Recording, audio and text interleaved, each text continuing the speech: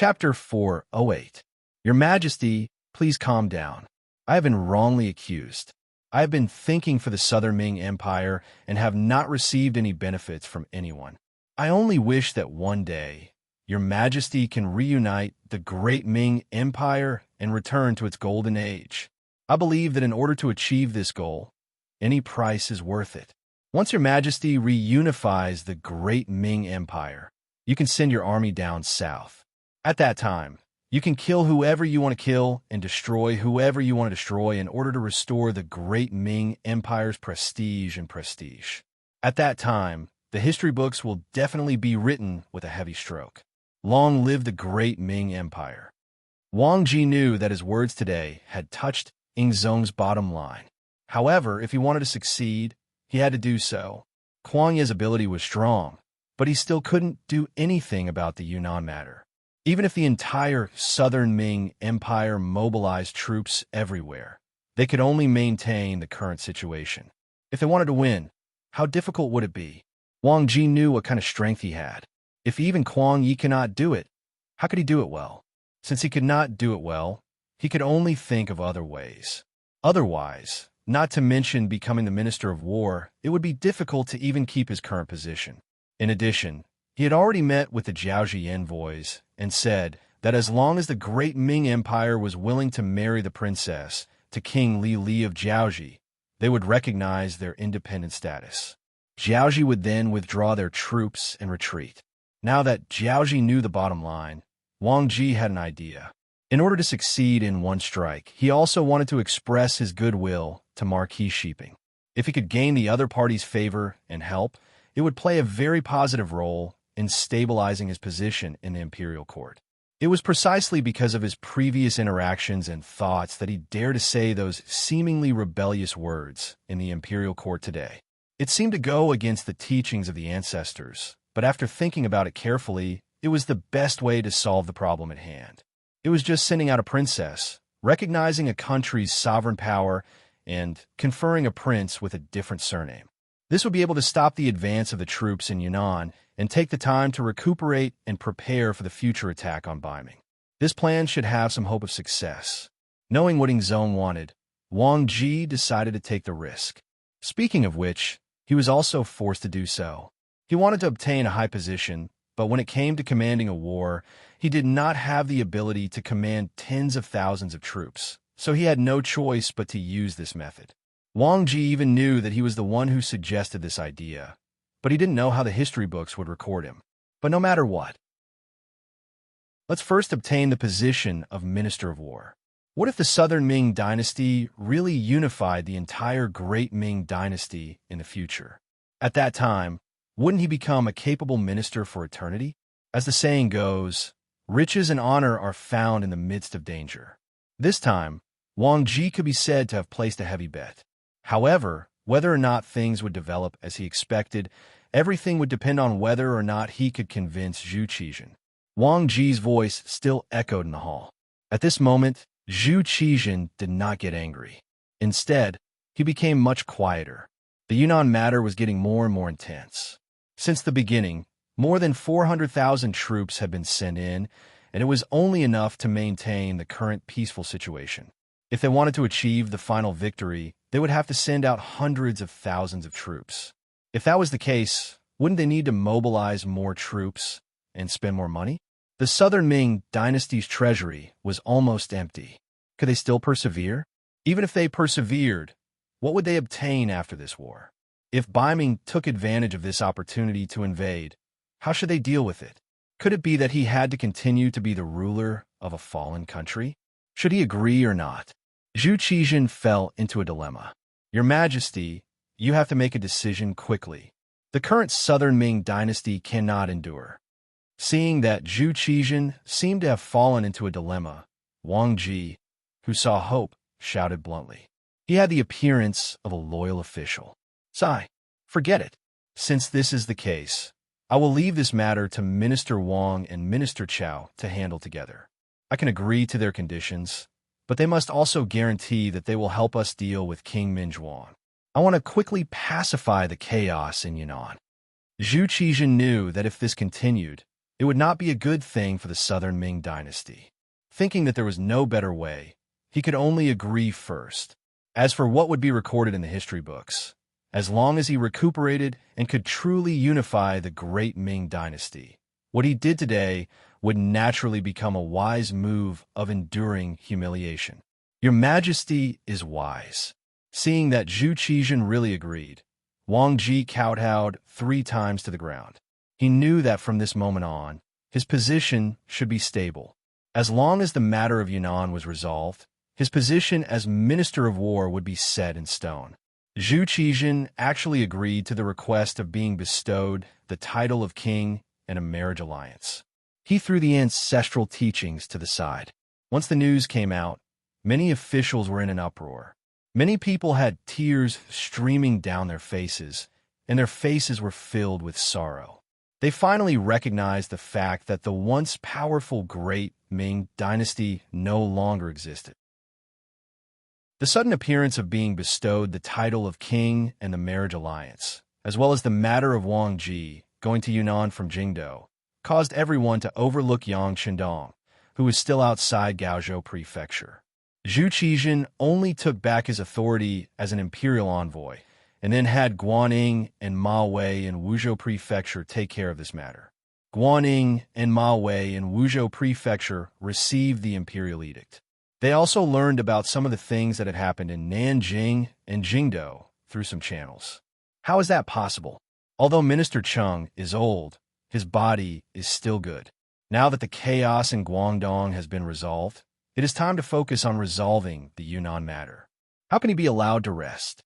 Guaning, who received the news, had a face of disbelief, and his voice was filled with anger. Ma Wei stood to the side and watched all of this happen. However, he did not say anything. In terms of rank, Ma Wei was a level 3 official, far higher than Guaning, who was only a level 5 official. Previously, he respected Guaning because he was the trusted aide of Kuang Yi, the Minister of War. In addition, Guaning controlled the evaluation of low-level officials and could have a say in his career. However, now that Kuang Yi was forced to stay at home, this person's right to speak was obviously gone, and he could not be respected. This could be seen from the fact that the imperial edict did not reward Guaning after the chaos in Guangdong had been resolved. As Kuang Yi lost power, this person was probably going to be ignored. In the officialdom, there were many people who added flowers to brocade, but few people who helped in the snow. Even if it was for his own career, Ma Wei did not dare to get too close to Guaning. Otherwise, if Assistant Minister Wang Ji found out, who knew if he would make things difficult for him? Guaning stood there and talked to himself for a while until Ma Wei was getting impatient. He could not help but walk up and say, "General Guan, the imperial edict says that we have to go outside Gaozhou Prefecture to resolve the problem of Count Zhongdan. I think we should do it sooner rather than later." "Yes, the matter needs to be resolved as soon as possible. How about this? We will leave tomorrow." Guaning felt Ma Wei's attitude towards him. If it was not for the matter of Yang Qindong that had not been resolved, he would have already distanced himself from him.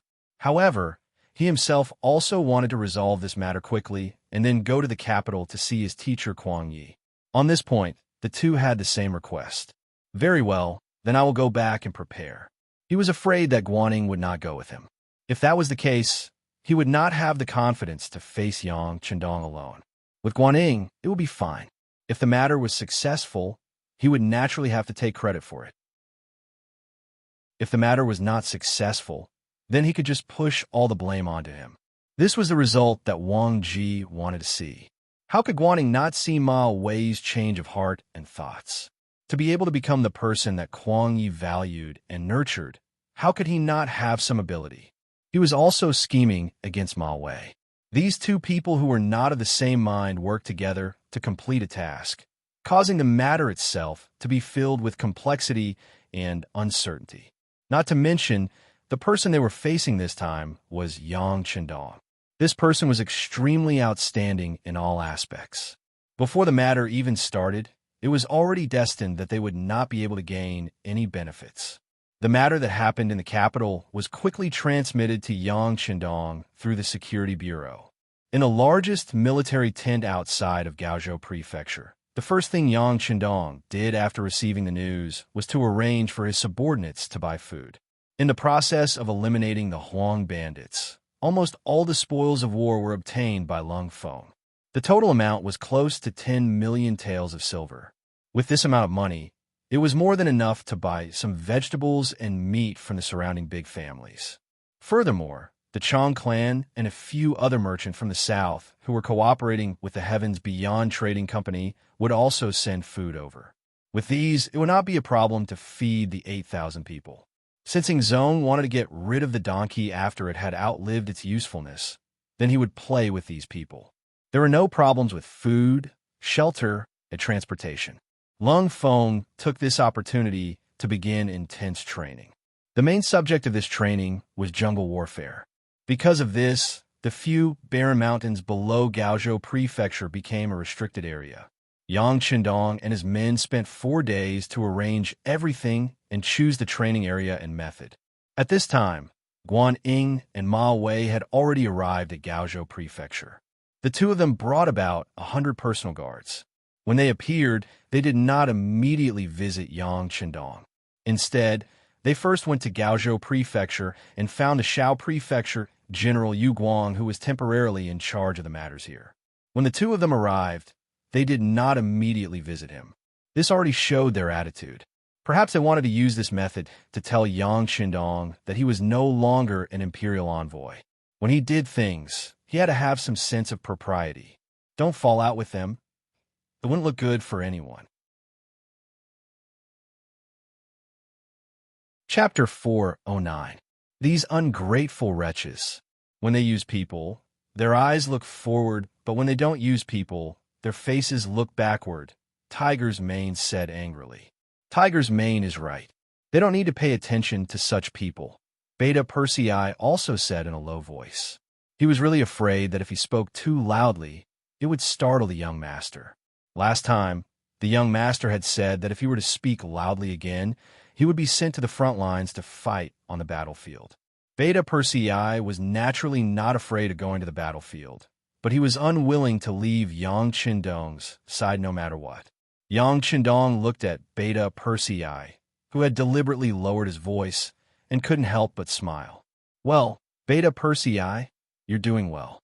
But isn't it very tiring to speak like this? Young master, it's not tiring at all. As long as I can be by the young master's side, this is nothing. Beta Persei chuckled, not showing the slightest bit of reluctance. All right, stop pretending. I know it's hard for you to speak softly, so the young master found a job for you. You can speak loudly, and the louder you are, the better. What do you think? Yang Qindong smiled and gave Beta Persei an order. After hearing the whole plan, Beta Persei chuckled. Young master, don't worry. I promise to do this well, and let them know what the real lion's roar is. Very good. Yang Qindong patted Beta Persei's shoulder in satisfaction, then said to Tiger's Mane, call the first and second guard squads here. The young master needs to arrange the work. This time, we want to be the imaginary enemy of the entire cold front and auxiliary soldiers. We want to teach those rookies a lesson by fighting against a few thousand. Yes, when Tiger's Mane heard that there was going to be a battle, even though it looked like a drill, the thought of a few dozen against a few thousand made him excited. He immediately agreed happily and turned around to call for reinforcements. Beta Persei looked aggrieved. Young master, I want to follow you too. Forget it.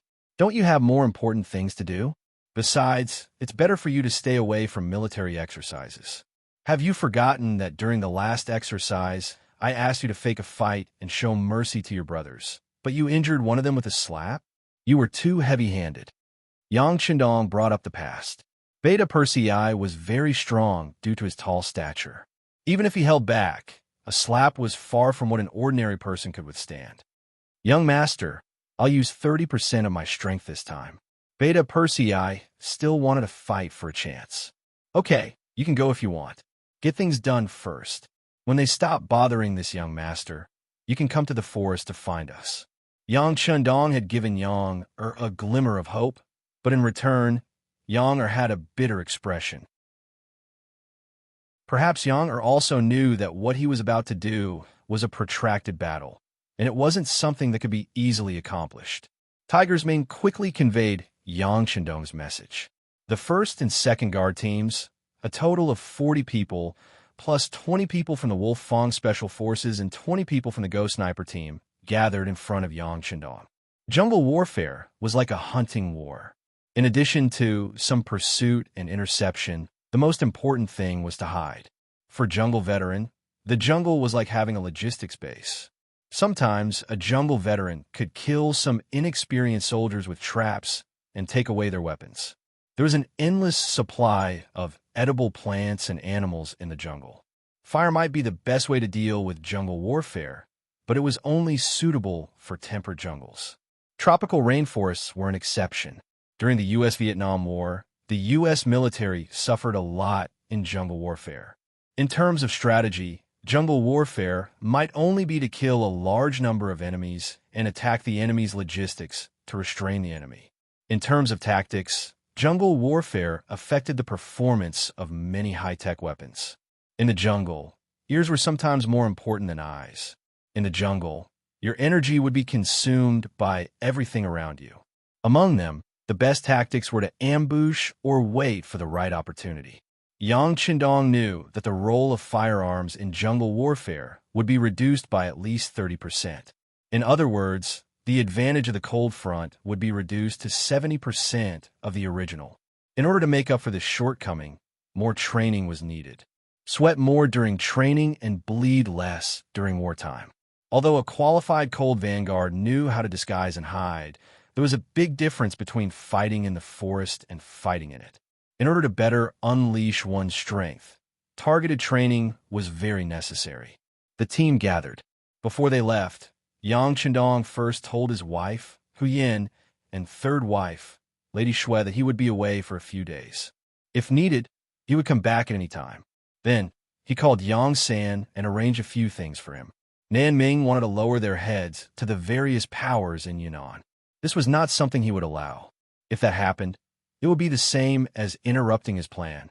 So, what he needed to do was destroy Zhu Qizhen's fantasy and force him to beg and use him. After everything was arranged, Yang Chendong left the barracks with his men in the afternoon. Guan Ying and Ma Wei, who knew nothing about this, were sitting in the yamen of Gaozhou.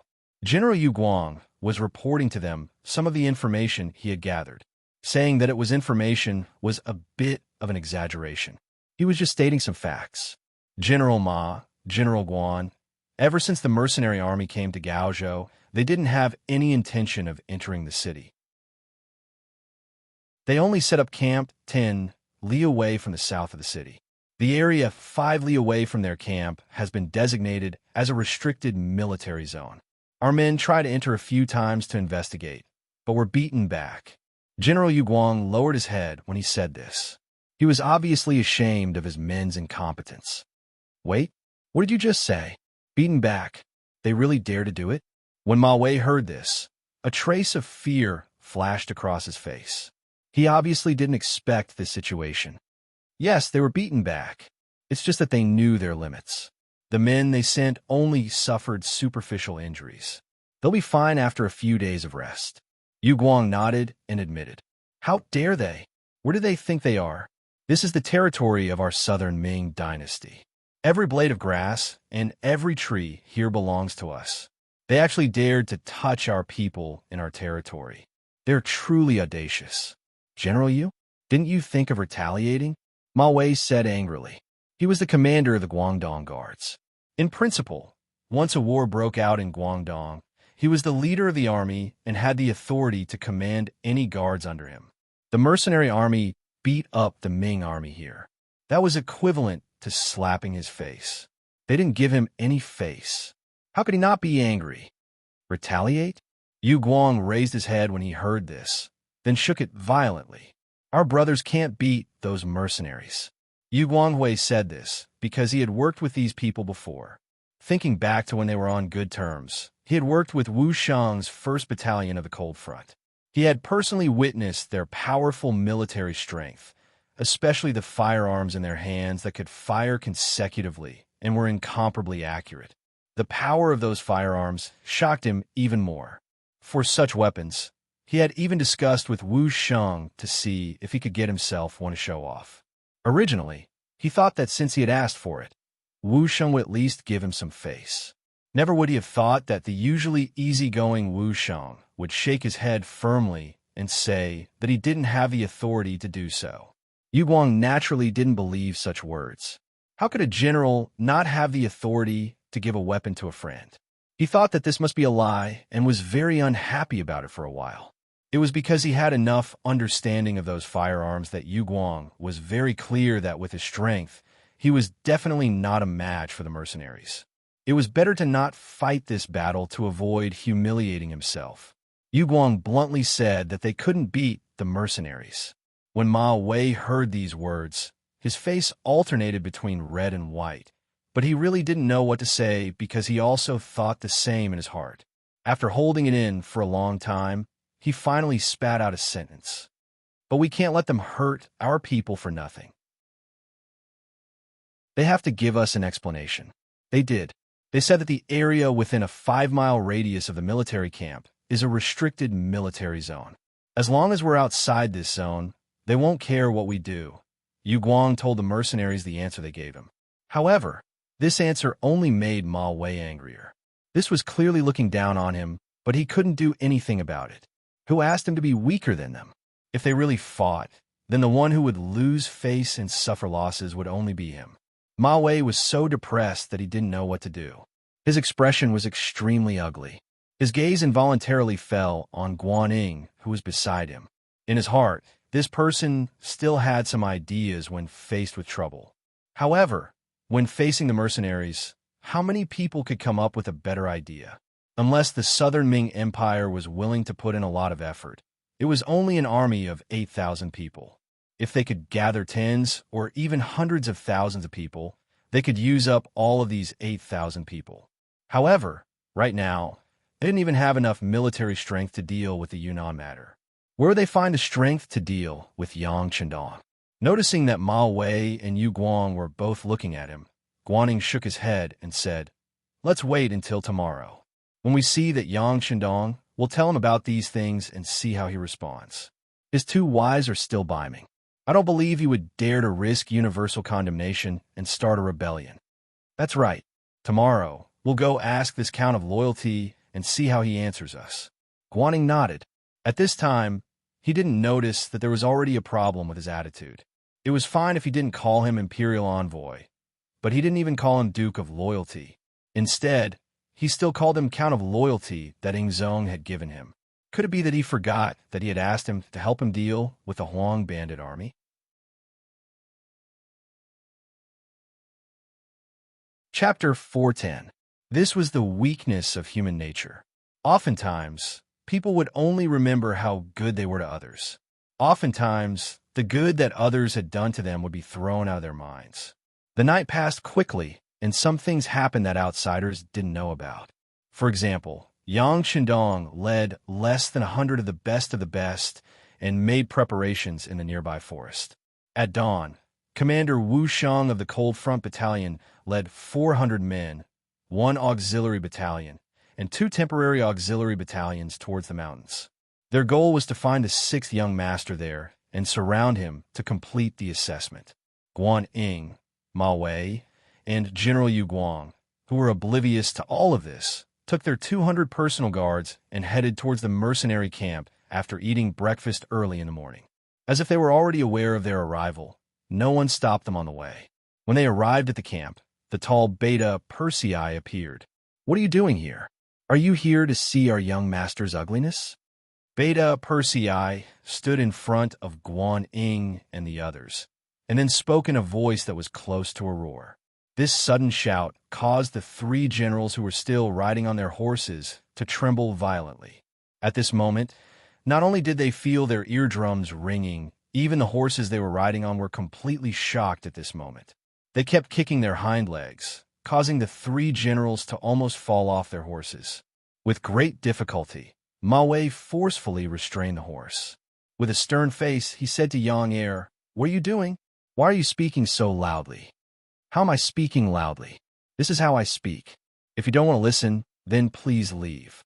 I don't think anyone invited you here." His voice was raised by an octave. After another round of provocation, the warhorse finally couldn't hold back and began to jump. Because of a moment of carelessness, General Yu Guang was thrown off the horse. Guan Ying and Ma Wei saw that the situation wasn't good. They hurriedly jumped off their horses and didn't follow behind. Ma Wei reached out and helped General Yu Guang up from the ground.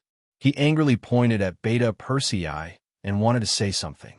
However, Guan Ying stopped his actions and said in a respectful tone, "You're the Yang brothers, right? You just said that we're here to see your young master make a fool of himself. What's going on? What happened to Count Zhongdan? My family's young master has been sick for several days. His body is very weak and his face is very pale. Didn't you come to see the young master now because you want to see the young master's ugly state? Let me tell you, that's impossible. My young master is wise and mighty. He won't let you see his bad side. Also, my family's young master is the Duke of Zhongdan, not the Count of Zhongdan as you said.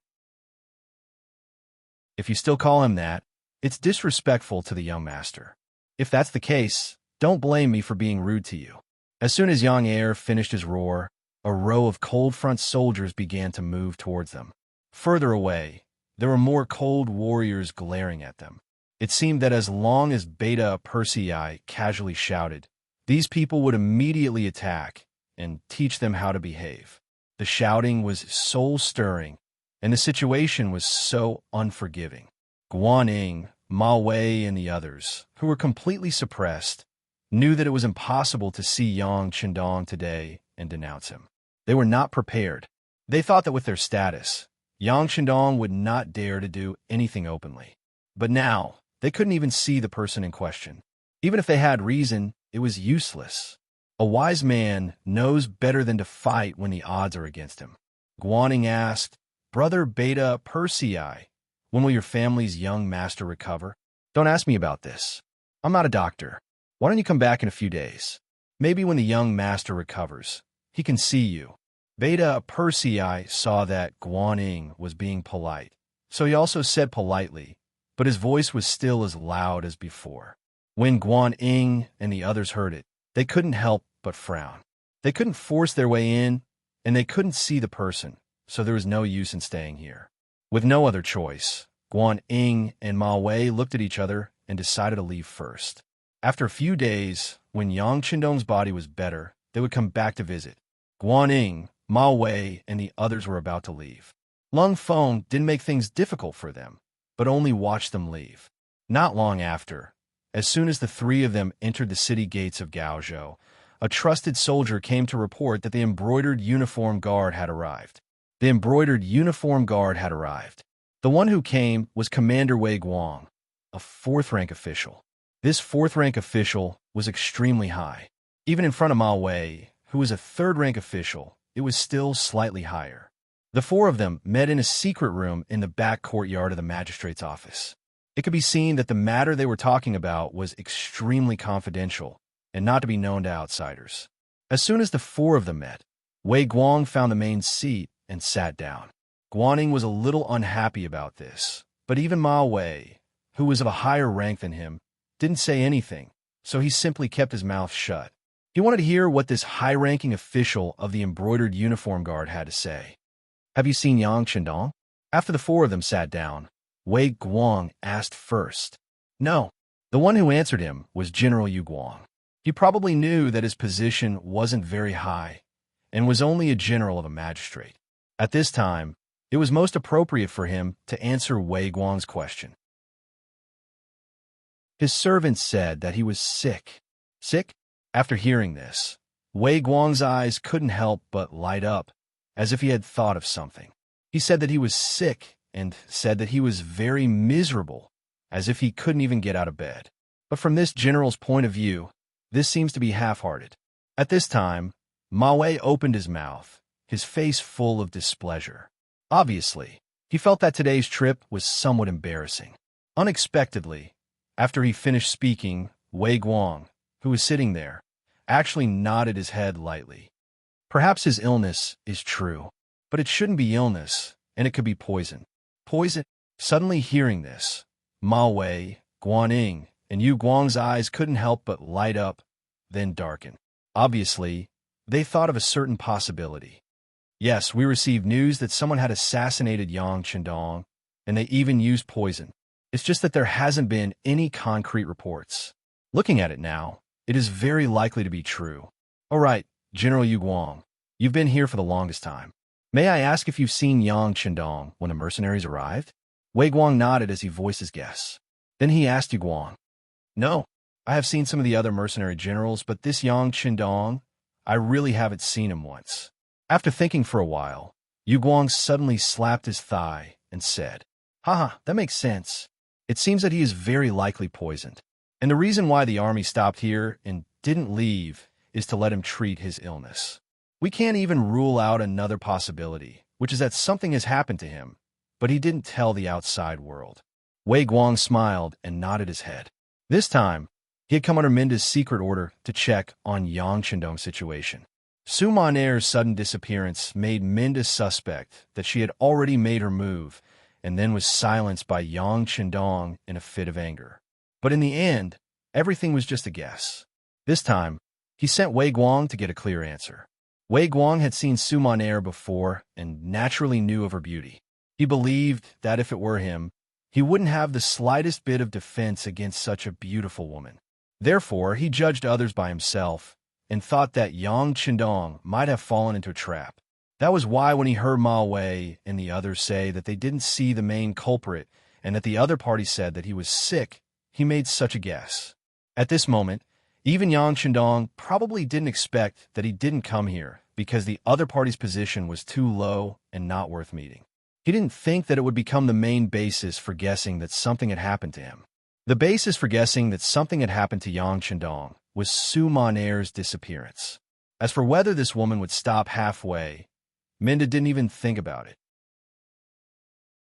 A woman who lived only for the sake of her family.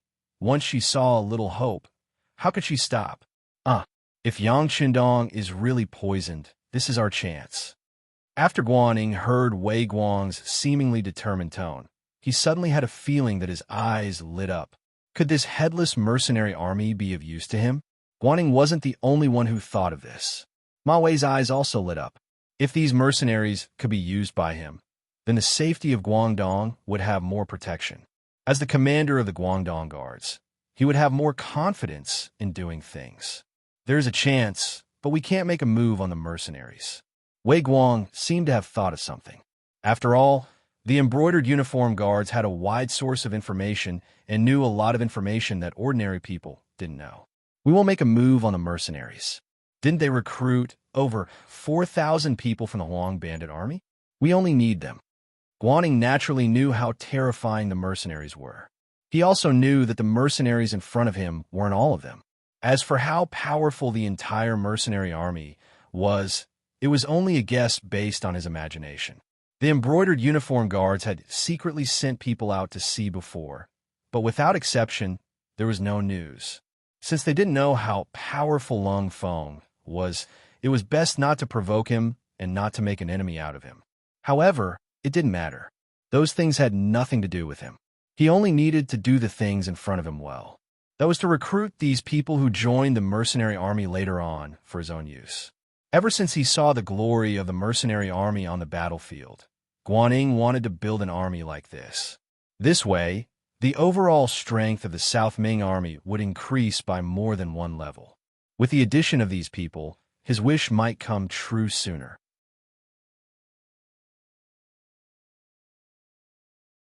Chapter 411. That's right. We are only after those 4,000 people, Ma Wei said in the same tone. Then he and Guaning looked at each other. It could be seen that at this moment, there was an element of competition between them. Well, that's possible. Then we'll use our own methods. Wei Guang also received a mission, which was to bring some mercenaries back to the capital to resume their duties. From these people, they might be able to get more information about the mercenaries, which would play a crucial role in how to deal with them in the future. As a result, the three parties began to secretly compete with each other. They were all rushing towards the same goal, which was to persuade the original Huang bandits who had just joined the mercenaries to join their side and be used by them. Yang Chendong did not expect this war at all. When he received this news, He couldn't help but laugh out loud. Since they want to create more problems, let's play with them. Pass down the order. Let's have Yang Er and Yang Wu put on a good show with them. In short, the longer they delay, the better. After Yang Chendong finished speaking, someone had already passed on the order. He himself was standing on a mountainside, looking in the direction of the southwest.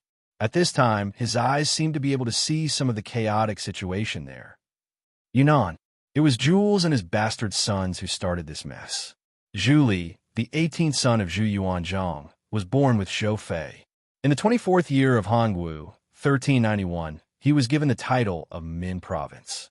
4 years later, because Yunnan was newly attached, he needed a prince to govern it. In the first year of Zhengwen, the Marquis of Shiping, Mu Cheng, accused the Min king of misconduct, and the Zhengwen emperor demoted him to a commoner. After Zhu Di's death, Zhu Li's title was restored. This Min king, Zhu Li, was not a good person. Since he was restored to the throne, he acted recklessly, indulged in the old customs, took the seals of various departments, and killed officials. After Zhu Di found out, he took away his vassal king's seal, and then cut off his guards. Later, perhaps because Zhu Di cared for his younger brother, he returned the seal to him. After Ming Renzong ascended the throne, he moved Zhu Yi to Huguang Wugong and lived there. A long time later, a mansion was built for him. At that time, he was almost 50 years old. Zhu Yi was very bad, and so were his sons, especially the son of a concubine, Prince of Guangdong, Zhu Huili, and Prince of Yangzhong, Zhu Huili. In order to compete for the property of the Prince of Min's mansion, they had already quarreled with their elder brother, Prince of Jinnan, Zhu Huili.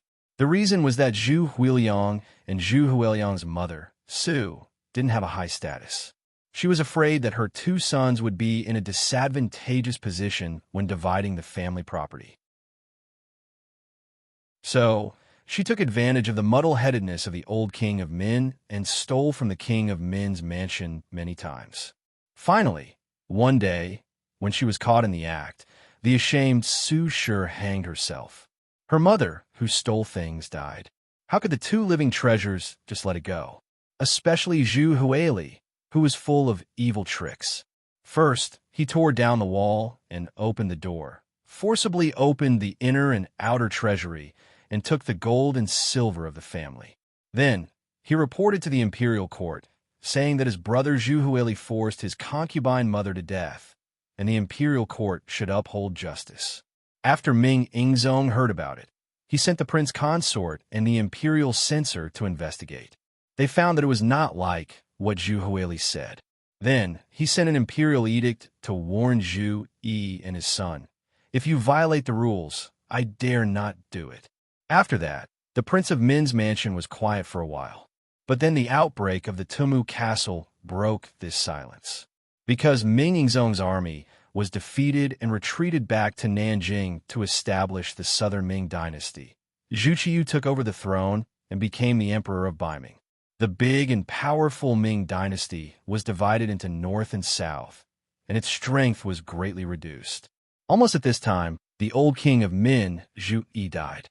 Jinan Zhu Huili became the second king of Min, also called king of Minzhuang.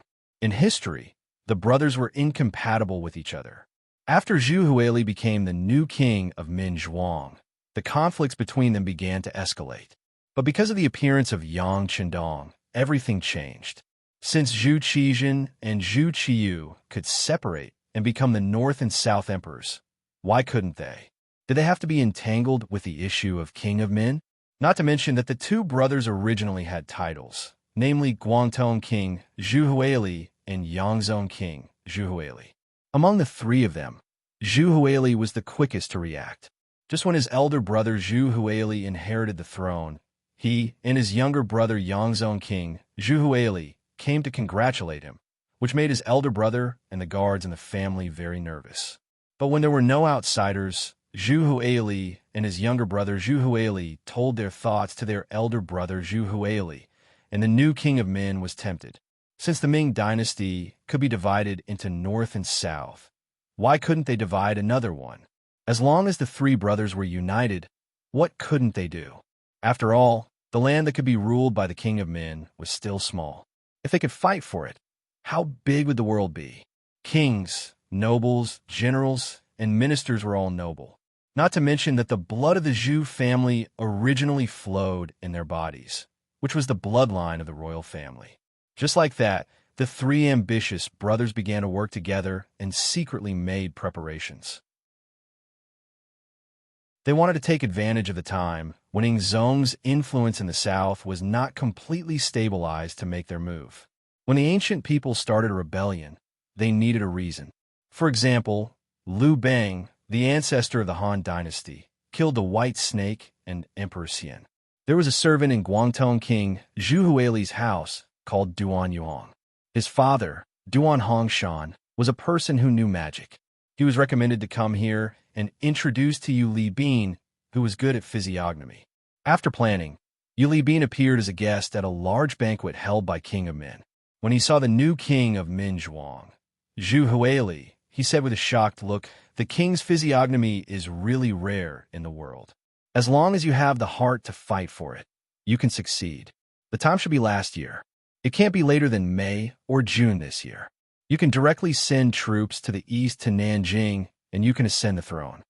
When Yu Li Bin was talking outside the hall, some guards holding swords walked in and stood on both sides. They looked like they were ready to fight, forcing the guests to make a statement. Two brothers, Guangdong King Zhu Huili and Yangzhou King Zhu Huili, took the lead and bowed, saying that they would support their elder brother. This made the other guests have no choice but to make a statement. One by one, they knelt down and shouted. Since the Ming dynasty's Yongle and Xuande feudal lords removed the feudal lords only had a few guards. How could they have a large army? However, this was not a problem for the three brothers. They asked people to use gold to make a treasure of the king, silver ornament Lingwu Marquis, Qinwu Marquis seal too, changed to Yuan Xuanwu. They also imitated the emperor's method and made many imperial edicts. Then they asked their subordinates, Duan Yuhong, Meng Neng, Chen Tianzai, and the others to use the seal coins and other things. Confer the title of Lingwu Marquis to Yang Wenba, the title of Lingwu Marquis to Tianzai Miao Jinlong, and the title of Qinwu Marquis to Qinwu Marquis. At the same time, they sent people to contact the old king of Jiaoji, Li Li, and promised them great benefits. In history, Yang Wenba and the others were very clear-headed. When they saw the so-called imperial edicts from the Guangdong brothers, they did not take it seriously, let alone send troops for them. However, in this life, the Ming dynasty was divided into north and south. The power and strength of the imperial court were greatly reduced. In addition, this time, the three brothers worked together. Yang Wenba also had the idea to collude with them. The three brothers of the Min King had the support of several Miao leaders internally and the support of Jiaoji externally. When the general situation was formed, Yunnan was in chaos. When Yunnan was in chaos, the Mu family, as the biggest warlord and also the one who had lived here for generations, became the only obstacle to the success of the Min King. It was still the same sentence. When the North and South were clearly separated, the Mu family was not even clear about who they should be loyal to. How could they rashly send troops to quell the chaos? Because of this delay, the Min King's forces grew stronger and stronger. In the end, even the Mu family could not eliminate them in a short period of time. At this time, the news spread to the southern Ming capital, Nanjing. Then, there was the matter of Ingzong sending troops to quell the chaos. Looking at the relevant information that was completely inconsistent with the development pattern in history, Yang Qindong, who was in a well-disguised deep pit, slowly turned off the flashing flashlight in his hand. The situation seemed to be getting more and more chaotic. Even the news from the military camp outside was not as encircling and intercepting as previously thought. On the contrary, it was all kinds of benefits. After knowing that Ming Ingzong, Zhu Qizhen, had adopted the strategy of the left assistant minister of the Ministry of War, Wang Ji, they would use quiet methods to deal with the mercenaries outside of Gaozhou. For example, they would surround them and not use their weapons. They would wait for them to run out of ammunition and food. This way, They would be able to control them at will until they were forced to withdraw from all of the southern Ming territory. In order to deal with such a situation, Yang Shandong had made preparations in advance. Not only did he send people out to purchase provisions, he also mobilized the Chong family and a few other large merchants in the south. The merchant families were all here to provide support when one side was in trouble. When the time came, with sufficient food, the situation in Yunnan would worsen. When Wang Ji's enlistment strategy completely failed, it would be time for him to return to the stage of history and show his strength. But who would have thought that the other party would actually believe him when he casually found an excuse of being sick? They even began to openly incite the excitement of defecting. According to the report from Beta, Percy and Yang Wu, who stayed in the military camp, they had already gone to several dinner parties. They had heard so many compliments that their ears were about to grow calluses. Just enjoy the food and drink. Don't forget your true identity. This was Yang Qindong's reply to the two personal servants. From this sentence, it was not difficult to see that Yang Qindong was happy to see the situation in front of him. If possible, he wanted to continue like this until there was a change in Yunnan. All in all, the changes in the military camp were good things. At least there was no need to fall out. As for whether the other party could really tempt Beta Percy and Yang Wu to defect, Yang Qindong was not worried at all.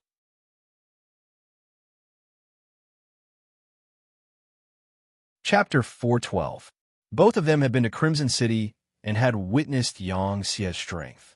They had been his personal retainers for such a long time. They had a bright future ahead of them. It would be foolish of them to betray him for the sake of a dream fabricated by someone else. If that was the case, it would be better for it to happen as soon as possible. Instead of waiting for someone to grow stronger, it would be better for a disloyal person to reveal his true colors as soon as possible. Of course, Beta Percy and Yang Qindong would definitely be able to pass the test. On this point, Yang Qindong was very confident. Young master, there are people walking past us again. It seems like there are more than one squad. Should we attack? Yang Qindong lowered his head and pondered about the environment he was facing. He wondered if there was anything he had not considered, and if there was a move he could take the initiative to make when Tiger's Mane's slightly agitated voice sounded in his ear. They were now in a deep pit. The top of the pit was covered with branches and leaves that could be used as camouflage.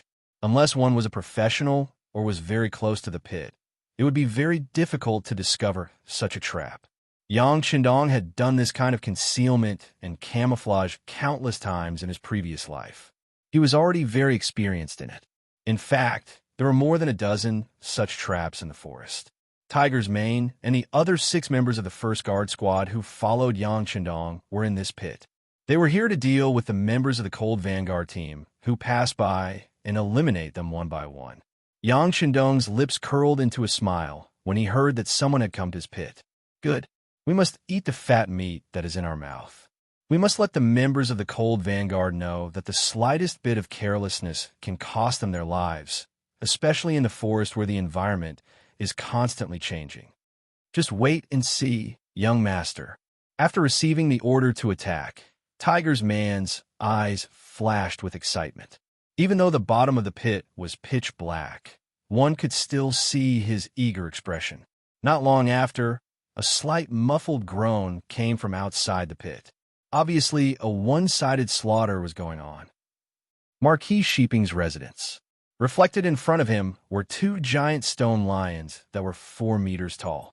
It was said that the most famous craftsmen in the country were invited to build them when a mansion was founded. After everything was over, the stone lions' eyes faintly emitted a deep light that could shake one's soul. Between the 2 stone lions, there was a tall and solemn door painted red. The door was inlaid with 7 horizontal lines and 7 vertical lines. There were a total of 49 white door nails, indicating the identity of the owner of the mansion. When he pushed open the heavy door and stepped into the courtyard, not only was it spacious, but the decorations were also exquisite and gorgeous. It could be said to be richly ornamented and splendid. It was even more luxurious than some of the great Ming dynasty's Zhou family residences. This was the Mu residence of the Marquis of Shiping. It originated from Zhu Yuanzhang's adopted son, Muing. Because of his bravery in battle, he repeatedly made contributions. In the 16th year of Hongwu, 1383, Marquis of Shiping was in theft in Yunnan and later promoted to Duke of Qian. From then on, the Mu family became the actual owner of Yunnan. Until now, the newly appointed Mu Bin took over the family's glory and mission, becoming the new Marquis of Shiping and Duke of Qian. However, compared to the previous Marquis of Shiping, Mu Bin not only encountered more problems, but they were also very big. For example, the current chaos caused him to be unable to sleep at night, and his food was tasteless.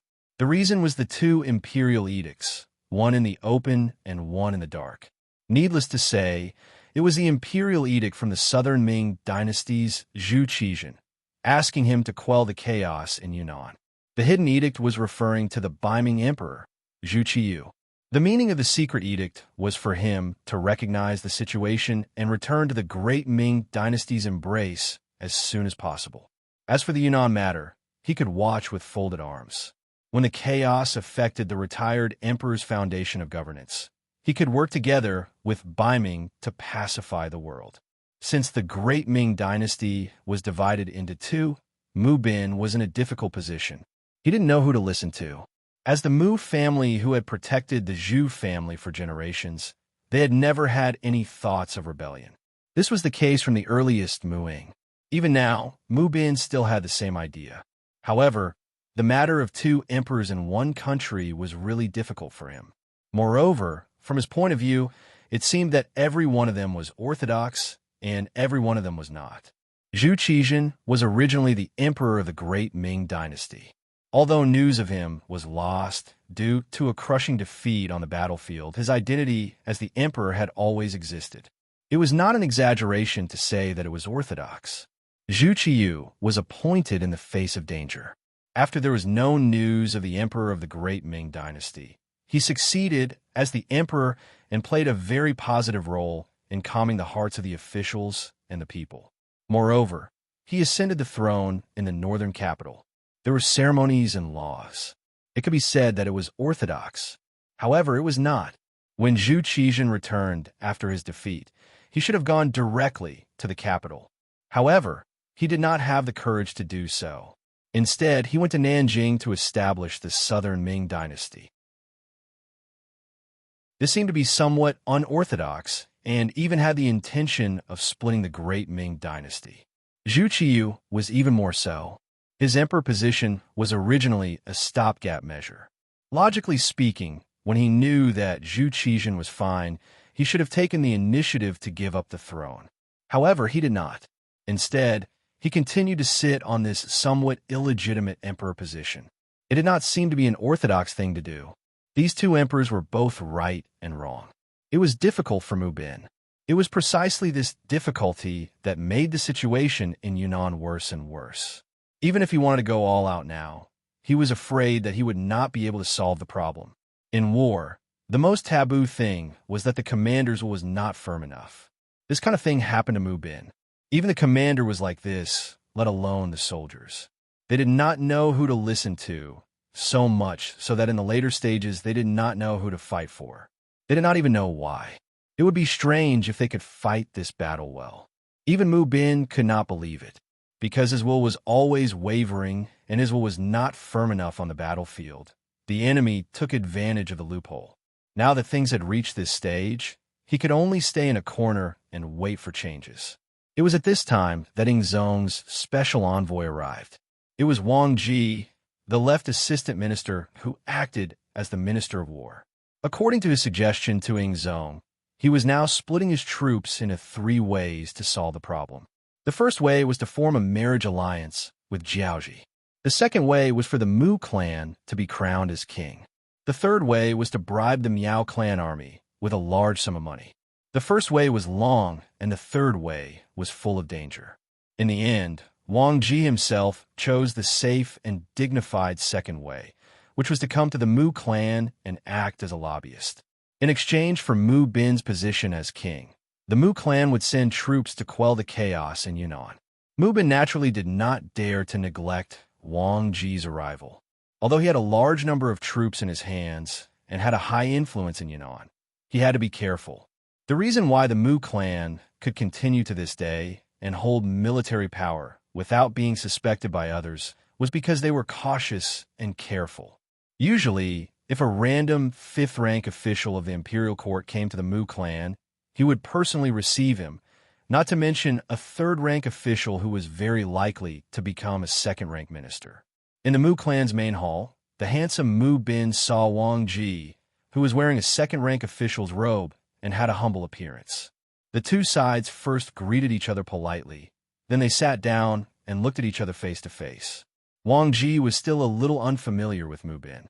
As for his father, Mu Cheng, who had just passed away, had some dealings with him. Since they wanted to talk about things, according to the Chinese's habit, they naturally had to start with a friendly relationship. Wang Ji then talked about some of his and Mu Cheng's past. When someone talked about his father in front of him, Mu Bin naturally listened with a respectful expression. From time to time, a smile would appear on his face to show his respect.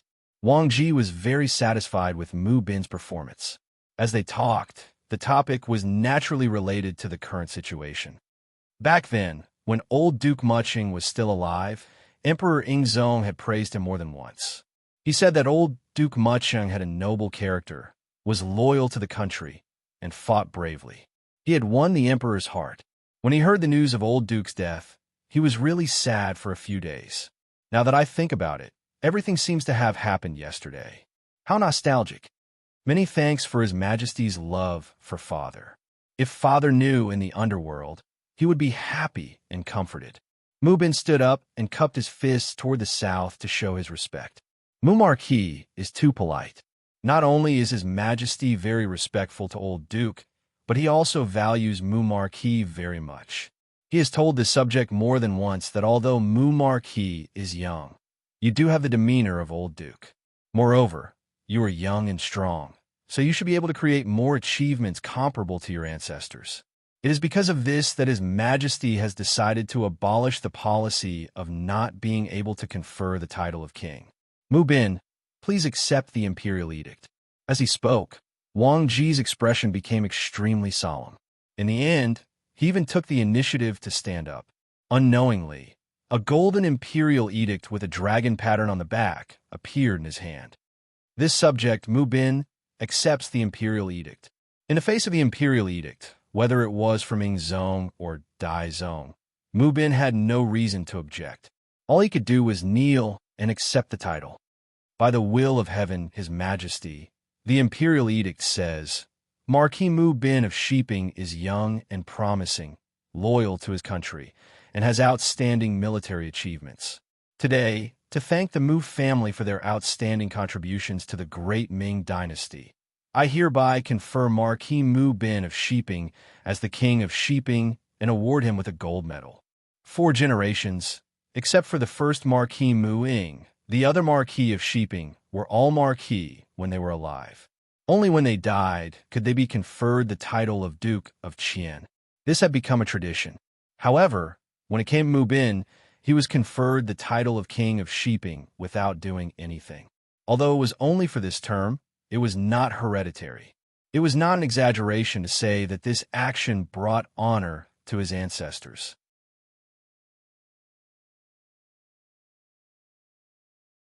Chapter 413.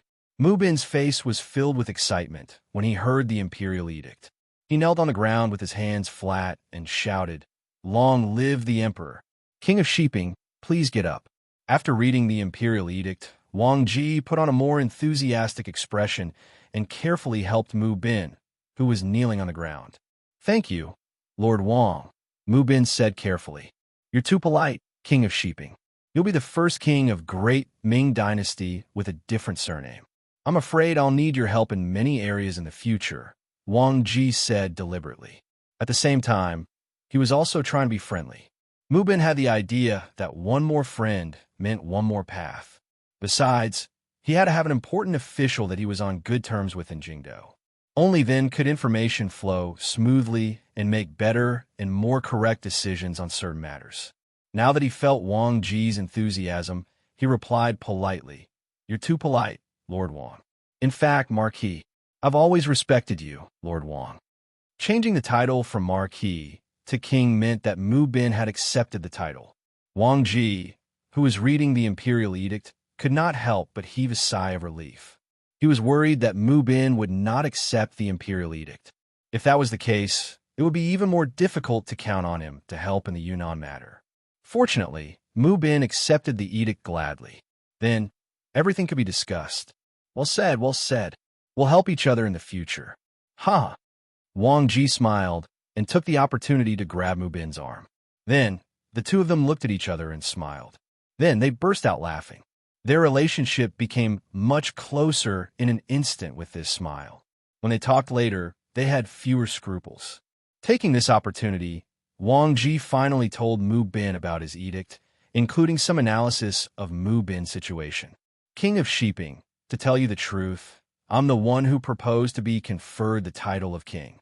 The reason why I did this is because you didn't show much enthusiasm in the matter of Yunnan, which has already disappointed His Majesty." Wang Ji spoke in a sincere and heartfelt manner. He even intentionally sighed. Things aren't like that. I do have some misgivings about the Yunnan matter, but overall, I still did my best." When Mu Bin heard that his actions had caused Ing Zong to be dissatisfied, his face was filled with fear as he tried to explain himself. Looking at Mu Bin's reaction, Wang Ji laughed in his heart. As expected, Mu Bin had his concerns. However, on the surface, he still analyzed the situation seriously. "King of Sheeping, you don't have to say much. I can guess what you're worried about and who's behind it. Forgive me for saying something disrespectful, but you've made the wrong choice." "Wrong?" Mu Bin asked doubtfully. "Wrong. You're indeed wrong." Wang Ji nodded heavily. Ing Zong has always been on the throne, and the one in the north is just borrowing the power of others to rise to power. However, in terms of methods and strength, although the age difference is not that big, the actual difference is too great. For example, there were many old officials in the north who were still contacting the emperor, expressing that they had no choice but to lower their heads due to the circumstances. Once the emperor could lead the army to the north one day, they would definitely support each other from afar to show their loyalty. The emperor has been preparing for this. If it weren't for the chaos in Yunnan and Guangdong, this matter would have been done by now. "Is there such a thing?" Mu Bin said as if this was the first time he heard about it. "Of course there is.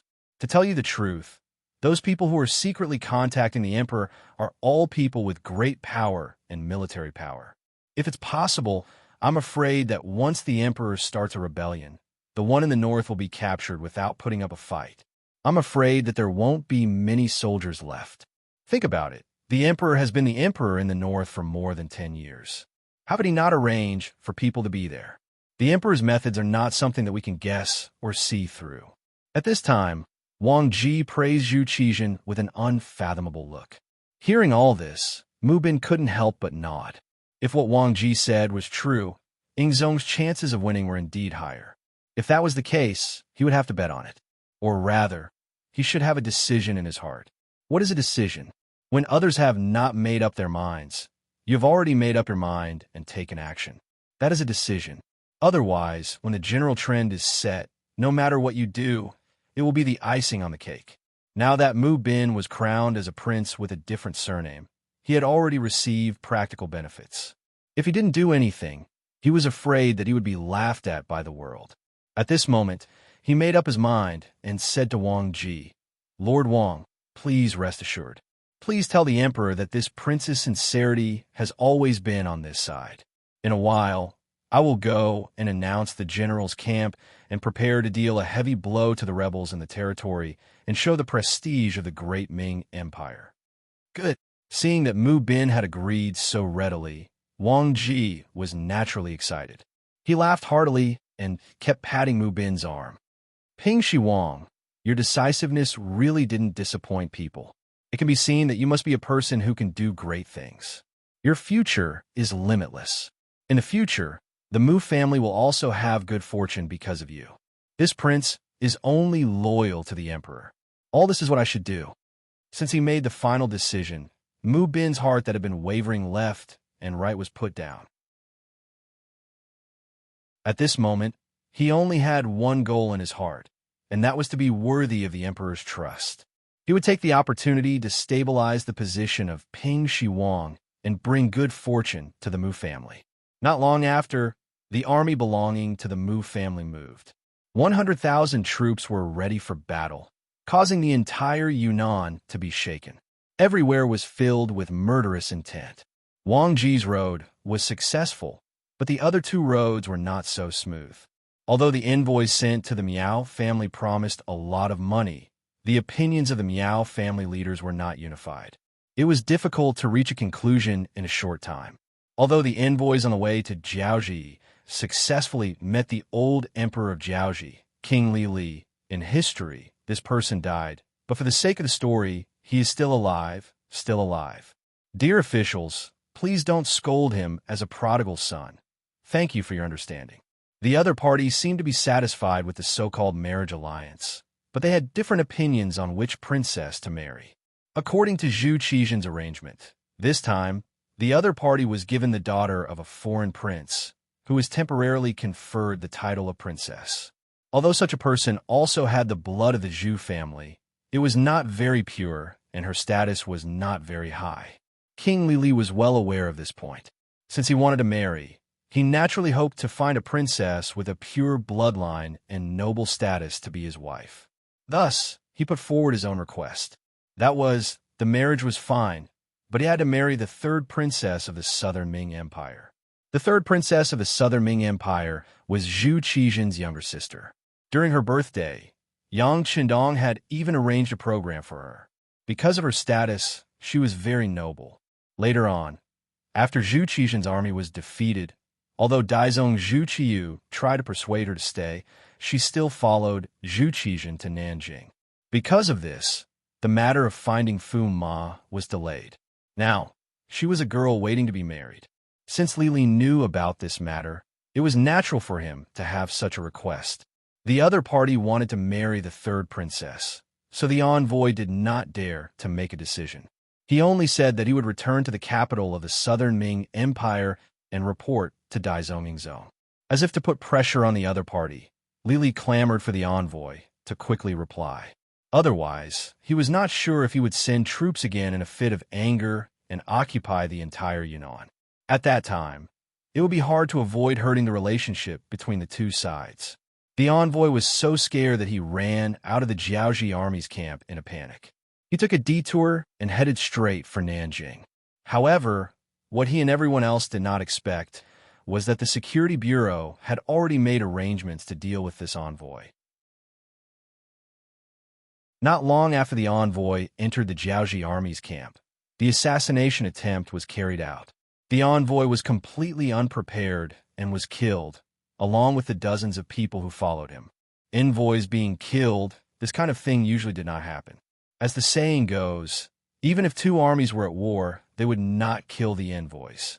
It was precisely because of this fixed way of thinking that no one would expect such a thing to happen. As a result, the envoy was only discovered after he disappeared for a few days. At that moment, rumors started to spread. It was said that King Li had Astingzong for two women. One was the most noble and pure-blooded third princess, Princess Shangda, and the other was Zhu Qizhen's current wife, Empress Qian. It was also said that the old king preferred married women. This news was naturally spread by the Security Bureau on purpose. Because the envoy was already dead, the truth of the matter could no longer be investigated.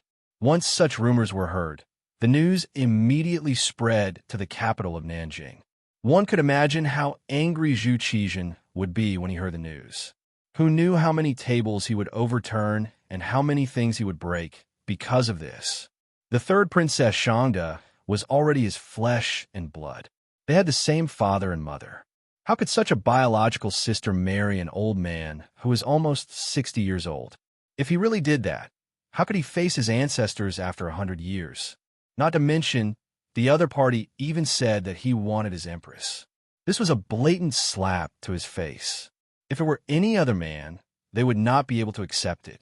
Although it was popular in some places to send women to do errands, especially in Japan, this kind of thing could be said to be common. However, Lady Qian was the empress of country. Similarly, she represented the face of country. If Zhu Qizhen really did that, he would not need to do anything else. The whole world would look down on him. Then, where would his imperial power be? Where would his dignity be? In his anger, Zhu Qizhen unleashed a thunderous rage in the imperial court. I order Governor Wang Lai of Huguang, Administrative Secretary Yang Shimin of Yunnan, and Governor Tongji Dongxing to immediately mobilize the army and attack Jiaoji together with King Shiping. I want him to pay the price for his arrogance and ignorance. Pay the price. The emperor was furious. Immediately, a eunuch went down to pass down the decree. However, all the officials in the imperial court knew that if Jiaoji was so easy to destroy, it would have been destroyed long ago. There would not have been Xuanzong Zhu Zhanji's abandonment back then.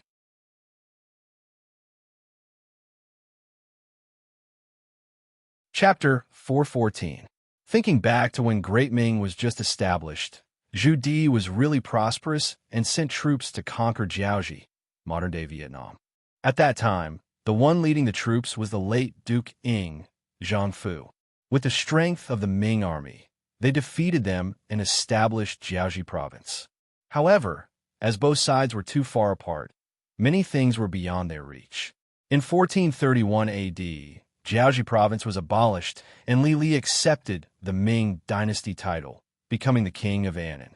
This was a huge blow to the prestige of the central government toward the southwest chieftains. What happened after proved that the negative effects of Xiande abandoning Jiaoji were long-term and fatal. This matter dealt a heavy blow to the Ming dynasty's international prestige in the western region and shook their suzerain status. Losing Annan meant losing the western region. This was something that even Zhu Zhanji did not expect. Since then, Annan had been harassing the border and invading the land. Finally, there was today's humiliation.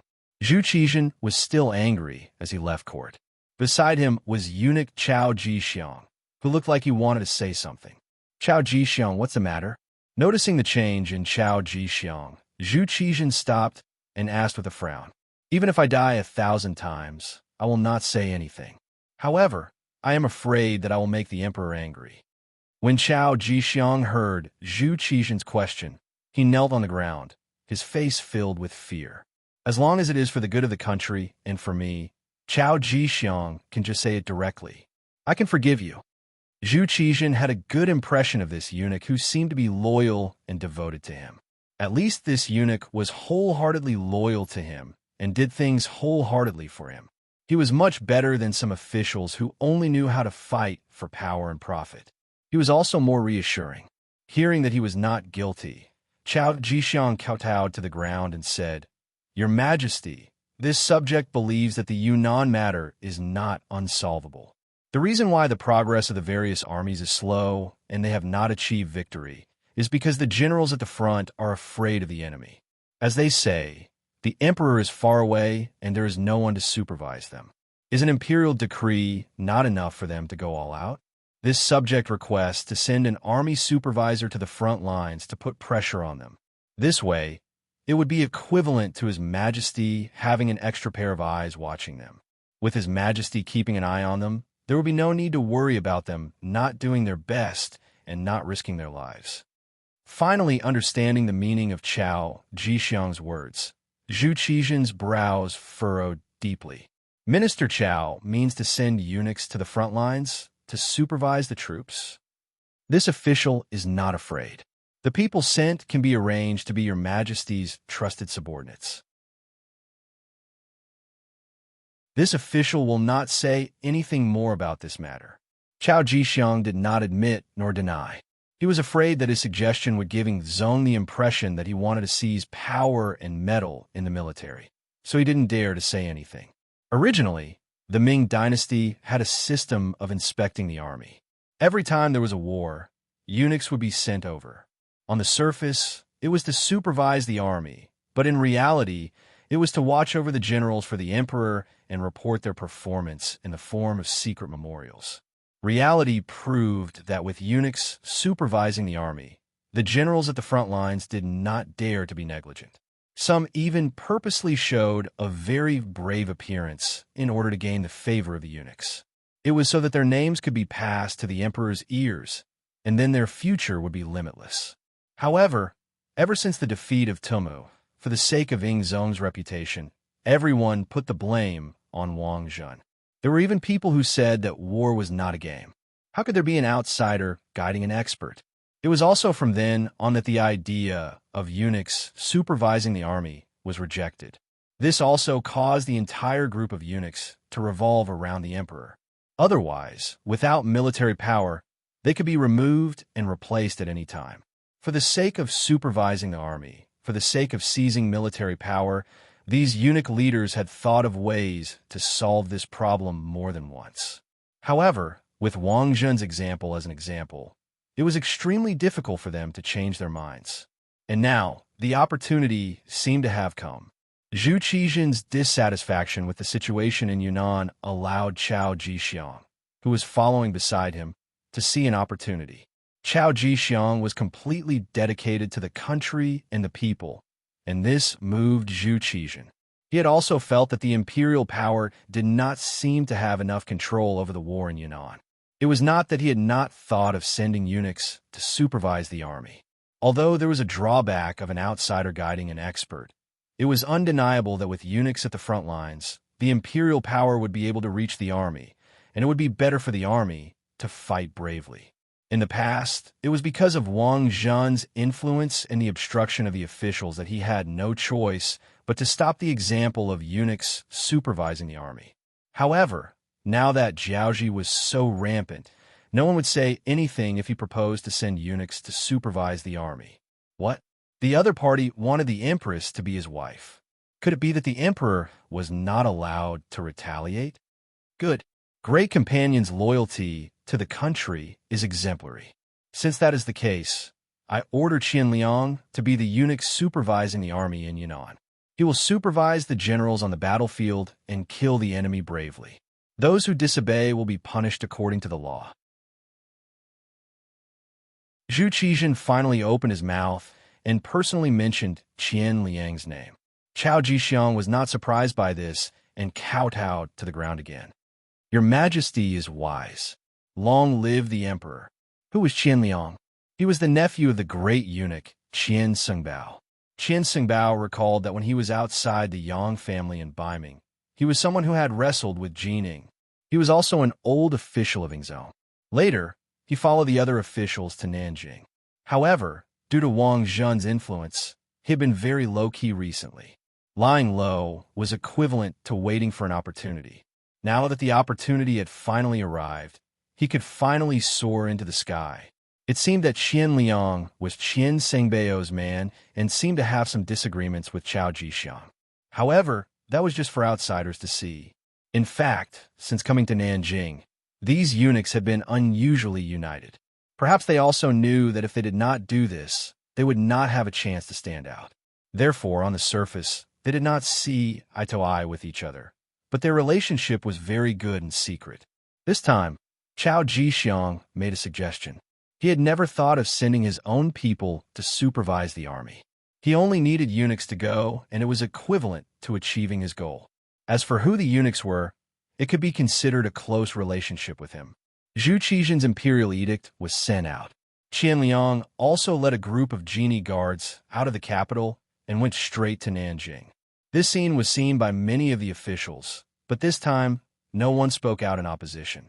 If there was someone to blame the king of Jiaozhi for speaking too arrogantly. If there was someone to blame the eunuchs for choosing such a good opportunity to stand out. It was so good that the officials could not resist. In the Kuang residence in the capital, Kuang Yi, who had been ordered to recuperate at home, could not leave the residence or go to the court to meet the emperor. However, his position as the Minister of War did not change. There would be people who would immediately inform him of the big and small matters that happened in the court. When he learned that the emperor had sent eunuchs to supervise the army in Yunnan, Kuang Yi sighed. Has the emperor already forgotten about Wang Zhen's future troubles? Does he not know that doing this will only make the situation worse? After the long sigh, Kuang Yi could not help but think of Yang Chendong's appearance. After being the Minister of War for so many years, Kuang Yi was someone who understood the military. The situation in Yunnan was complicated and chaotic. How could sending eunuchs to supervise the army solve the problem? If these eunuchs went, not only would they not be of help, but they would also make the situation more chaotic. Then who would solve the problem there in the end? It seemed that it should be placed on Yang Chendong. As for how to deal with Yang Chendong, it was only after Kuang Yi returned to his residence that the imperial court made the decision. It was like the birds were gone and the bough was hidden. However, the problem was that there were still birds, and there were many of them. He did not understand why Emperor Ingzong was so anxious to hide Yang Chendong. However, now that it had become a reality, what he needed to do was to change the result and not to find out the reason. Come, get the brush, paper, and inkstone. I want to write a letter to Guaning, Li, the temporary location of the Min Prince's residence. Li was the Li Xianxi, located in the southeast suburb of Jinghong City, Yunnan. This was the place chosen by the Min Prince before he announced his independence. Because of the complicated terrain and the fact that it was far from the Central Plains, it was chosen as the new place to rise. This was the place where the Min Zhuang was originally the king of foreign affairs. At this time, it was heavily guarded both inside and outside. Men with swords and spears could be seen everywhere to ensure that without the red flag, even a fly could not fly into the courtyard. However, in such a heavily guarded place, a young master in his 20s, wearing a soft gauze tang headscarf, wearing a purple embroidered robe, holding a white paper folding fan in his hand, with a slender body and a jade-like face. He walked gracefully, smiling before speaking, with an elegant and noble temperament, as if he was taking a stroll in a courtyard. From time to time, he would look around, as if he was looking for the beautiful scenery in the courtyard. All the guards acted as if they did not see this young master's appearance. No matter where his gaze fell, it was as if it was a matter of course. Young Master Yao, why did you come here? We have been looking for you for a long time. Two anxious maids came to the front of the young master, panting as they spoke, as if they were complaining about something. Haha, thank you for your hard work. Is the princess looking for me? There was a faint smile on the young master's face. Just this smile alone gave people the feeling of being bathed in the spring breeze. Yes, the princess has prepared a new song. She's just waiting for young Master Yao to appreciate it together. The two maids kept nodding. After saying this, they pulled the young man's arms and walked straight to another courtyard. This young Master Yao still maintained a smile on his face and allowed the two girls to pull him.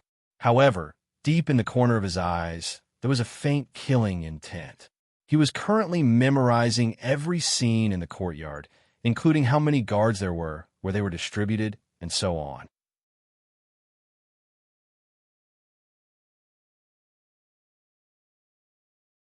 Chapter 415. Young Master Yao's surname was Yao, and his given name was Ingjun. As a matter of fact, he was as handsome as his name suggested.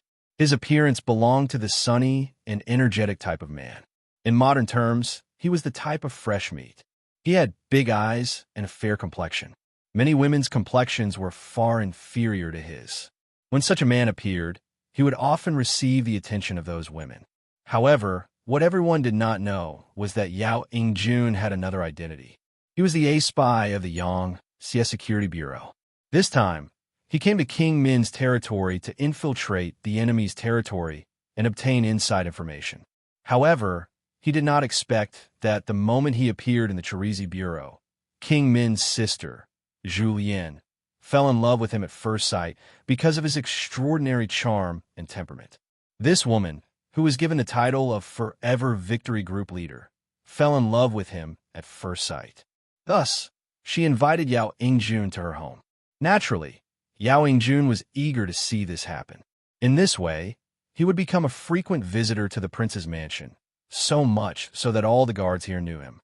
In addition, Princess Yongsheng had previously instructed everyone to be as polite to young Master Yao as they were to her. Thus, she could walk around the mansion at any time without any restrictions. As Yao Yingjun followed the two maidservants to Princess Yongxing's courtyard, he said politely and casually, "It's strange. Why is the courtyard so quiet today? Young Master Yao, you don't know. Several princes have gone to the army camp. It seems that the situation at the front line is a little tense. Yes, I also heard about it. But no matter what, it doesn't matter. This has nothing to do with us women.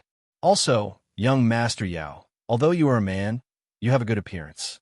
As long as you please our princess, you will be able to live a life of luxury." The two maidservants talked one after another. When they saw Yao Yingjun's gaze on them, they could not help but smile shyly. It was clear that his good looks had not only deeply attracted Princess Yongsheng, but even these maidservants were also greatly attracted to him.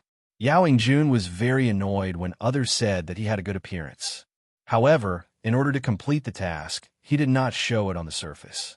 In fact, he was already thinking about the content of the meeting in the army camp.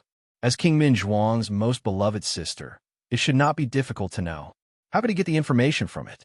5 miles away from Min King's mansion, in the military camp, King Min Zhuang Zhu Huilu, King Guangtong Zhu Huilu, and King Yangzong Zhu Huilu were holding a military meeting with their subordinates. The three sons of Zhu had some ability. At the very least, they still had some talented people under them. It was because of the operation of these people that they were able to reach their current scale and become an existence that gave Huang Zong and Zhu Qizhen headaches.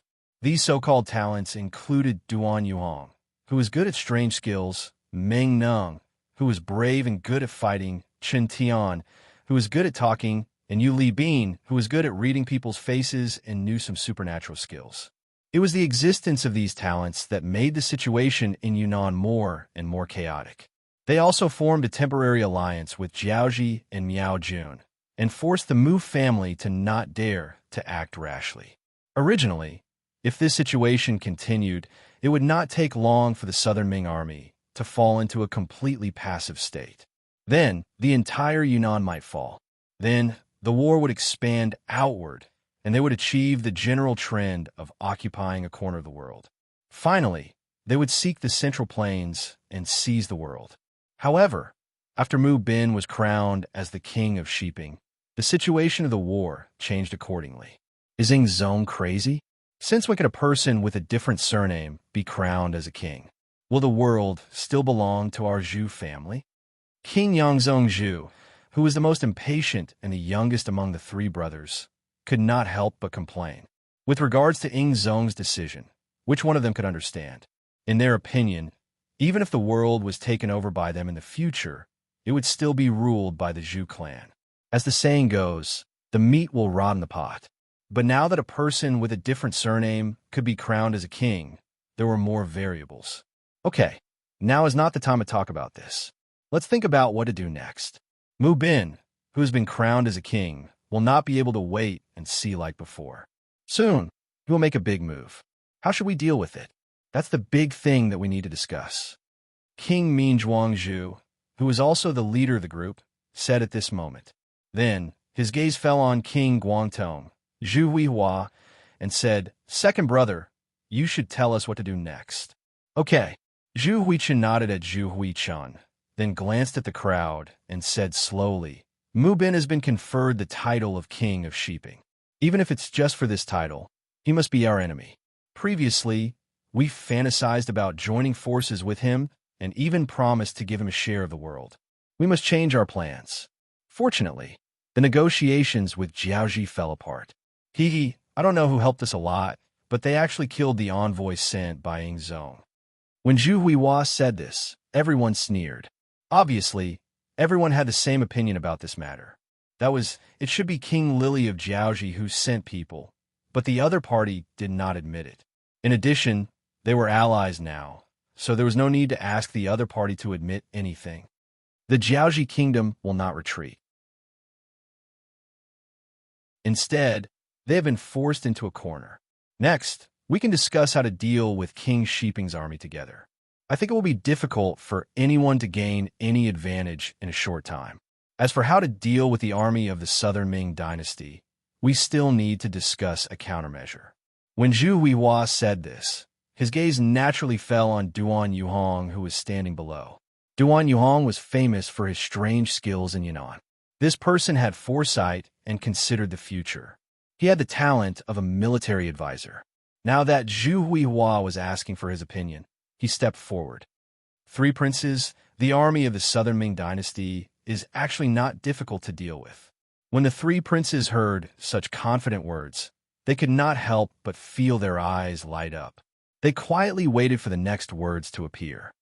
Three princes, it was still difficult to deal with the army of the imperial court. They always shrank and did not advance. Even if we wanted to take advantage of them, it would be difficult. However, it is different now. The Southern Ming Emperor has sent a eunuch to supervise the army.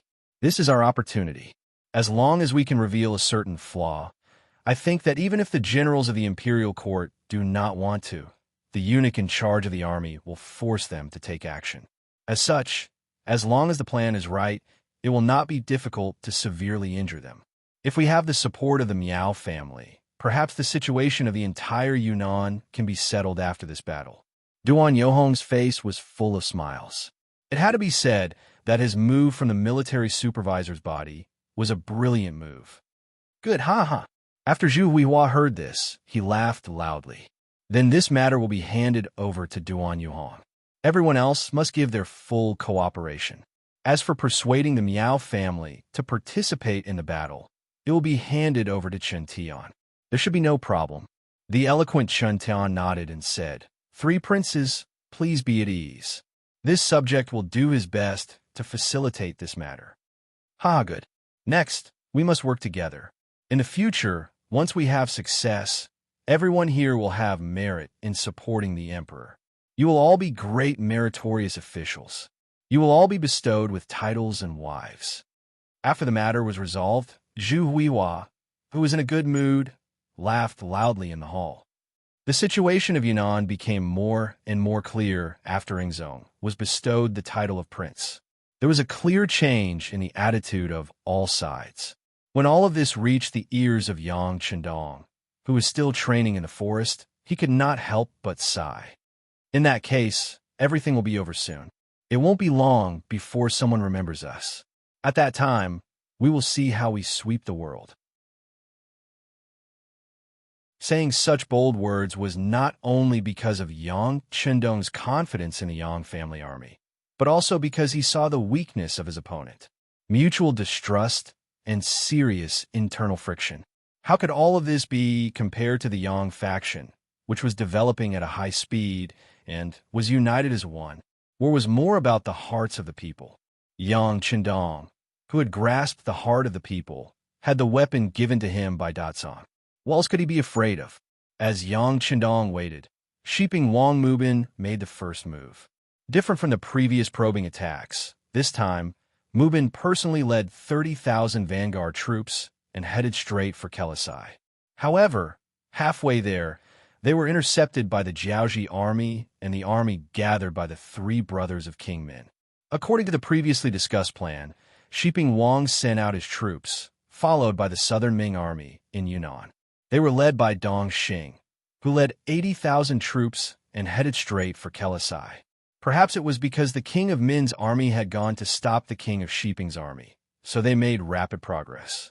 They had originally planned to take 7 days to reach the Cheli agency, but they had already covered 3/4 of the distance on the third day. Dong Xing, who led the troops, thought that King Min's army was not strong enough and underestimated the enemy. Coupled with the constant urging of the military supervisor, Qian Liang, out of pride, he did not care that the middle and rear troops were still on their way. He did not care about the drawbacks of lengthening the battle line and led 20,000 vanguard troops straight to Kelisai.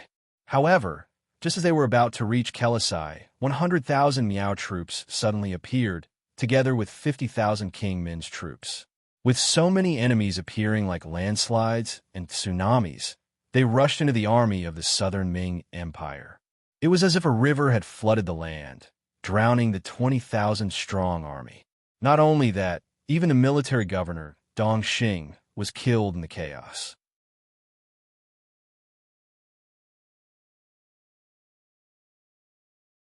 Chapter 416. 20,000 vanguards were destroyed, and what followed was a crushing defeat. Nearly half of the remaining 60,000 soldiers were killed or captured, and the other half of them had fled. Only Qianliang, the supervisor of the army, returned to Guangnan Prefecture with 15,000 generals and barely survived the battle. When the news of the defeat of the Southern Ming army reached King Mubin of Shiping, he hurriedly brought his army back to Yunnan Prefecture for fear of falling into a trap. The loss of this battle caused the elite troops that the Southern Ming Empire had placed in Yunnan to be completely lost. Their strength had also dropped by close to half. At this moment, King Min, Jiaoji, and Miao Jun's counterattack arrived. They first sent a part of the army to monitor King Shiping in Yunnan Prefecture, and then gathered the main force to surround Guangnan Prefecture. Without any preparation, the South Ming army in Guangnan Prefecture retreated in a flurry in order to avoid being besieged. Besides abandoning Guangnan Prefecture, they even left most of the grains and fodder in the city for the sake of Prince Min's troops who had caught up with them. After abandoning Guangnan Prefecture, they planned to march to Guangxi Prefecture to meet up with King Shiping's army. However, they dared not trust anyone. Fearing that King Shiping would stab them in the back, Governor Wang Lai of Huguang proposed that the newly appointed Administrative Secretary of Yunnan and the former Administrative Secretary of Guangdong, Yang Xinmin, and Army Supervisor Qianliang both agreed. The army left Yunnan and headed toward Guangxi's Xiqing Prefecture. But who would have thought that without enough communication in advance, the Guangxi army was not prepared enough, causing the army to advance too slowly. Not long after the army entered Xiqing Prefecture, they found the king of Min's troops chasing from behind. After a night in Xiqing Province, the army continued to retreat to the east. They passed through Qingyuan Prefecture, Guilin Prefecture, Guangxi Prefecture, Shaozhou Prefecture in Guangdong, and finally arrived at Ganzhou Prefecture in Jiangxi Province. A few months ago, it was here that Yang Qindong met up with the remaining 10,000 soldiers in Guangdong and solved the rebellion of the Yellow Bandits in Guangdong. However, who would have thought that Wang Lai and his army would also retreat to this place in such a short time? After losing most of the cities in Yunnan, Guangxi, and Guangdong, the Southern Ming army finally settled down. King of Min's troops did not chase after them. Instead, they began to digest the land and cities they had just obtained. Because this place was jointly attacked by the Min king, Jiaoji, and Miao people, they still needed to discuss the division of the city. This gave the Southern Ming army a chance to catch their breath. But at the same time, it had to be said that after most of the three provinces were occupied, the three armies formed by the Min King's faction also revealed their true nature. They burned, killed, and pillaged everywhere. For a time, the people of the three provinces had no way to make a living. Many big families were robbed. Many people were displaced. They did not have clothes to wear and food to fill their stomachs. The news of the army's defeat spread like a gust of wind to the capital of the Southern Ming dynasty. When Zhu Qizhen, who was in the main hall of the palace, heard the news, he fainted on the spot. Not long after, important officials and generals came to the palace. To everyone's surprise, the Minister of War, Kuang Yi, who had been ordered to recuperate at home a while ago, was also present. Kuang Yi stood in the imperial court without the slightest hint of illness, but his ashen face told everyone that he was in an extremely bad mood. It was not just Kuang Yi. There was probably no one in the imperial court who was in a good mood. 1/3 of these officials were important officials in the capital of the Northern Ming dynasty. They had come to Nanjing because they trusted Zhu Qizhen. They had originally thought that they would first establish the Southern Ming dynasty within Zhong. Then, after working hard, they would counterattack Baiming and unify the Great Ming dynasty. At that time, they would all have the merit of supporting the emperor, and it would not be impossible for them to be recorded in the annals of history. Who would have thought that two seemingly insignificant civil conflicts in the south would lead to such a consequence? The Southern Ming Empire had lost 3 provinces in a row. If it wasn't contained, it wouldn't be long before the entire Southern Ming Empire would cease to exist. At that time, let alone returning to the capital, it would be hard to say whether or not they would be able to keep their lives. The sudden turn of events and the terrible situation left everyone speechless. The civil and military officials arrived one after another. Then, they all imitated Kwang Ye's gloomy expression, looking very unsightly. The officials were silent, which was a rare occurrence. The head eunuch, Chao Ji-xiang, broke the silence with his horsetail whisk. The moment he appeared, the commotion attracted everyone's attention. Chao Ji-xiang's expression was also not good. He first swept his gaze across the officials, and when he saw that everyone was present, he sighed in relief and said, "The emperor has decreed that Kwang Yi, Wang Zhe, Chun Sun, Xiao Xian, and Shang Lu are to wait in the inner hall." This official obeys. Kwang Yi and the other four hurriedly bowed and cupped their fists. Then, they followed behind Chao Ji-xiang and left the throne room. When the five of them left, the other officials looked at each other. For a moment, they did not know whether to leave or not. Some of the officials looked at the Minister of Rights, Lu De, and the Minister of Works, Jiang Yuan. Of the 6 ministers, only the 2 of them were left behind. It was inevitable that they would be looked at. In particular, the Minister of Rights, Lu De, left behind many doubtful gazes. Jiang Yuan was the Minister of Works. He could not play a big role in the war. At most, he could supervise the forging of weapons. However, it was said that he had already forged many usable weapons a while ago. They could be used by the army at any time. As a result, the effect he could play was very small. Lu De was different. He was the Minister of Rights. War was not as simple as fighting. There were more negotiations and public opinion. These were all done by the Ministry of Rights. But now, he was indeed left here.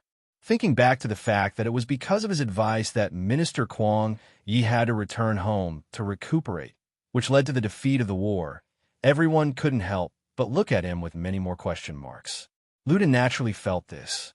He also knew that the emperor needed to find a scapegoat for the defeat of the front line.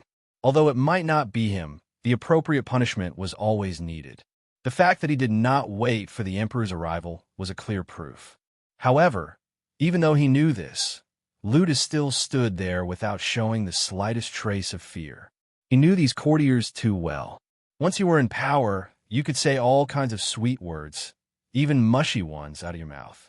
On the other hand, once you've lost your power, you'll be able to say all sorts of nasty things. In the main hall, Lu De, who was standing there, was suffering. Inside the hall, Zhu Qizhen, who had returned to normal, was sitting on the golden dragon throne. Apart from his face being a bit pale, there was nothing wrong with him. Seeing the 5 officials in front of him, Zhu Qizhen pointed at the table and said, "Dear officials, please sit down." "Thank you, Your Majesty. We are guilty, and we do not dare to sit." The 5 ministers looked at each other, shook their heads, and said that they were guilty. Often, the more polite the emperor was to you, the more it meant that it was not a good thing. They had seen this many times. Naturally, they did not dare to casually sit down. "AI, what are you guilty of?" "The guilty ones are the generals at the front lines. It has nothing to do with you. Sit down." "Minister Kwang, you're the oldest here, and your health hasn't been good for a while, so you should take the lead and sit down." "All right. Is your body all right now?" Zhu Qizhen tried his best to express his concern for Kwang Yi and the others. "Thank you for your concern, Your Majesty. This official's body is fine," Kwang Yi said with a face full of gratitude. Good. It's good that you're fine. We cannot lack capable officials like you by our side." "That's right. All of you should sit down." After a round of sentimentality, the other officials also looked for their seats and sat down one by one with expressions of gratitude on their faces. After everyone was seated, Zhu Qizhen let out a long sigh and said, "Dear officials, I'm sure you all know about the defeat of the front lines. It was all Wang Ji's rotten idea that caused us to make a mistake in our strategy. Also, the generals at the front lines were afraid of death, resulting in the current situation. We truly regret it." After a series of self-criticism, Zhu Qizhen shook his head with a look of regret. Then, he nodded to Chao Ji-xiang, who was standing to the side. "Yes." Chao Ji-xiang hurriedly replied. He then took out the golden back of the imperial edict and read it aloud. By the will of the heavens, your majesty, the left assistant minister of the Ministry of War, Wang Ji, retreated in fear of the enemy. He is to be immediately removed from his position and brought back to the capital to be imprisoned. The embroidered uniform guard, Qian Liang, is to be demoted to a baihu of the embroidered uniform guard. He is to be punished with half a year's salary. The governor of Huguang, Yang Xinmin, and the other officials are to be punished with a year's salary. They are to be demoted by half a rank and remain in the army. In the imperial edict, all the generals and officials of Yunnan were punished. This was especially true for Wang Ji. He had only been in Yunnan for less than a month, and he had gone from being in the limelight to being a prisoner. The situation had changed so quickly that it made people sigh at the unpredictability of heaven's might and the difficulty of being an official. After punishing all the officials, especially the left assistant minister of the Ministry of War, it was the same as putting an end to the failure of the war. Next, it was time to talk about the current situation. Dear officials, the traitor Zhu Huiqiang and the others have already caused chaos in Yunnan, Guangxi, and Guangdong. They will soon reach Jiangxi. What advice do you have for us? Zhu Qizhan's hopeful gaze fell on the 5 old officials. His face was filled with anticipation. What followed next was a period of silence in the inner hall. The Southern Ming Empire did not have a large army to begin with. Last time, when Kuang Yi was inspecting the guard stations, he discovered that there were some people who were not paid. As a result, the guards were not at full strength. At that time, the rough estimate was that there were less than 1 million people.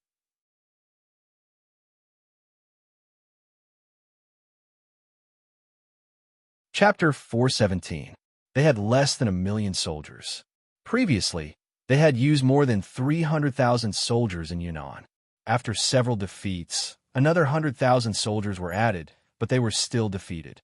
Looking at it this way, even if the entire Southern Ming Empire's army was gathered together, they would only have about 500,000 soldiers or even less. These people still needed to guard many cities and prefectures, so it was impossible to mobilize all of them. Otherwise, not only Yunnan, Guangxi, and Guangdong, but other places would also riot due to the absence of the military presence. Without a weapon to use, it was like a clever housewife couldn't cook a meal without rice. No matter who it was, it would be difficult to solve the problem in a short period of time. Of course, it could not be solved now, but it did not mean that it could not be solved in the future. For example, they could recruit soldiers again. After the rule of Ren Xuanji, the population of the Great Ming Empire was still large. It was not difficult to recruit 1 million soldiers under the command of Ren Xuanji. The difficult thing was that they did not have the time. It took time to recruit soldiers, and so did training.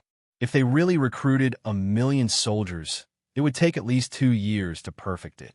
It would take such a long time. Would the king of Min's people give it to them? What if they killed their way over during this time? The situation would be even more chaotic. Even if it was too late to recruit soldiers, there was another way that might work. It was to ask for help from Baiming. Today, Baiming did not have any wars because of geographical reasons, and it was said that they had just recruited a lot of soldiers and were training. They should have extra soldiers. If they could borrow 500,000 soldiers from them, the problem of the king of Min could be solved. But the problem was, would they agree? If they really borrowed 500,000 soldiers, would they listen to Ingzong? Don't turn the spearhead and charge to Nanjing. That would really be diverting the calamity. Don't think that Baiming wouldn't do such a thing. Why did the king of Shiping not go all out for a long time? Wasn't it because of them? It was because of their interference that the situation in Yunnan changed. The king of Min's strength was getting stronger and stronger, and now he occupied 3 provinces. It was too late to recruit soldiers, and asking for help was not reliable. No wonder the 5 ministers bowed their heads in silence. They really did not have a better way. Zhu Qizhan was disappointed when he saw the long silence. What's wrong? My beloved subjects, is there really no hope for our Southern Ming dynasty? Are we really going to hand over the country our ancestors left to us? If that's the case, how am I supposed to face my ancestors? As he spoke, Zhu Qizhan's eyes actually welled up with tears an extremely sorrowful appearance. "We are incompetent." Wang Zhuo and the other four important officials saw the emperor's actions and were so frightened that they hurriedly got up and knelt on the ground. People always say that if a minister is incompetent, then a monarch is tyrannical.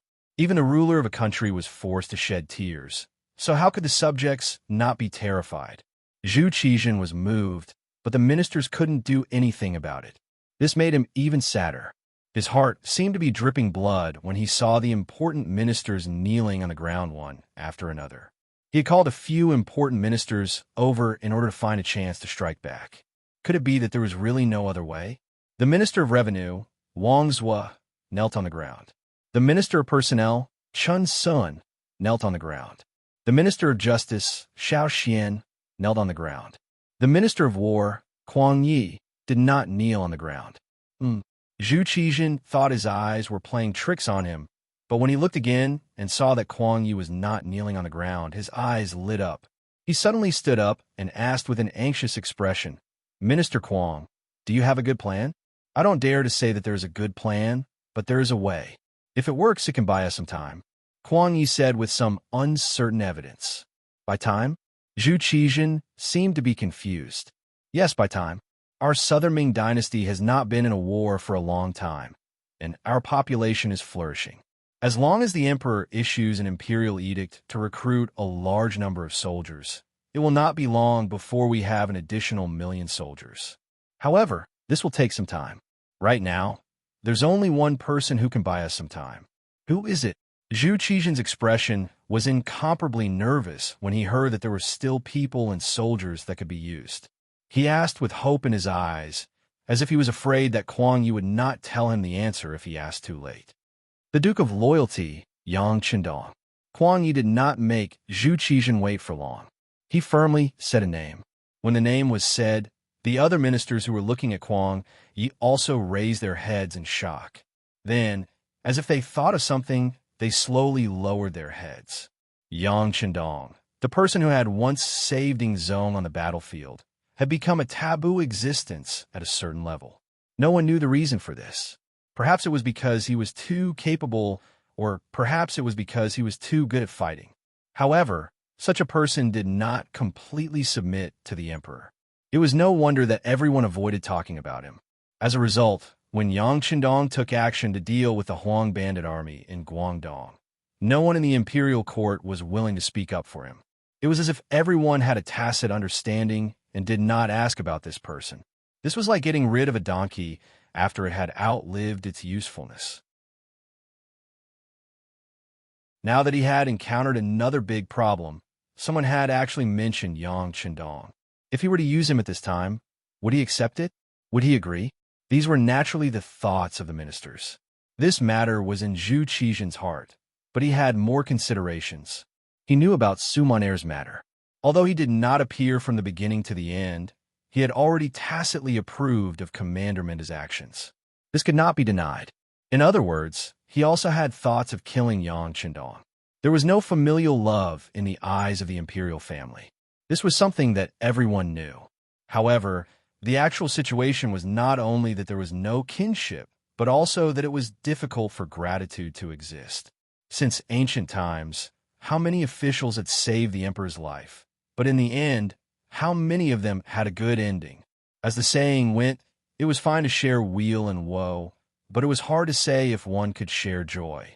Even if Yang Qindong had saved Ingzong's life, even if he had contributed greatly to the South Ming Empire, just based on the fact that he was good at fighting but was unable to become a loyal minister, there was no room for discussion about killing him. Under various circumstances, Zhu Qizhen tacitly approved of Commander Minda's actions. Moreover, he had received a secret report from the embroidered uniform guard saying that Sumaner had succeeded. Yang Qindong had been staying in the military camp, using the excuse of recuperating and so on.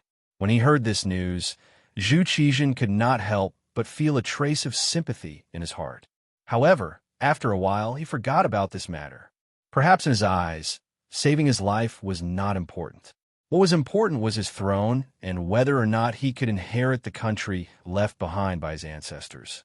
It was because he had already sentenced Yang Chendong to death in his heart that this person had long disappeared from his mind.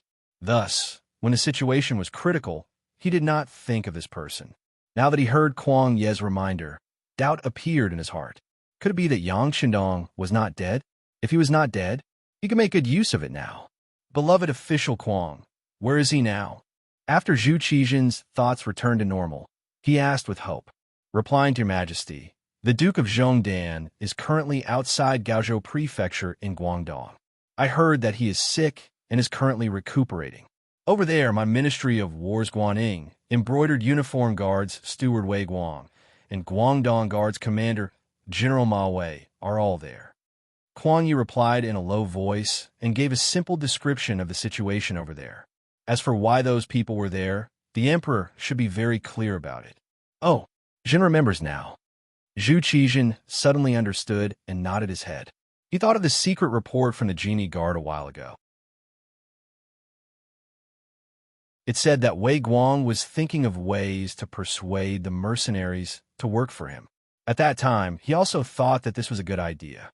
The Great Ming Empire was vast and abundant in resources. What good things did it not have? As long as he was sincere enough, it was not impossible to keep those mercenaries who could fight for him. However, he did not receive any secret reports in such a long time. It seemed that the progress of the matter was not smooth. If it was not smooth, then it was good. If it was not smooth, then there was a possibility of Yang Chendong sending troops to quell the rebellion. Otherwise, if he really accepted the mercenaries, it would be equivalent to falling out with them. Zhu Qizhen quickly made a decision in his heart. After the court, he would notify the embroidered uniform guards and have them stop what they were doing to the mercenaries. At least on the surface, they would ease the relationship between them. However, this was a method of mending the pen after the sheep had been lost. The important thing was to discuss with Yang Chendong. Thinking of this, he said to Kuang Yi, Zhan heard that the Duke of Loyal Valor is sick. Is his illness serious? This, I do not know. I have sent Guaning to visit him, but I have not seen him. He cannot even enter the barracks. I think his rank is not high enough. Kuang Yi hesitated as he spoke. If that's the case, we should send an important official over. Zhu Qizhen nodded as he said this. Then, his gaze fell on Kuang Yi. Beloved official Kuang, I am afraid that I will have to trouble you to make a trip. If you can see the Duke of Loyal Valor, ask him to take action no matter what. Don't ask him to defeat the rebels, but at least stabilize the current situation and buy time for our Southern Ming dynasty to develop. I am old. This time, Kuang Yi did not immediately agree. Instead, he spoke with an ambiguous attitude. Kuang Yi said this because he was complaining. He was complaining about how Ingzong grounded him at home a while ago. Now that he had a use for him, he did not think about the fact that he was almost 70 years old.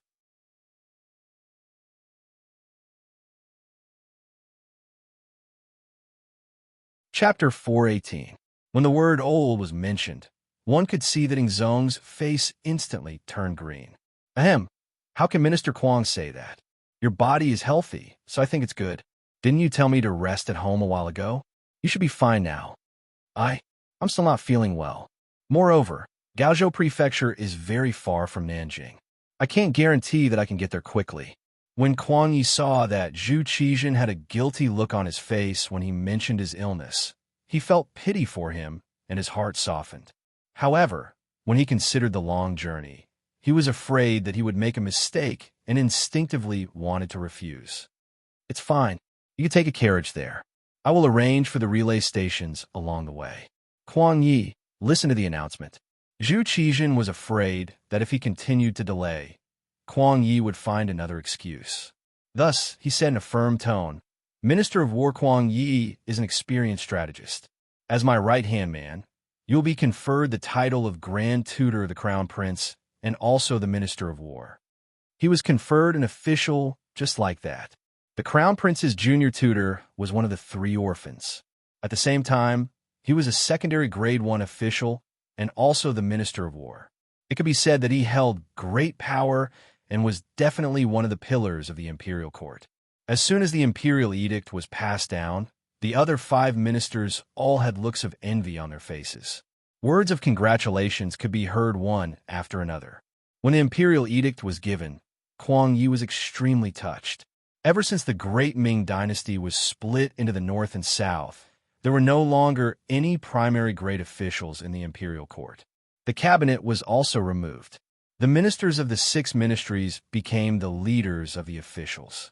He originally thought that he would be satisfied if he could keep his position until he retired. However, he never thought that there would be a day when he would be promoted to Grand Tutor of the Crown Prince and become a secondary Grade 1 official. With such a position, he could definitely be called the leader of the officials. How could he not be excited and moved by this honor? He was so touched that he knelt on the ground.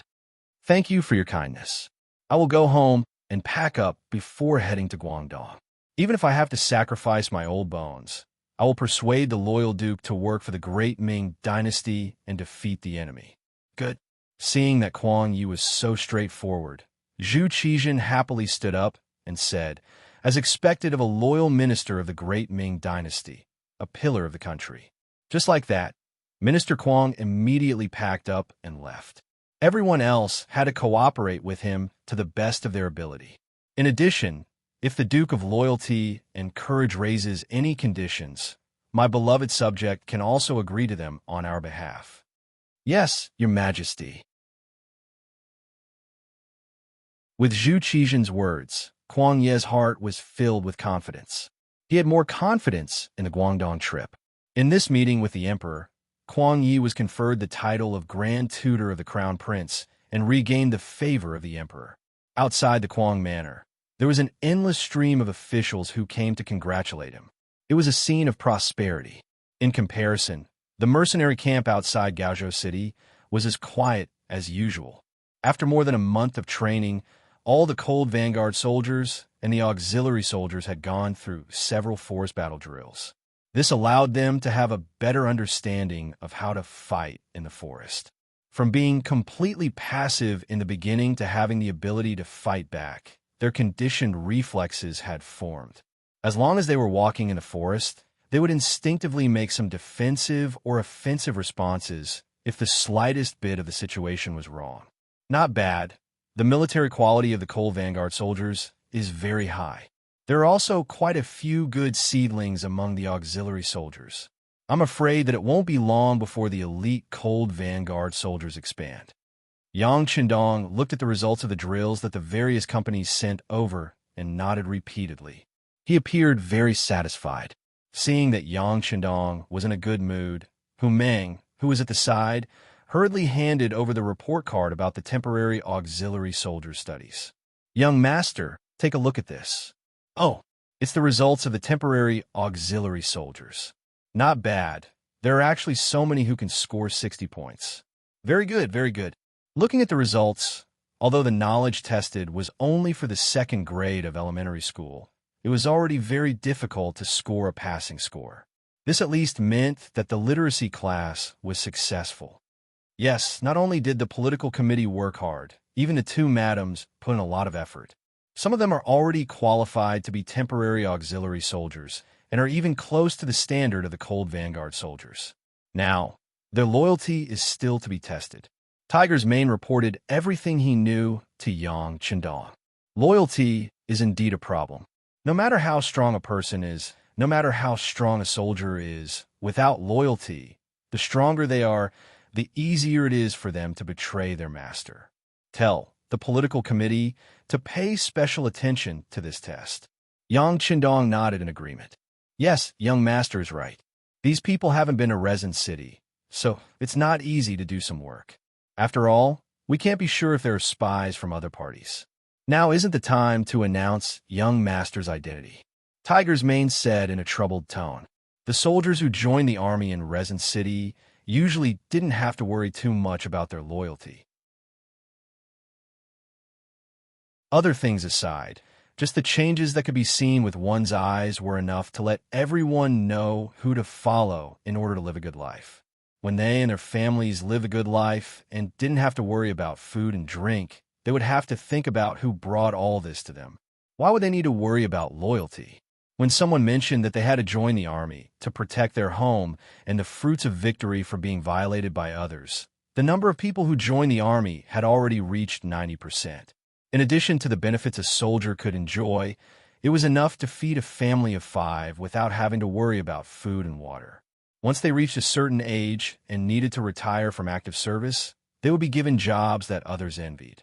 Even those who were injured on the battlefield would be in high demand once they returned home. With all these benefits, why would they need to worry about the lack of manpower? Why would he need to worry that these people would have any rebellious thoughts and intentions? However, it was different in the territory of the Great Ming Dynasty. There were some people whose backgrounds weren't even clear. Even if one tried to brainwash these people, they wouldn't be able to meet the best requirements. If they were allowed to understand too much about these people, they would be exposed even more. If Yang Shindong's identity was exposed because of this, wouldn't there be a huge problem? At the very least, the safety of his family in the capital became the most important thing to worry about. We still need to seriously investigate their backgrounds. For those who we can't be completely sure of, we can consider persuading them to leave the ranks of temporary auxiliary soldiers. In short, if there's a trace of uncertainty, we can't use them, let alone use them. Yang Shindong nodded. How could he not know what the consequences would be if his current identity was exposed? At that time, even if he didn't rebel, others would say that he had rebelled. Why didn't he just become a subject of the Great Ming Dynasty? Why did he suddenly raise so many soldiers? If he really became a Sima Zhao, everyone would know about it. However, many times what one feared would happen. Just as Yang Shindong and Tiger's Mane were discussing the loyalty of the temporary auxiliary soldiers, the deputy director of the Security Bureau, Yang San, hurriedly came looking for them. Panting, Yang San's appearance gave Yang Shindong a very bad feeling. Normally, Yang San's physical fitness was not bad. Under normal circumstances, even if he ran 10 kilometers, he would not be so out of breath. However, now that he was acting like this, it could only mean one thing. Something big must have happened. Young master, things are not good. One of our auxiliary soldiers has been captured. As expected, just as Yang San steadied himself, a very bad news came out of his mouth. What exactly happened? Yang Shindong asked with an unfriendly expression. It's like this. Yang San then gave a short report of what had happened. The person who was captured was called Lu Jian. He was a platoon leader in the auxiliary battalion who had just been promoted not long ago. He was a soldier from Mount Qishan on Ryukyu Island. His family had been in Mount Qishan for generations, so his background was very clean. In addition, he was very motivated and learned everything quickly. It didn't take long for him to become the squad leader of the auxiliary battalion. A while ago, because of his good performance, he was promoted to platoon leader of the auxiliary battalion. Under normal circumstances, those who could become platoon leader of the auxiliary battalion were qualified to enter the cold front. All they lacked was an opportunity to be tested. This time, during the training of the auxiliary battalion in the jungle battle, Lu Jian's performance was very outstanding. After the training results reached the standard, the battalion commander gave everyone a day off and allowed them to enter the nearby Gaozhou prefecture for a stroll. Lu Jian also took a day off and entered the city with his 5 comrades. This was also one of the military rules. Soldiers were not allowed to enter the city alone to prevent accidents from happening. Once the 5 of them were together, they could more or less take care of each other if anything happened. The chances of accidents happening were reduced to the lowest. Originally, Lu Jian and his group had been together since they entered the city. However, when they came across a rouge shop, Lu Jian thought that he should buy some things for his newly married wife in Mount Qishan. He also heard that the quality of the things in the Central Plains were very good, so he wanted to go in and take a look. However, his other comrades rejected his idea. They all laughed and said that this rouge shop was only for women. It was embarrassing for a man to go in. The others were not willing to go with him. So Lu Jian entered the rouge shop called Song's Rouge Shop alone and asked the other 4 to wait outside for a while.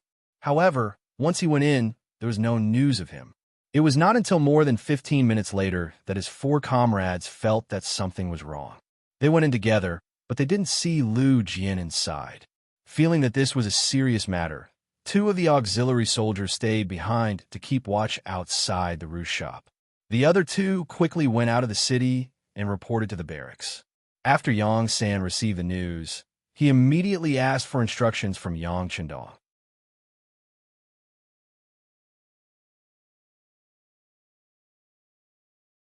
Chapter 419. Young Master, Platoon Leader Lu Jian, is an auxiliary soldier who joined from Qishan. He knows a lot of things. If anything happens to him, I'm afraid the consequences will be unthinkable. After Yang San finished speaking, he reminded him softly. Tiger's Mane's expression was also nervous, as if he was afraid that Yang Chendong didn't understand. He added, "Young Master, to be able to become a platoon leader of an auxiliary soldier, he basically knows your true identity." "I know." Yang Chendong nodded heavily. "But you shouldn't underestimate our soldiers. Since he can become a platoon leader, I'm sure that Soldier Lu Jian is a person with a strong will. We must all have confidence. Of course, just in case, they had to find the person, and the sooner the better. How about this? Let's enter the city and see who has the guts to capture our people."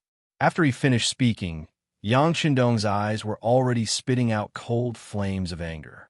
It could be seen that he was really angry this time. This wasn't as simple as capturing his people. The person behind the scenes probably wanted to know the true strength of the mercenaries. "Young Master, tell others that you're sick." When Tiger's Mane heard that Yang Chendong was going to personally go, he said worriedly, "Besides, to find someone, Young Master doesn't need to do it himself. I can go." "You can't, at least not now." Yang Chendong shook his head decisively. It wasn't that he didn't trust Tiger's Mane, but Tiger's Mane's identity to the outside world was only his own servant. He didn't have any official position. If he went like this, it would be very inconvenient. He wasn't. Even if he didn't have the identity of an imperial envoy, he was still a loyal duke of the great Ming dynasty. Even if his title was given by Dai Zong, and some people in the southern Ming dynasty didn't recognize it, he still had the identity of a loyal duke. As for telling others that he was sick, it was very simple. He just had to appear weak. It was also a good opportunity to see how those who wanted to harm him would react when they saw him like this. After Yang Chendong made up his mind, Tiger's Man and Yang San knew that they couldn't stop him, so they quickly went to prepare. Since they even dared to capture auxiliary soldiers, they had to be prepared to fall out with them at any time. This time, they couldn't bring fewer soldiers into the city. Gaozhou Prefecture. There was an inconspicuous courtyard in the city. Broken walls could be seen everywhere, reminding people that this place had experienced a war not long ago. Courtyards like this could be seen everywhere in the city. After the Huang bandit army raided Gaozhou Prefecture twice, this place had long been emptied out. No one knew where the original owner had gone. This ownerless courtyard had now become the place where the embroidered uniform guards worked. Before this, Wei Guang had arranged for people to dig a cellar here. Thus, Lu Jian's kidnapping wasn't a coincidence. It was premeditated. It was just that his luck wasn't good, and he just happened to be the target and kidnapped. In the courtyard, Wei Guang stood there in his embroidered uniform guard uniform. Beside him was a subordinate who wasn't very tall. At this moment, he was explaining something with a bitter face. "You didn't say anything? Didn't we allow you to use your methods?" Wei Guang's brows furrowed, and he seemed very displeased. "Boss, this brat's skin is rough and his flesh is thick. He's very tight-lipped. If we didn't discover him in time, he would have bitten his tongue and killed himself. I think we should slow down and not be too hasty." When the short brat explained this, a trace of envy appeared on his face. Biting his tongue and killing himself? What a tough guy. Wei Guang was also shocked by this news. He sucked in a breath of cold air and said, "Lu Si, keep an eye on this person. If we really need to slow down, think of a way to send him out of the city. You have to know that he's a mercenary. Once someone finds out that he was captured by us, I'm afraid we'll all have to bear the consequences." "Boss, it can't be. We're the embroidered uniform guards. We don't need a reason to capture people. Even if they find out, what can they do to us?" Lucy's face was full of disbelief. Maybe they can't do anything to us? Or maybe they won't even care about losing a person. But no matter what, we still need to be prepared. How about this? You go and arrange it. Try your best to send him out of the city and find a safer place." Wei Guang didn't know why, but his right eye suddenly twitched twice. When he spoke these words, he was especially careful. Boss, there's urgent news." Another embroidered uniform guard quickly ran into the courtyard. "What's the rush? Where's the steadiness I usually tell you to be?" When Wei Guang saw that his subordinates didn't have any discernment and were so rash, a fierce look flashed across his face. "Boss, the mercenaries have entered the city. I heard that the Duke of Loyalty has also entered the city." The embroidered uniform guard ignored Wei Guang's displeased look and told him the news he just received in one breath. "What?" Wei Guang, who was pretending to be absent-minded, suddenly froze when he heard this sentence. Then, as if he remembered something, he grabbed the collar of his subordinate and said, "What did you just say? Repeat it again." With his collar grabbed, the embroidered uniform guard found it difficult to breathe.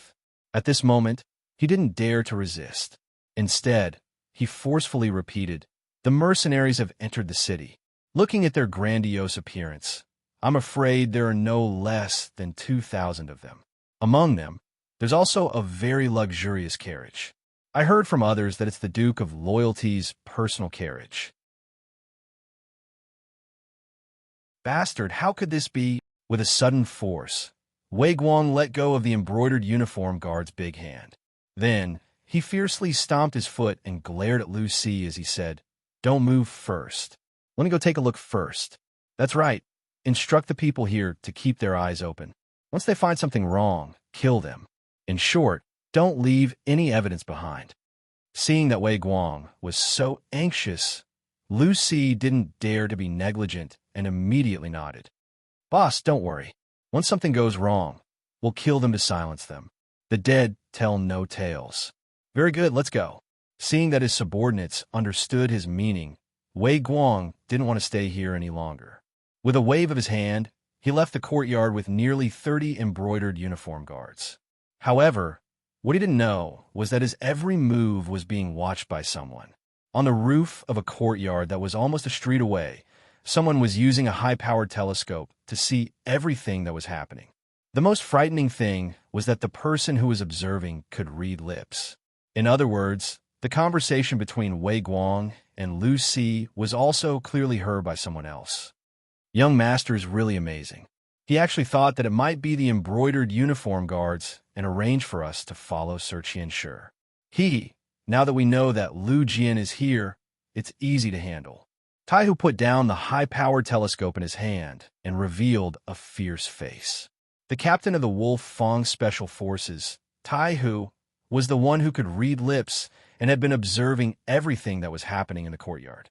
In fact, not only Taihu, but also the other 19 members of the Wolf Fong Special Forces were proficient in lip reading.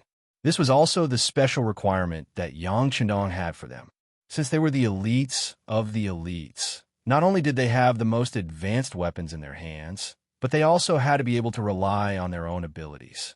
Taihu said confidently, but in the eyes of the extremely thin team member beside him, he couldn't help but worry. Tiger King, the 6th young master, said that the embroidered uniform guards are not weak. You must not be careless. Although Wei Guang is gone now, there are at least 10 embroidered uniform guards around. If you're not careful, Lu Jian's life will be lost. If something happens to him, our mission will be considered a failure. Nonsense. This captain doesn't know this point. Do I need you to remind me? All right, Skinny Monkey, hurry up and arrange the mission. Let King Kong, Violent Ape, Silver Hand, and Steel Leg get ready.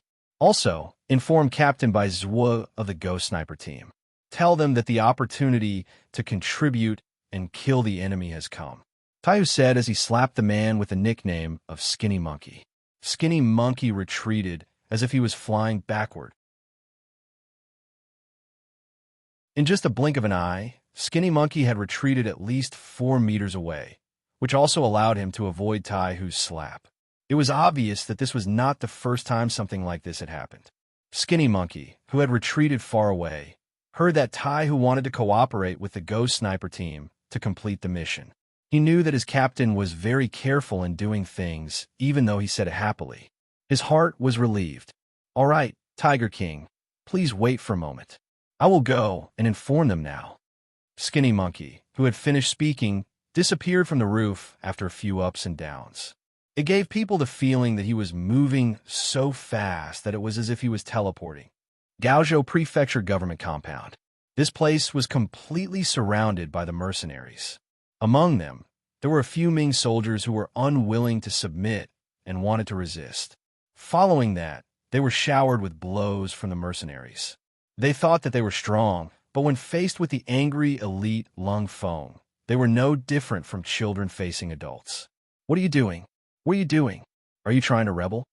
The sudden attack caught the Ming army off guard. A few of the centurions of the Ming army shouted aggressively, wanting to use their power to suppress the enemy. Bang, bang, bang, bang. What greeted this voice was a few powerful fists. The centurions who were shouting just now were soon swollen like pigs. Even when they spoke, their voices were no longer as clear and precise. What's going on? Everyone stop. The commotion here quickly attracted the attention of others. Following that, a loud shout was heard. General Yu Guang, who was fully clad in armor, appeared. When he saw that the people who were beaten up were all his subordinates, even the whiskers on his lips could not help but tremble a few times. Who was the one who attacked just now? Who was it? Stand out if you have the guts.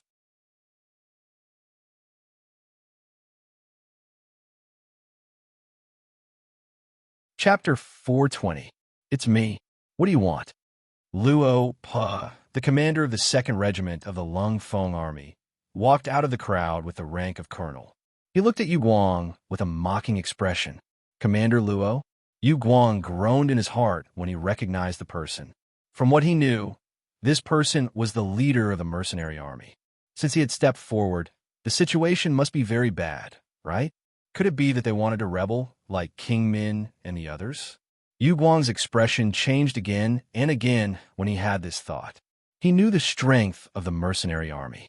They had fought side by side before. At that time, he felt happy to have such an ally and fought to his heart's content. However, when this person became his opponent, he felt the same pressure on his shoulders. Yu Guang's expression changed again and his aura weakened. When the other Ming soldiers saw this, they couldn't help but lower their heads. Even their commander was about to give in. They didn't know what to do next. As the saying goes, a single soldier can bear the brunt of the enemy, but a whole nest of generals can bear the brunt of the enemy. Yu Guang didn't dare to say anything else. Luo Pa snorted coldly, then glanced at the Ming army in front of him and said, "All soldiers, listen to my orders. If anyone dares to resist, beat him up first. If anyone dares to resist with weapons, we will let them have a taste of bullets." Yes. The Lung Feng members standing behind Luo Pa replied in unison. Their aura was truly like a landslide or a tsunami. Okay, 1 battalion will follow me in. The rest will stay outside. Without orders, no one is allowed to leave. After giving the order, Luo Pa strode into the government office. Wherever he went, the Ming soldiers who were originally blocking his way would all move out of his way, afraid that they would provoke him and get beaten up for nothing. Yu Guang originally wanted to stop Luo Pa, but when he saw the murderous aura in his eyes, his legs went soft. He didn't doubt that if he dared to block him, Luo Pa would really kill him.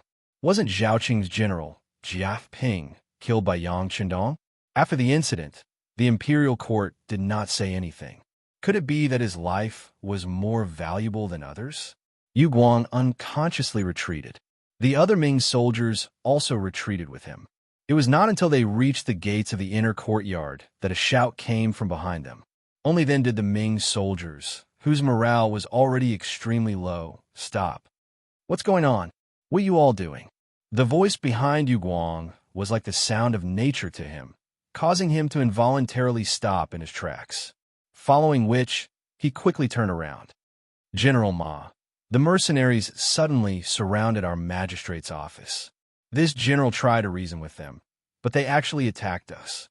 General, please uphold justice for our brothers. General, please make the decision. The other Ming soldiers followed suit, looking as if they had been greatly wronged. Useless. When Ma Wei saw that Yu Guang only knew how to complain, he couldn't help but feel angry.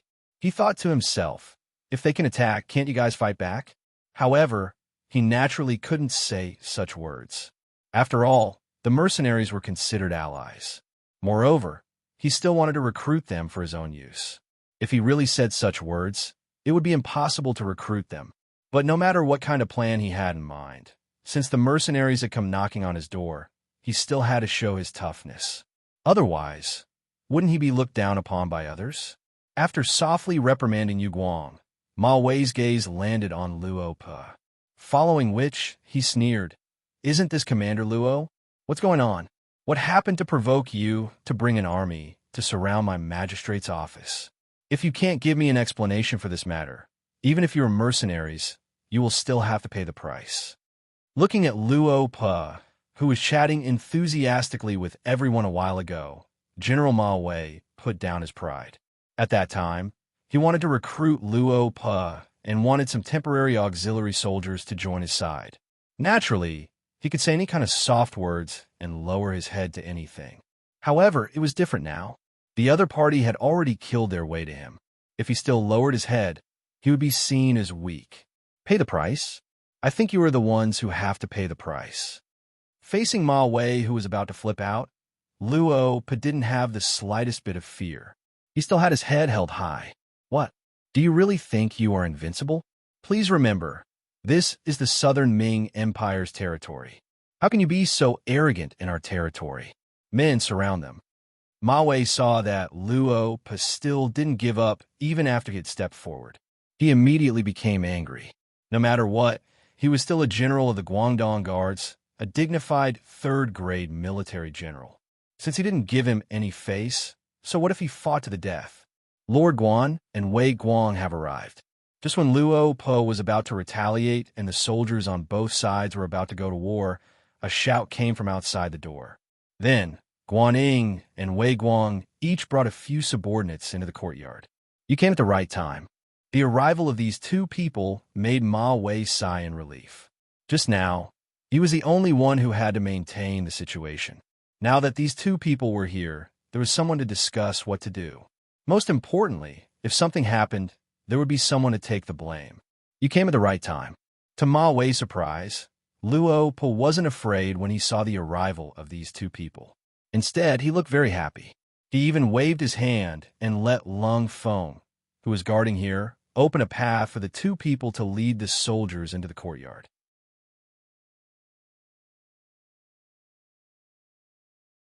Guan Ying and Wei Guang. One was an official of the Ministry of War, and the other was a Guang of the Brocade Guards. They didn't usually stay in a government office. They came after receiving the news. As the two walked into the courtyard, they frowned and looked at their surroundings with a puzzled expression. What is going on?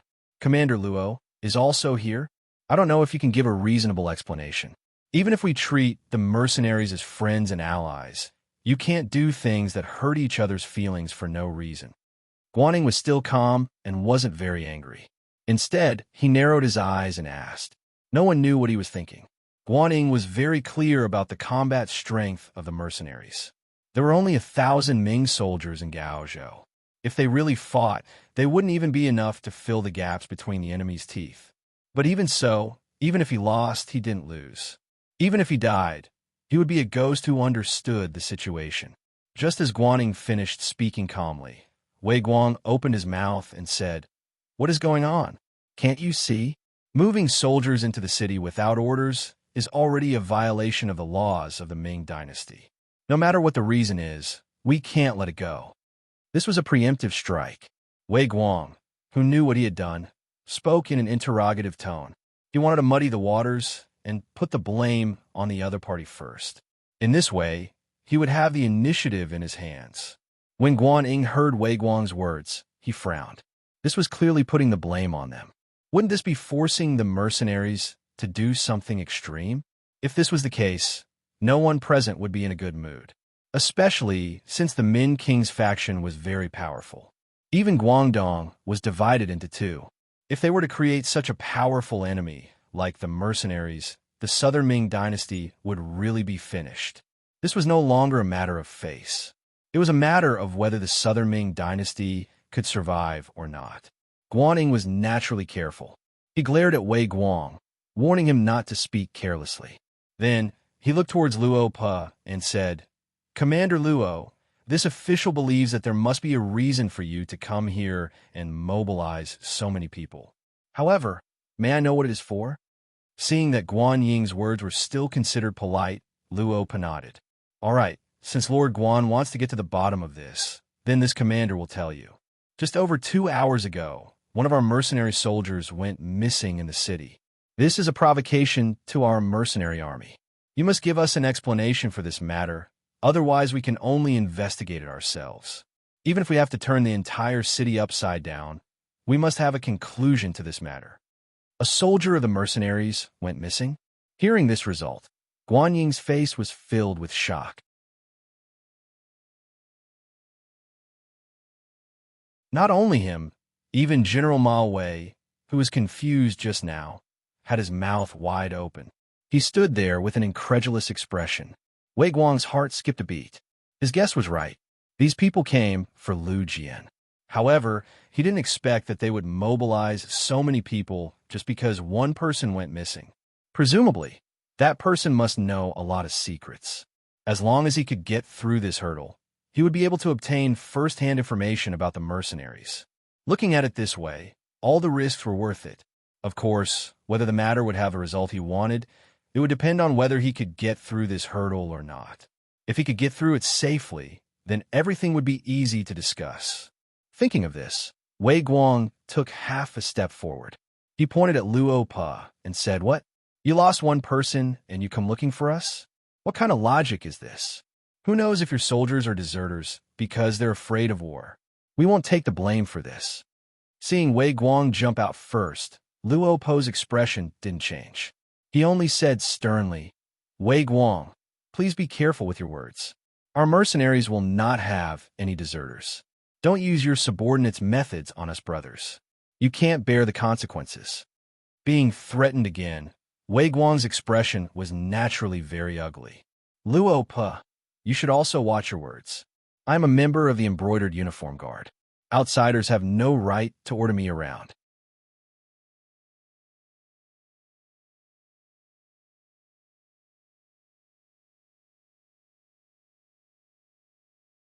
Chapter 421. Everyone, please don't get angry. Guanyin saw that Wei Guang's tone was not friendly. He was afraid that if this continued, the two sides would fight before the matter was cleared up. If that happened, the truth would never be revealed. Therefore, he stood up and wanted to be a peacemaker. "Commander Luo, Wei Guang's attitude may not be very good, but what he said is the truth. You want to search the entire city for one missing person. Isn't this too much? If the final result is that you still can't find the person you're looking for after turning the city upside down, how will you explain it then?" Facing Guanyin's question, Luo Pa still shook his head expressionlessly. "I can't guarantee whether I can find him or not, but I'm also acting on orders. If anyone dares to stop me, then they're my enemy. It's that simple, so I hope you can make it easy." Acting on orders. The moment these 4 words were said, Guanyin, Ma Wei, and Wei Guang's expressions all changed dramatically. Who was Luo Pa? He was the commander of the mercenary army, the most elite commander of the Cold Front. It could be said that he was the highest officer of this mercenary army. If even he had to say that he was acting on orders, then the answer to whose orders he was acting on seemed to be right in front of them. Zhong Dang Duke is here?" Guanyin asked as he took a deep breath in his heart. "Yes, he's here. Zhong Dang Duke, please." Luo Pa nodded. His task was originally to surround the 3 lords and the many Ming soldiers here. Since he had already done that, then the next stage was not his own stage, but to be handed over to the 6th young master. Following Luo Pa's loud shout, a carriage, under the protection of many able-bodied men, slowly drove into the inner courtyard from the outside. Before this, all the obstacles that prevented the carriage from moving had been cleaned up. In the cellar of the small courtyard, Lu Si, dressed in the uniform of the brocade guard, was still interrogating Lu Jian, who was beaten black and blue and covered in blood. "Brother, We were still a family 500 years ago. Just say what you want to say. Why do you have to suffer like this? It really makes my heart ache." Lu Ci's voice echoed in Lu Jian's ears. Lu Jian, who was tied up, opened his eyes with great difficulty. His eyelashes fluttered, and he seemed to be mumbling something. Seeing that Lu Jian was about to speak, Lu Ci hurriedly moved his face closer, wanting to hear what was being said. Suddenly, a mouthful of saliva flew towards his face. Completely caught off guard, Lu Ci was spat all over his face. When he sensed that there was blood in the saliva, he wiped it away forcefully before glaring angrily. "Brat, you're refusing a toast only to be forced to drink a forfeit. Since that's the case, don't blame me for being impolite. Next, I'll make you beg for death. Men, continue the torture."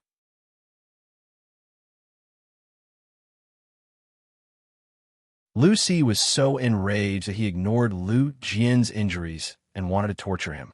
He wanted to see if this person was made of iron. Did he really not know what pain was? Boom! Just as he finished speaking, an embroidered uniform guard approached step by step with a thin whip that was dipped in salt water. Suddenly, the cellar door was broken from the outside. Following that, a powerful man appeared in their line of sight. The man was tall and muscular, and his muscular body gave people a feeling of explosive power. As soon as he appeared, he charged forward like a mad bull. First, the embroidered uniform guard with a whip only saw a black shadow getting bigger and bigger in his eyes. Then, before he could do anything to dodge, he felt a sharp pain all over his body. It was as if all his ribs were broken at this moment. His whole body flew backwards because of this. With just one collision, he heavily injured an embroidered uniform guard. Following that, the black shadow rushed towards Lu Ci. The sudden change was too fast. It was so fast that Lu Ci only managed to grab the spring embroidered saber at his waist with his right hand before his whole body flew backwards. His ears were filled with the whistling sound of the wind. Only when he hit the wall behind him did he stop. He felt as if all the bones in his body had fallen apart. With a plop, he fell to the ground. In just 2 rounds, the intruder had completely controlled the situation in the cellar. This result made everyone clap their hands in satisfaction. Then, they lightly spat out 4 words, unable to withstand a single blow. The cellar door was once again open from the outside. Wolfong Captain Tai, who brought Skinny Monkey and the others out. When he saw the situation in front of him, Skinny Monkey chuckled. "Not bad. Violent Ape is indeed violent. You finished the battle so quickly. Oomph.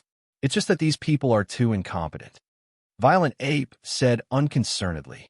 He looked as if he hadn't had enough fun yet. "All right, let's save them first. Then, we'll capture these 2 people and bring them to the young master." Taihu saw that the situation had been settled. The problem in the cellar had been solved. The Ghost Shadow Sniper team had taken action outside and killed all the other embroidered uniform guards. The danger no longer existed. He also let out a sigh of relief. After all, this time they were facing the elite embroidered uniform guards. Moreover, they had hostages in the hands of the other party. If they were careless, it could cause extremely serious consequences and disappoint the young master. Fortunately, the other party wasn't on guard. In addition, they were well prepared. With the help of the Ghost Sniper team, the problem was solved smoothly. At this time, Lu Ci still had some strength in his body. He heard Taihu's voice in his ears. Immediately, he shouted loudly, "I'm from the Imperial Court's embroidered uniform guards. Who are you? Who allowed you to do this? Do you know that this is a crime that will lead to the confiscation of your family's property and the extermination of your family? You talk too much nonsense." Lu Ci was still shouting. Skinny Monkey had already walked over impatiently. He lifted his foot and lightly kicked Lu Ci. In an instant, Lu Ci stopped moving. Obviously, this kick had knocked him out. The inner court of the magistrate's office. As the luxurious carriage drove in, it quickly began to clear the place. All unrelated people were kicked out. Even the bodyguards beside Guan Ying, Ma Wei, and Wei Guang were not left behind. Regarding this, the 3 naturally wanted to resist. However, when Xiu Vi led the first guard team to attack, Peng Yu, Dao Jiang, and the other team members attacked together. How could those people be a match for them? They were either beaten to the ground or half kneeling on the ground with bloody noses and swollen faces. In short, there wasn't a single good person.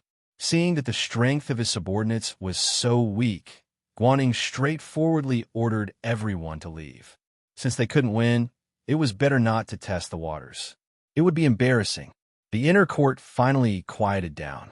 Other than the three so-called Southern Ming officials and the First Guard team, there was also the luxurious carriage that had been parked there without any movement. After calming down, Guaning decided to face everything that had happened.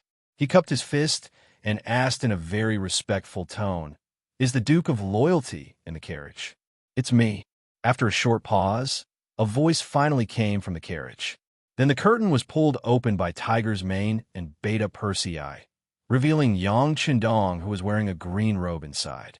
Compared to the last time they met, Yang Qindong's face was pale, his eyes were dull, and his cheekbones seemed to be protruding a little. It was as if he had completely changed into a different person. He was much older. "Duke of Loyalty? What's going on? Why are you so sick?" Seeing Yang Qindong's appearance, Guaning was really shocked. He asked in disbelief. I was careless. I was poisoned a while ago. Fortunately, God blessed me. The mercenaries sent me a divine pill to detoxify the poison. That was how I managed to save my life." Yang Qindong's face was pale as he forced a smile. But what followed was a series of rapid coughs. It gave people the feeling that he had tuberculosis and would die from coughing at any time.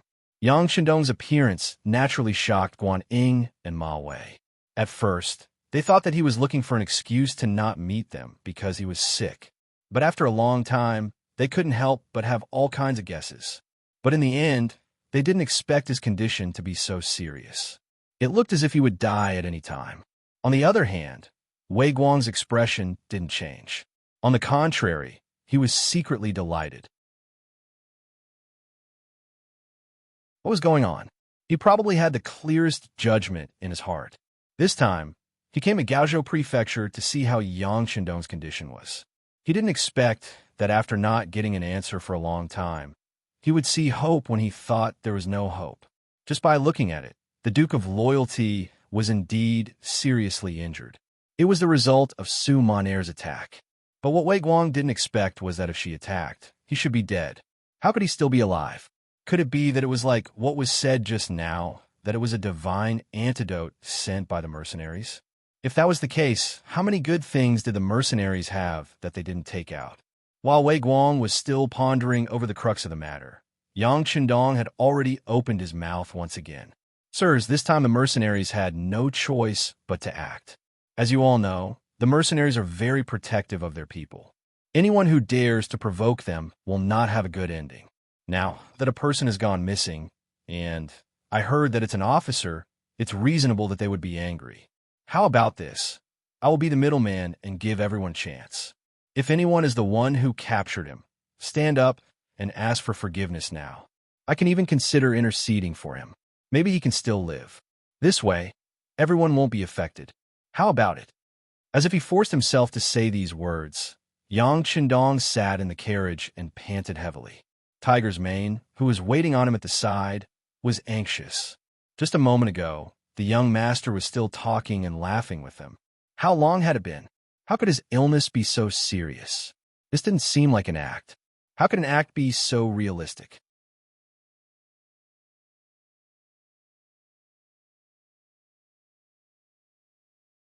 Chapter 422. In his anxiety, Tiger's Mane continued to say, "Young master, your health is more important. You should speak less. Cough, young master. I don't want to come out sick, but the bigger picture is more important. I really don't want to see any conflict between the mercenary army and the Great Ming Dynasty." Yang Qindong struggled to say these words, and then he coughed heavily. "Okay, young master, we understand. We understand." They also heard it. Tiger's Mane nodded repeatedly, then suddenly turned around and looked at Guaning, Ma Wei, and Wei Guang. He said, "You all heard it clearly. The Duke said that whoever did it should stand up. Don't implicate others, and don't hurt the relationship between the mercenary army and the Great Ming Dynasty." Tiger's Mane's words made Guan Ying and the other two look at each other. At least Guan Ying and Ma Wei didn't want to have any conflicts with the mercenary army, especially when the King of Min's faction was so rampant and crazily expanding. This elite army might be of great use. However, they really didn't know where the missing mercenary soldiers went. Duke of Loyalty and Courage, forgive me for speaking bluntly, but we really don't know where the mercenary soldiers went. How do you want us to hand them over? Is there a misunderstanding? Guan Ying said in a weak tone. That's right. Is there some misunderstanding? Ma Wei chimed in with an innocent look. I think this must be a misunderstanding. You guys are just trying to frame someone. Duke of Loyalty and Courage, we respect your contributions to the Southern Ming dynasty, but you can't ignore us because of this. Let me tell you, this is disrespectful to the Southern Ming dynasty. Wei Guang opened his mouth, and his tone was interrogative. His overbearing attitude was full of arrogance. Bang! Wei Guang, who was speaking, suddenly tilted his body, and then he half knelt on the ground. Then he clenched his teeth in pain, and cold sweat poured down. A gunshot was fired. The one who fired the shot was naturally Yang Chendong. He didn't seem to like the noise, or maybe he was angry that the other party called him Duke of Loyalty and Courage instead of Duke of Loyalty and Courage. In short, he had fired the gun. When the gunshot rang out, Guan Ying and Ma Wei were shocked. Then they saw that the one who was shot was Wei Guang, and a stream of dark red blood was flowing out from his trousers. Their faces immediately changed. Loyal Duke, what are you doing? Dare I ask? What did Wei Chan do to make you want to kill him? It was Ma Wei who asked. Then, Guaning also expressed his stance. Duke Zhongdan, no matter what it is, we can sit down and have a good talk. If you do this, I really can't explain it to the higher-ups. You've caused trouble.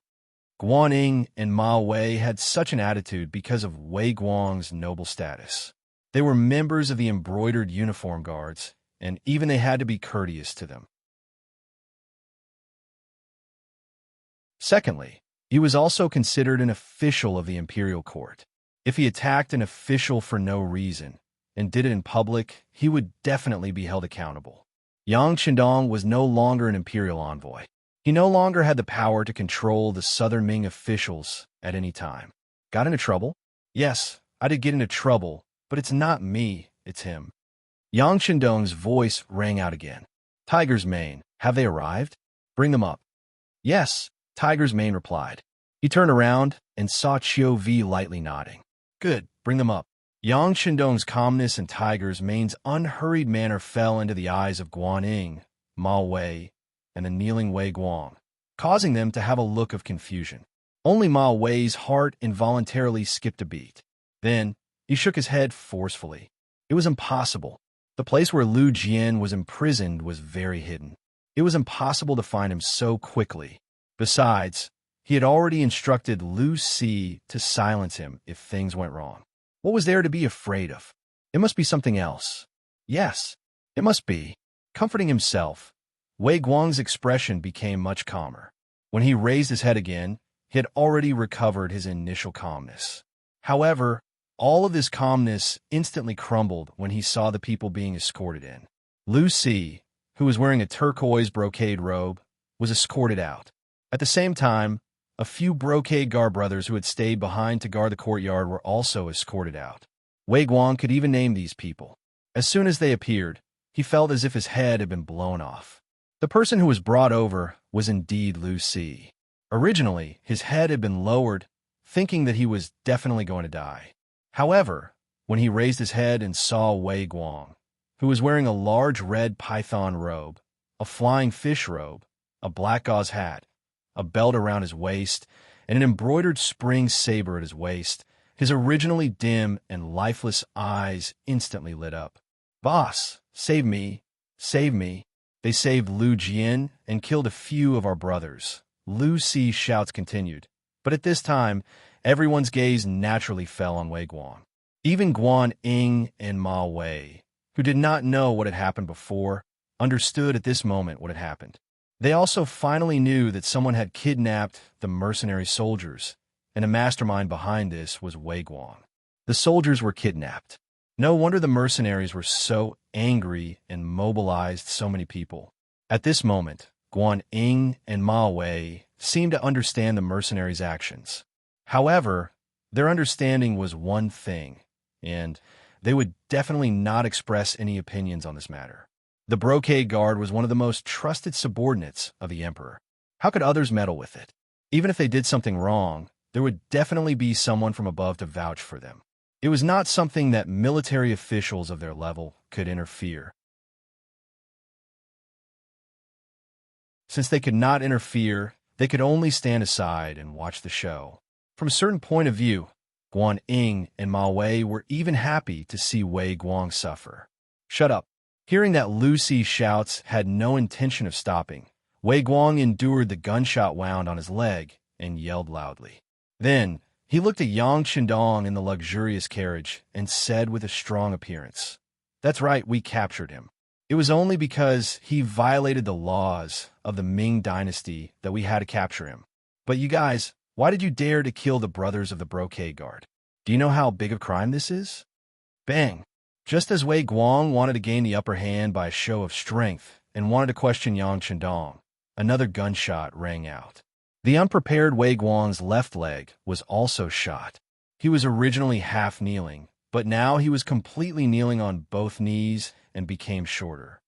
How bold, capturing a mercenary soldier for no reason and still daring to argue with reason. You really deserve to be killed. Yang Qindong's face turned ashen. Perhaps it was because his body was too weak or because he was really angry, but his face gave people a terrifying feeling. When Yang Qindong said that he deserved to be killed, Tiger's Mane nodded his head and nodded towards Ba Daojiang and Peng Yu of the First Guard team.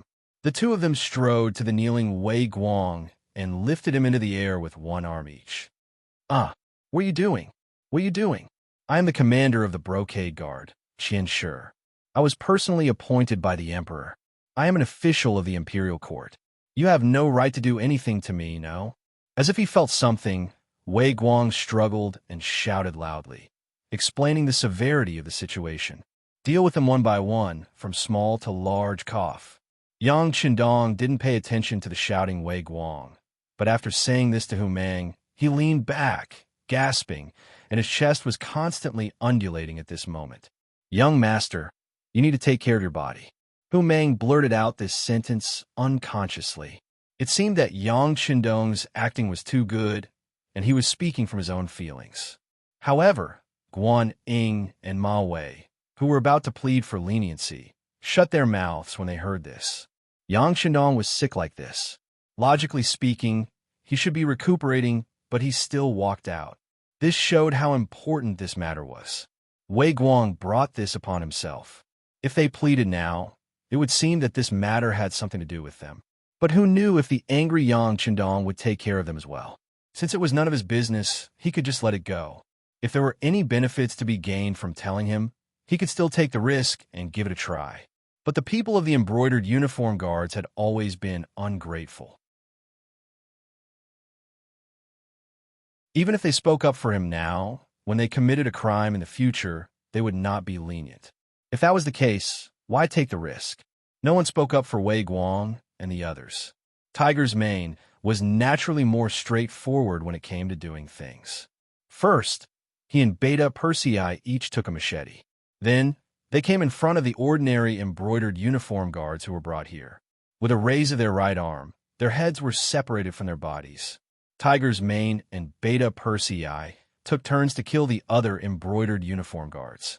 When it was Beta Persei's turn to raise his machete to kill Lu Ci, he actually wet his pants. Then he shouted loudly, "Don't kill me. I know who poisoned the Duke of Loyalty." Beta Persei, who had already raised his machete and was about to swing it down, suddenly stopped. It was as if he had been immobilized. "Lu Ci, do you not want to live anymore? Aren't you afraid that all 9 generations of your family will be executed?" Wei Guang, who was still emphasizing his identity to intimidate others not to touch him, suddenly heard Lu Ci's words. His expression changed drastically, and cold sweat flowed down his face. As a trusted aide, Lu Ci had heard Wei Guang mention when he was drunk about the plan of the commander sending Suma Nair to kill Yang Qindong. After he sobered up, Wei Guang even thought of silencing him. But at that time, Lucy knelt on the ground and swore that he would never speak of this matter. Otherwise, he would die a horrible death. In the end, Wei Guang spared his subordinate's life. Perhaps he also thought that Lucy would not dare to speak of such an important matter, because once it was spread, he would definitely die.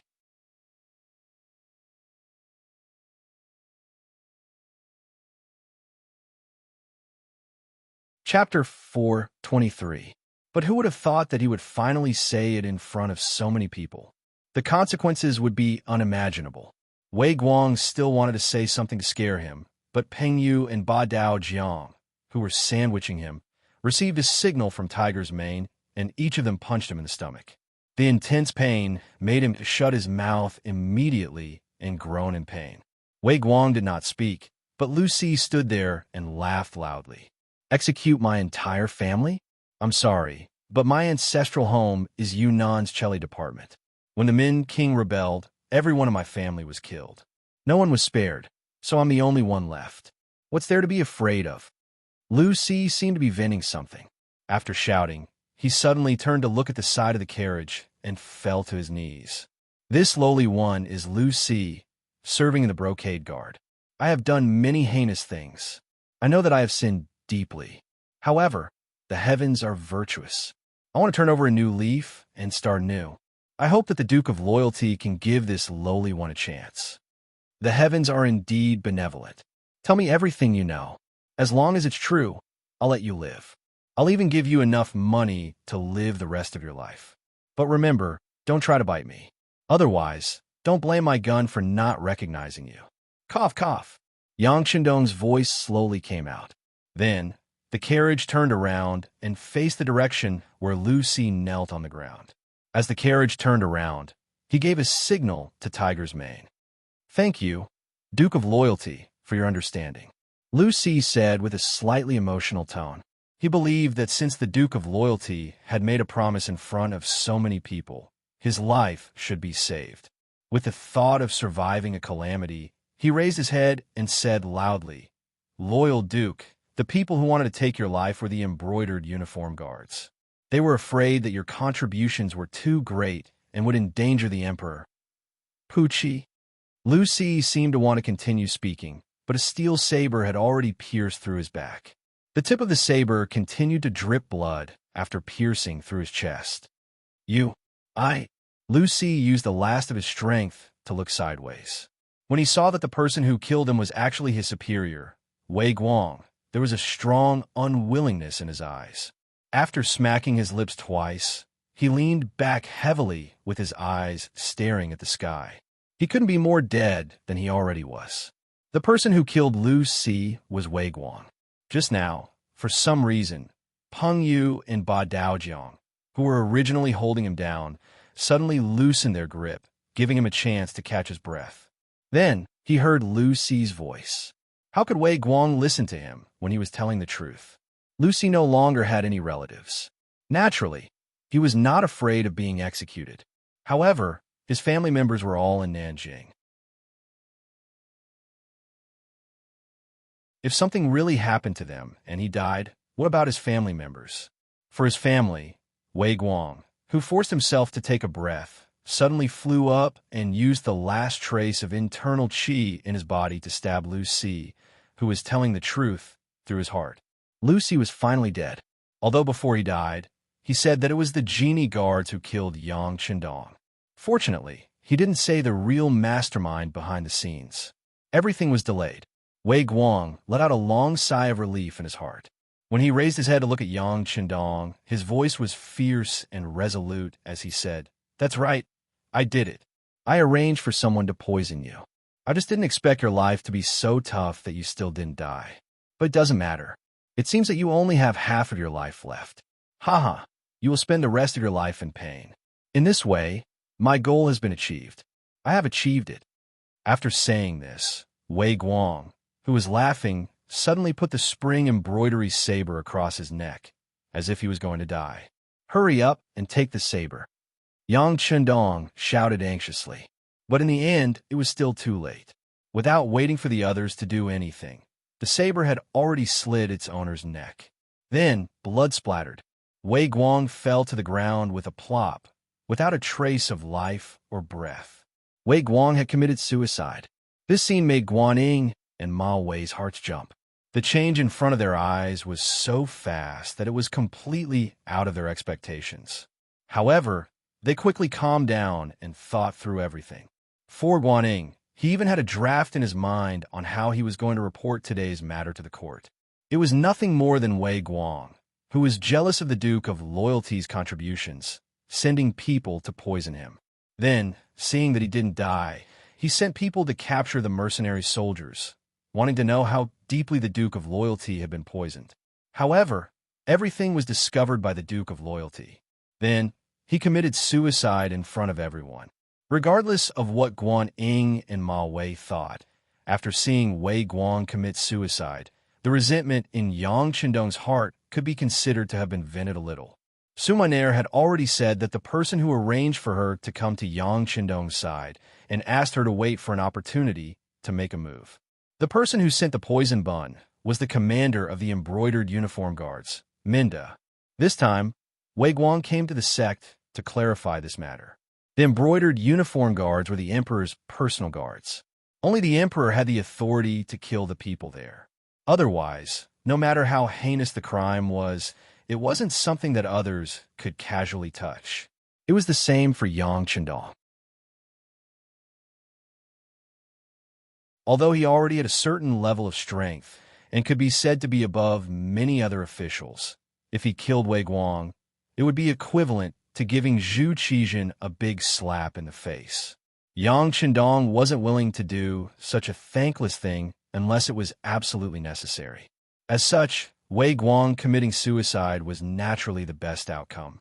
As for why he was able to break free from Peng Yu and Ba Dao Zhang's restraints and kill Lu Si with his crippled legs, it was naturally the result after Yang Qindong gave Tiger's mane a hint with his eyes. In these few years, the tacit understanding between the two was still very strong. Yang Qindong didn't need Lu Si to tell the truth because he already knew the truth. On the other hand, if the truth was revealed, would he seek revenge on Minda? If he did, would Zhu Qijin have any thoughts and allow such a thing to happen? As such, this was the current scene. Wei Guang killed Lu Si and then committed suicide. Yang Qindong could remove himself from this matter completely and also take the opportunity to knock Minda and Zhu Qijin down, letting them know how difficult it was to kill him.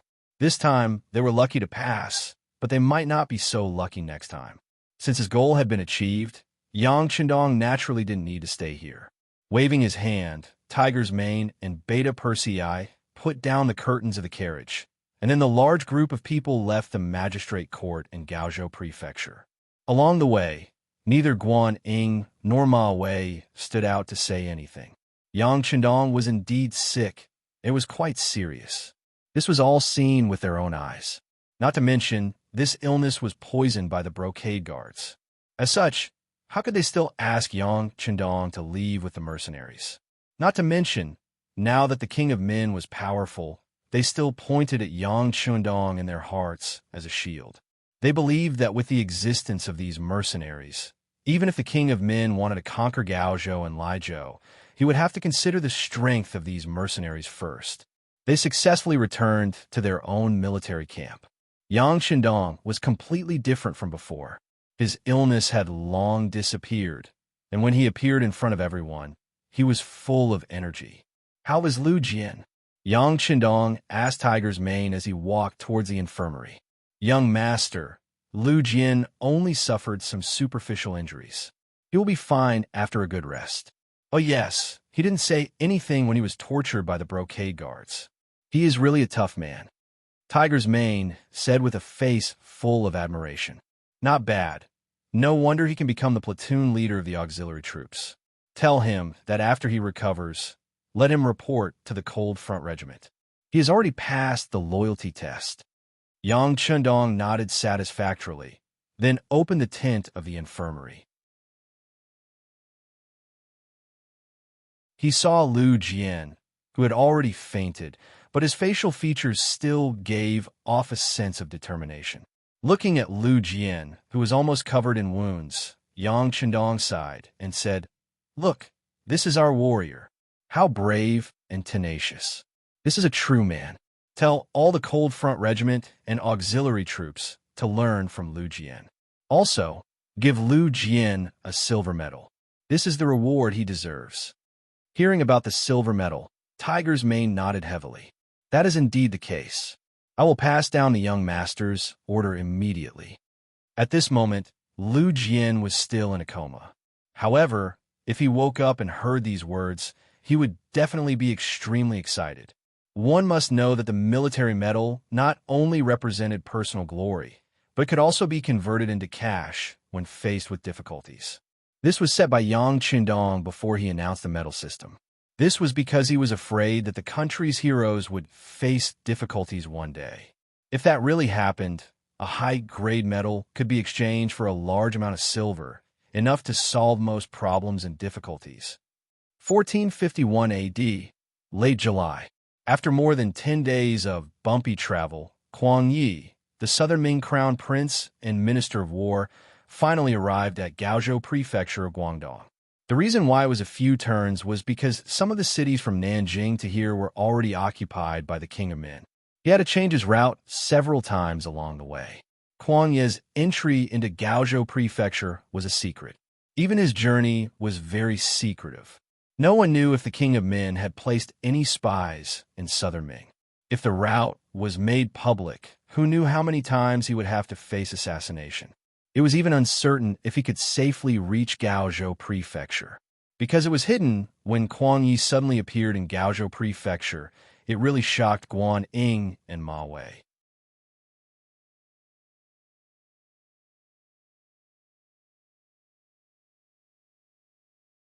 Chapter 424. The journey was too long, and the journey was not peaceful. The news that Kuang Yi had regained his power and was promoted half a rank hadn't reached here yet. So when he saw Kuang Yi appear, Guan Ying's face was full of shock. His first feeling was that his teacher had been kicked out of the capital by Yingzhou. "Greetings, Lord Kuang." Ma Wei also broke out in a cold sweat. He also didn't know what had happened to this old minister recently. However, since he was here, he still had to be respectful.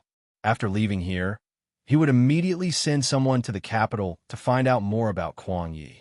Kuang Yi's eyes fell on the two's expressions. This old man, who was over 60 years old, was extremely wise and farsighted. With a single glance, he saw through the two's thoughts. Chuckling, he said, "Generals, there is no need to be surprised. This old man came to Gaozhou Prefecture under the Emperor's orders." "Oh, right. The Emperor empathized with my loyalty and bravery and specially conferred me the title of Grand Tutor to the Crown Prince." Guaning Ma became excited when he heard the Crown Prince's words. He clasped his hands and said, "Congratulations, teacher." "Congratulations, Lord Kuang." Ma Wei also quickly changed the way he addressed Kuang Yi. He no longer called him Lord Kuang like before, but Minister Kuang. "Congratulations to you, too." Kuang Yi's wrinkled face smiled. He had seen Ma Wei's performance just now. His attitude towards these people was only perfunctory.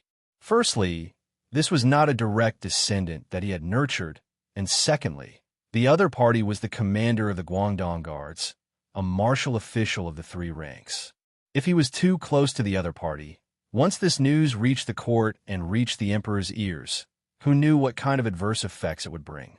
Maintaining a certain distance, and only maintaining the relationship of a superior and subordinate, was how an evergreen official should behave. "Teacher, something happened a few days ago. I have secretly reported it to the imperial court, but I don't think you know about it." After the pleasantries, Guaning said carefully, "What is it?" Kuang Yi had a bad feeling when he heard that Guaning had secretly reported it to the imperial court. He knew that ordinary small matters couldn't be reported, especially when the situation was so unstable. Trivial matters couldn't be reported. He also understood Guan Ying's character. Guaning was far-sighted and would not be entangled over such a small matter. Now that Guaning had brought it up in such a serious manner, it could not be anything good. "Teacher, Wei Guang of the Imperial Court's Brocade Guard has died. He committed suicide in front of us." The reason for his death was, although he didn't know why Kuang Yi was here, given the current situation, If the Minister of War didn't stay in the capital to organize and command the army, but instead came to Gaozhou, a place that seemed like it was about to be abandoned, something big must have happened. Based on his analysis and intuition, Guaning believed that it had something to do with Yang Qindong and the mercenaries. Therefore, he first told him about Yang Qindong being poisoned. Guaning was indeed capable. At the very least, he had good foresight. After he finished speaking, he saw the shock on Kuang Ye's face. Wait, what did you say? Was the Duke of Loyalty poisoned? Wei Guang even admitted that he did it? Well, Minister, you must be tired from traveling so far. I will go arrange for a banquet. When Ma Wei heard this, his expression changed again and again. He felt that the teacher and disciple had something important to talk about. It was really awkward for him to stand there with his status, so he found an excuse to leave. Kuang Yu was very satisfied with Ma Wei's tactfulness. However, his thoughts were more on Yang Qindong. Guaning, how is the Duke of Loyalty? Not too good. I took a look at him that day. His complexion was not good, and his body was very weak. Guaning answered honestly. Aya, what should we do? Hearing that Yang Qindong's body was in such a bad state, Kuang Ye's expression was full of hatred. He had seen Yang Qindong countless times. This kind of young man seemed to always have an inexhaustible amount of energy. Even a small illness would not affect his body. However, from Guanying's description, he seemed to be like a lamp that had run out of oil. One could imagine how severe the poison was. Thinking that the Southern Ming Empire's hopes were mostly placed on Yang Qindong, if something really happened to him, there would be no link between the Southern Ming Empire and the mercenary army. For the current situation, it was definitely not a good thing. He said angrily, "What do the Imperial bodyguard want to do? Get rid of the donkey after it has outlived its usefulness?" Wei Guang alone would not have such ability and courage. There must be someone behind him. However, they did not think about it. If something really happened to Yang Qindong, who would be able to quell the Min King's rebellion? The person behind this is really... At this point, Kuang Yi stopped talking because he suddenly thought of the person behind the Imperial Secret Service. For a big matter like dealing with Yang Qindong, without that person's permission, normal people would not have the guts to act on their own. Could it be that this was really his intention? Once the thought appeared in his mind, it could not be dismissed. Thinking about it carefully, that person did have a reason to act. Yang Qindong was ultimately too young and so capable. The existence of such a person was originally a huge threat and pressure. The emperor was still young, but once he grew old and that person was still alive, would his descendants be able to suppress Yang Qindong? If they could not, what would happen? What Yang Qindong lacked now was experience and enough merit. However, he was still young. Once he was given enough power, these could be made up for. Once he had everything he needed, it would be even more difficult to control him. This led to the poisoning incident after the Huang Bandit Army incident was over. It seemed to make more sense. There was another problem. If it was really his intention, why did he not tell him when he received the order to come this time? Even if it was just a hint, it would be good, right? He would not let him be in such a passive position, right? It wasn't impossible to think of other ways to solve this problem. Now that he had come to Gaozhou Prefecture and was seen by so many people, it would not be long before Yang Qindong received the news. When that time came, what should he do? If he did not meet the other party, how should he talk? The emperor was afraid of him and wanted to poison him. Would he still dare to put such a person in an important position? For a moment, countless questions rose in Kuang Ye's mind, causing him to feel a headache.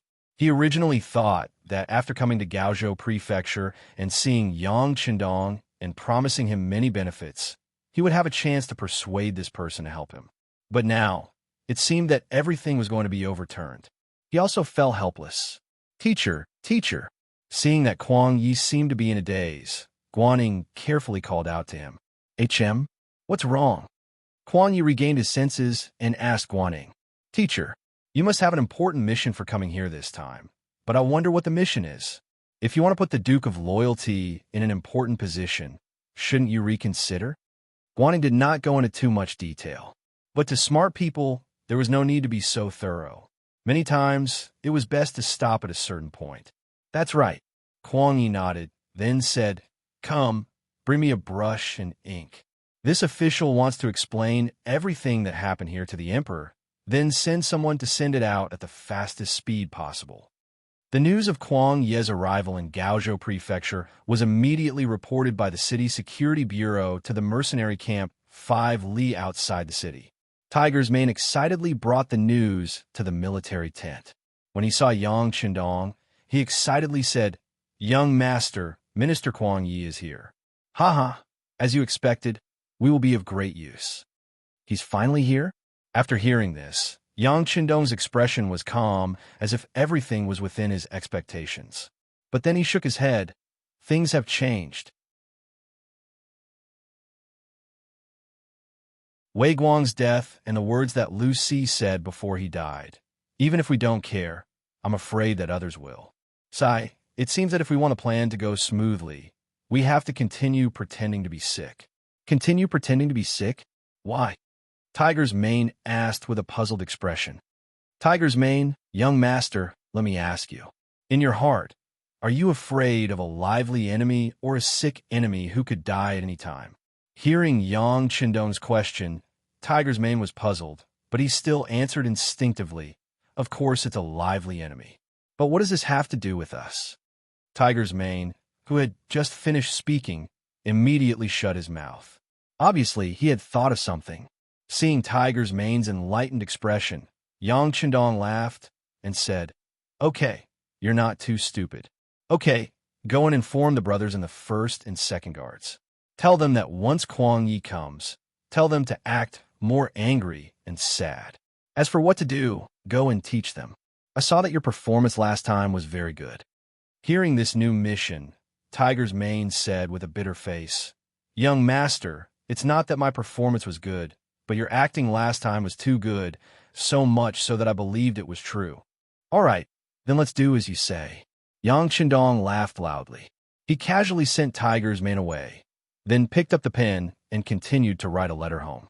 The letter was written to Sumaner, who had already been sent to Crimson City. The two of them had only been together for a short while, but because of some things, they had no choice but to separate. They were like newlyweds. It was impossible to say that they did not miss each other. Of course, writing a letter to Sumaner was not a privilege that only she enjoyed. For example, 2nd Madame Qiao Yin and 4th Madame Lady Xiang, who in the Yang family manor in the capital, would also communicate with Yang Qindong from time to time. Even Luan Xiaoyu, who had always been in Crimson City, would also communicate with Yang Qindong from time to time. But this time, when he wrote to Sumaner, Yang Qindong did not say any words of love. Instead, he told her in detail about how he had pretended to be poisoned. He also said that he had arranged for people to keep an eye on the capital in Nanjing of the Southern Ming Dynasty. He wanted to see if there was anyone who could redress the Su family's reputation. If there was, then it was worth it for him to pretend to be sick. On the other hand, it would mean that the other party did not keep their promises. Since that was the case, he would have to seek justice himself.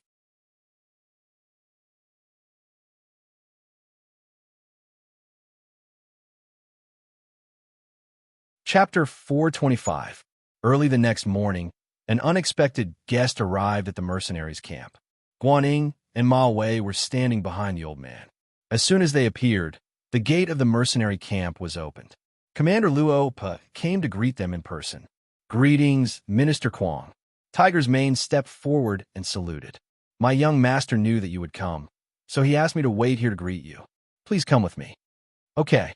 Kuang Yi nodded and then said to Guaning and Ma Wei behind him, "You two stay here. When you have time, you can learn how to lead troops from Commander Luo. I'm going to visit Duke Zhongdan."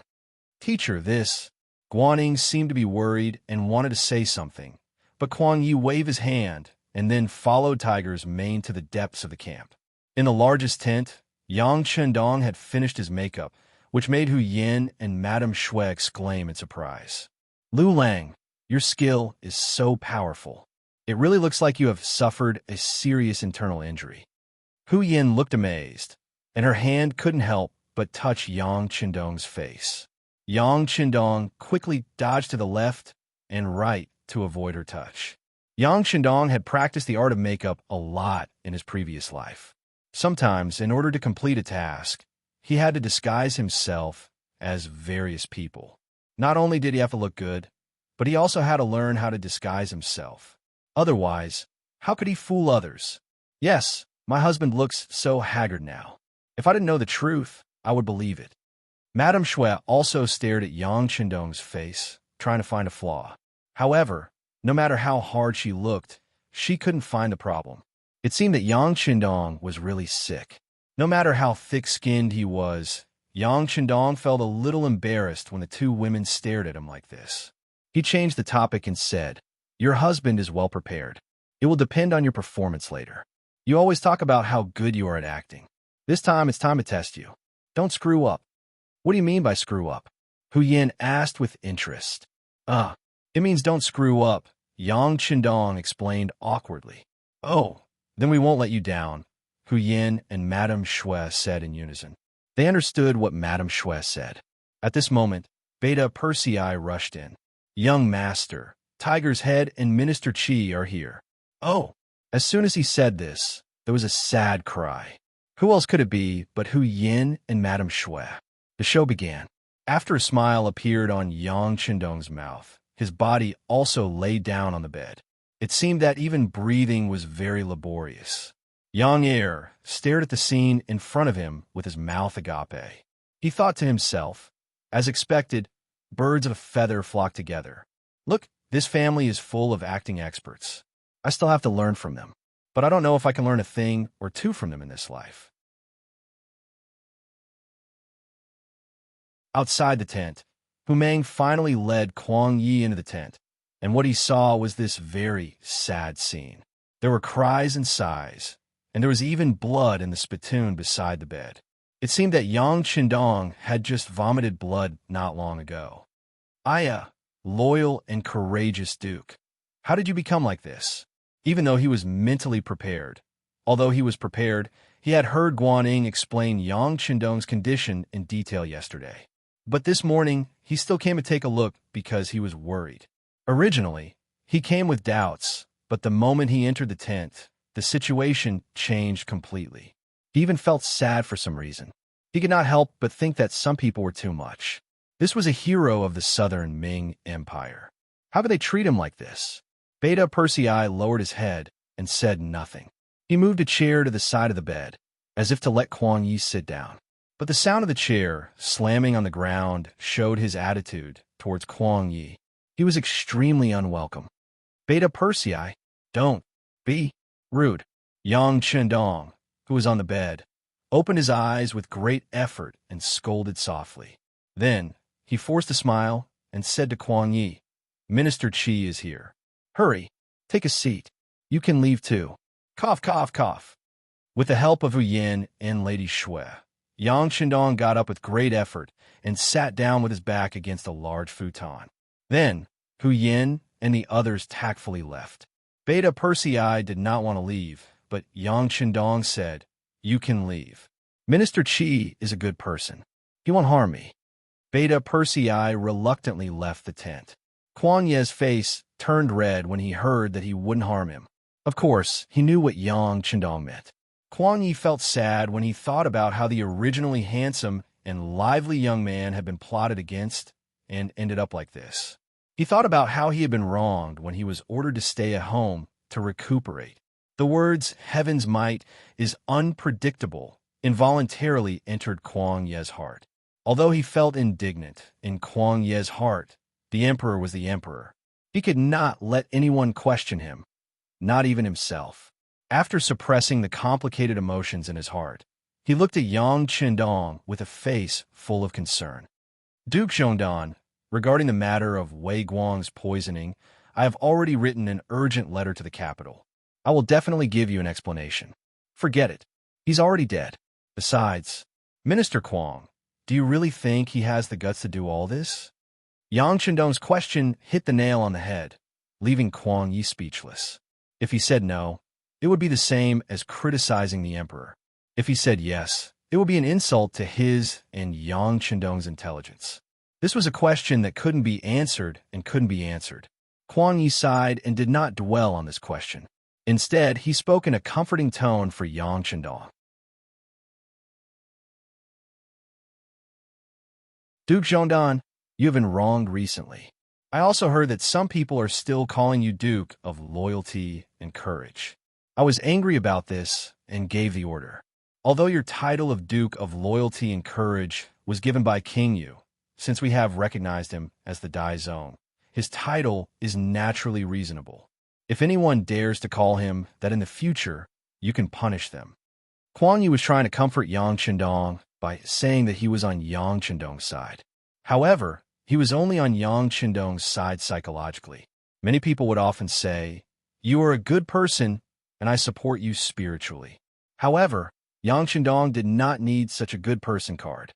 Politics was not a game. It was not a matter of good for you, good for me, good for everyone. In order to achieve their own ideals, those who oppose could become mortal enemies. It was common to even fight with swords. Just because you're a good person, how can you lower your head and accept everything when you've been wronged? Therefore, after listening to Kuang Ye's words, Yang Chendong quickly counterattacked.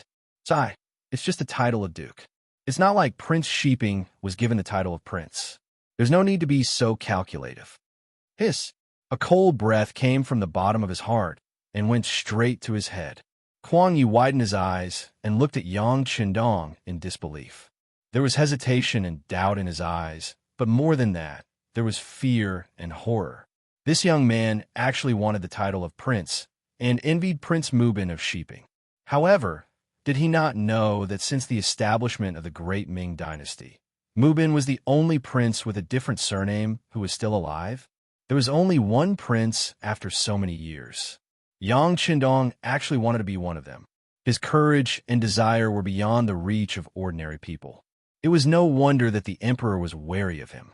For such an ambitious person, even if Kuang Yi was in the emperor's position, he would also be wary of him. He might even do something regardless of the consequences. Kuang Yi was stunned. In Yang Chendong's eyes, he forced a smile on his pale face. Minister Kuang, it's just a joke. You don't believe it, do you? How could that be? This old man was just amazed by the courage of the Duke of Loyalty and Courage. Kuang Yi chuckled perfunctorily. However, in his heart, he thought, who would believe that you were joking? How could some things be taken as a joke? In just a few words, Yang Chendong had already stated his expectations.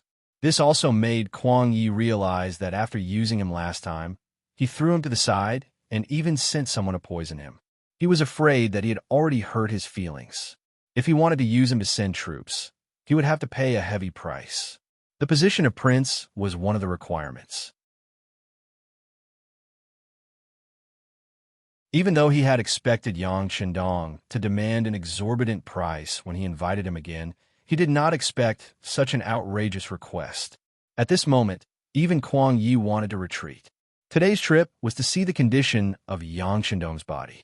If possible, he wanted to test whether he could continue to lead the mercenaries to work for the Great Ming Dynasty. He originally thought that it would be difficult to achieve the second requirement. After all, it was a bit comical to talk about sending troops in front of a sick person. However, Yang Chendong's initiative allowed these two requirements to be met. It was just that the results were not very satisfactory.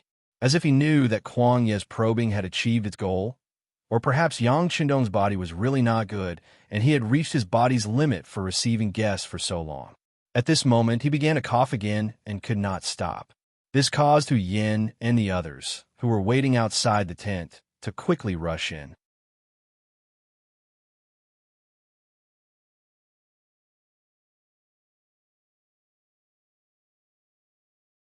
Chapter 426. As soon as these people came in, Kuang Yi knew that he had to leave. He wanted to see if there were any other ways to solve the problem. But when he saw Yang Chendong's attitude and his current physical condition, he knew that it was meaningless to say anything more. Kuang Yi left. Just like when he came, Tiger's mane sent him out of the barracks.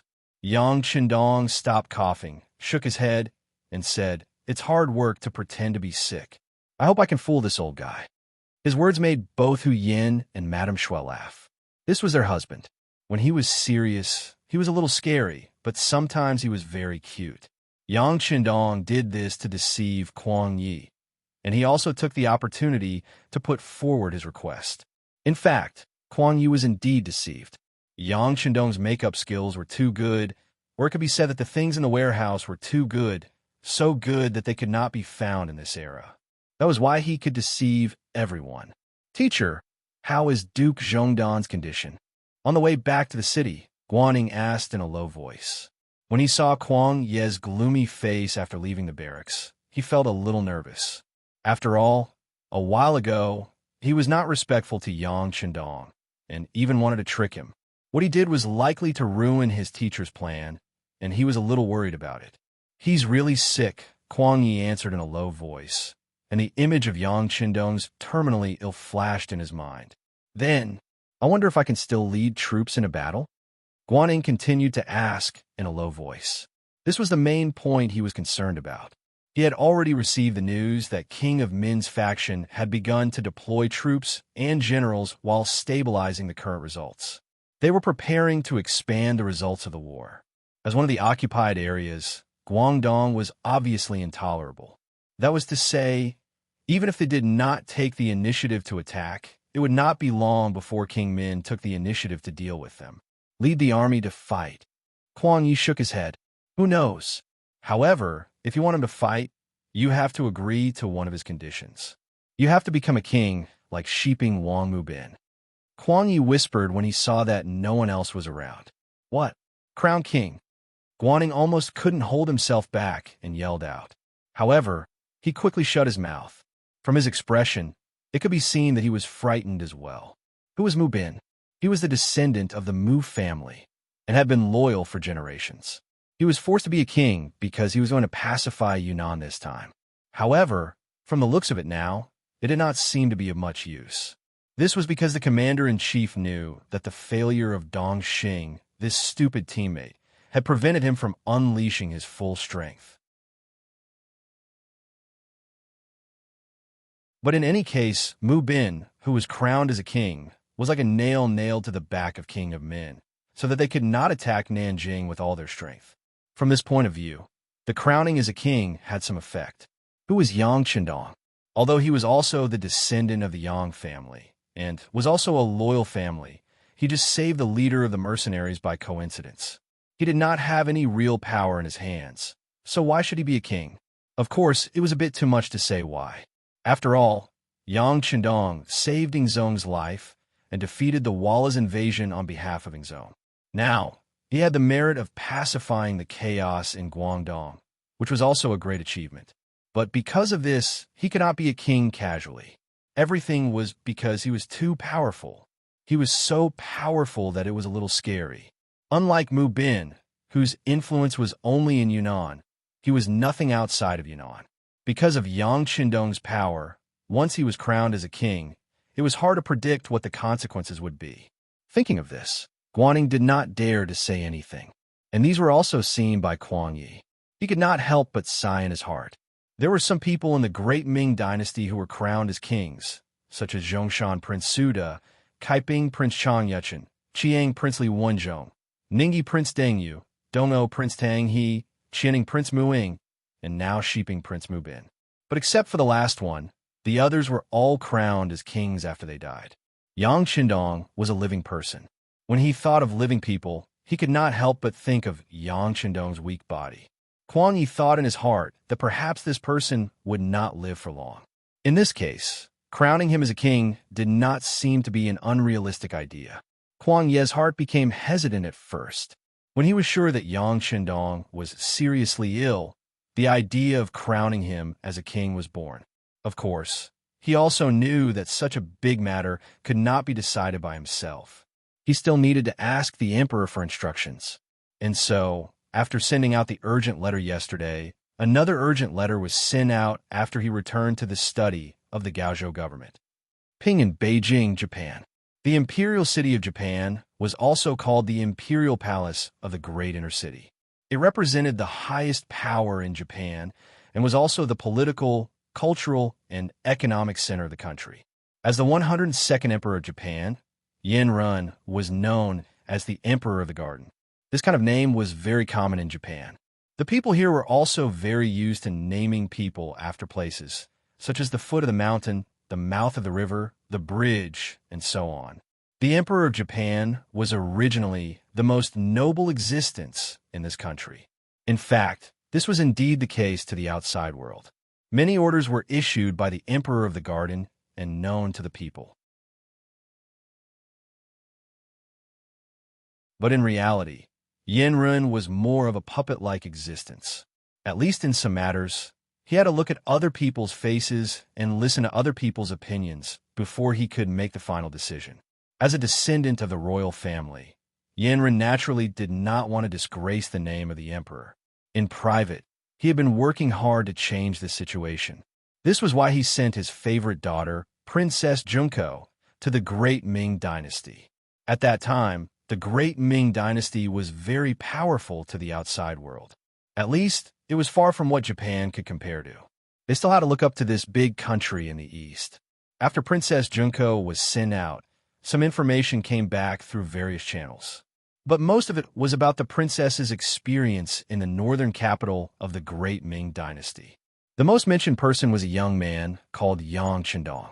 The letter said that Yang Chendong was only in his early 20s, but he had already been conferred the title of Duke and had a lot of influence in the Great Ming Dynasty. Regarding the records in this letter, Yenrun naturally had a feeling of dislike towards Yang Chendong. It was not because of anything else. In his eyes, if such a person continued to develop, he would often become a powerful minister, just like General Ashikaga Yoshimasa. It was just that no matter whether Yenrun liked Yang Chendong or not, when Shaolin suddenly came to the palace and brought back an important news, the emperor was finally shaken and had a better understanding of the name Yang Chendong. In a secret room deep in the palace, this place was not known to outsiders. Those who could come here were all very important people trusted by the emperor. Shaolin was able to appear here because of a piece of news he brought back, as well as the handwritten letter he took out from Princess Junko. When Junko left Japan, she and her father had agreed on some of the secret words in the letter. In other words, on the surface, there was nothing wrong with some of the letters. But only the father and daughter could see the authenticity of the letter and whether it was written under coercion. The letter that Shaolin brought was naturally out of Junko's sincerity, and the contents of the letter were not fake. This was something that Emperor Yenrun could see at a glance. It was precisely because this letter was real that Emperor Yenrun was even more shocked. After carefully reading the letter 3 times, he said with a serious face, "Little Lin Kuan, please tell me the truth about what you saw and heard." Huh. Shaolin nodded and then told him in detail how he met Yang Chendong for the first time with the princess, how he was chased and had to live in the Yang family village, and everything he saw later. It took more than an hour for Shaolin to finish telling the story.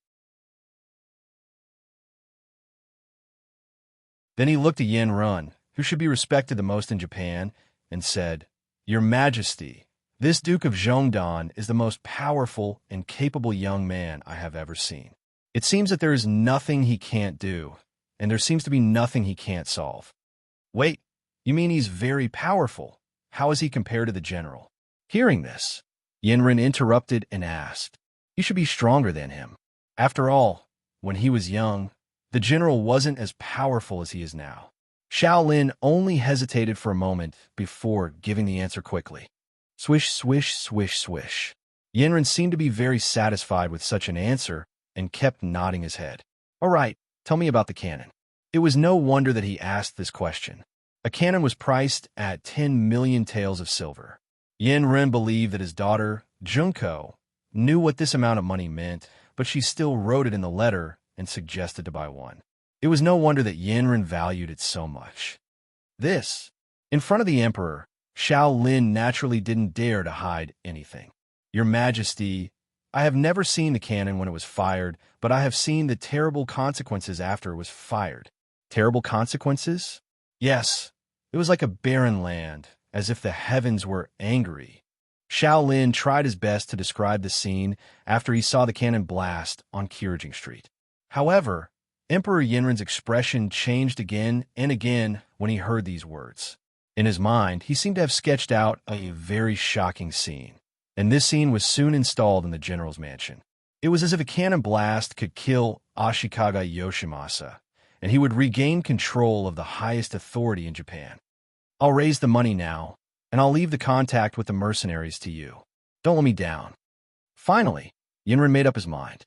Although 10 million taels of silver was a huge burden to him, in order to regain control of the country, he agreed without hesitation. Shaolin nodded excitedly. With such a heavy responsibility on his shoulders, he could imagine that once he succeeded, he would be put in an important position. By then, he might even stand at the top of Japan.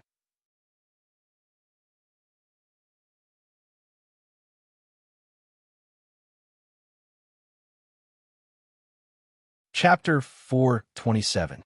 The mercenary camp outside Gaozhou Prefecture. The Emperor of Japan agreed to buy cannons and prepared 10 million taels of silver for this purpose. The news had already been sent to him. After reading it, Yang Chendong only ordered everything to proceed according to plan and handed it over to Commander Gao Xiong to handle. He threw this piece of information aside. Compared to Japan, which was far away at sea, Yang Chendong was more concerned about the situation in front of him. He was more concerned about whether or not he could be crowned king. Originally, Yang Chendong did not have such extravagant hopes. He only thought about how to use war to expand his military strength and get more things he needed. After all, if Lung Feng wanted to develop, it would not be possible without a sufficient population base. He did not want to use outsiders and trusted the Han people more, so he could only set his sights on the Great Ming. Facts had also proven that war was indeed the best way to test the strength of an army.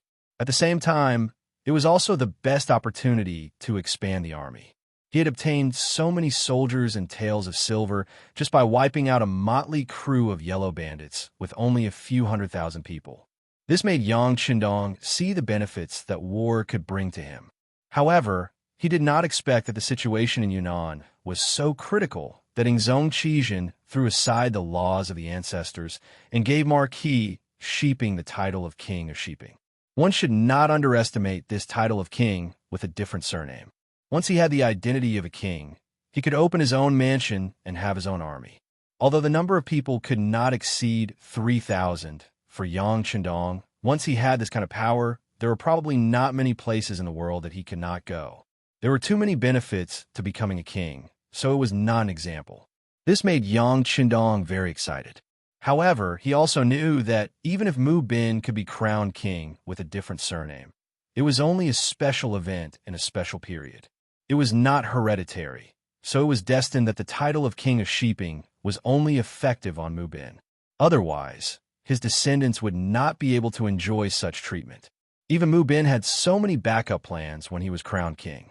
If he wanted to be crowned king, it would be even more difficult. Not to mention that Zhu Qijin had always been afraid of him.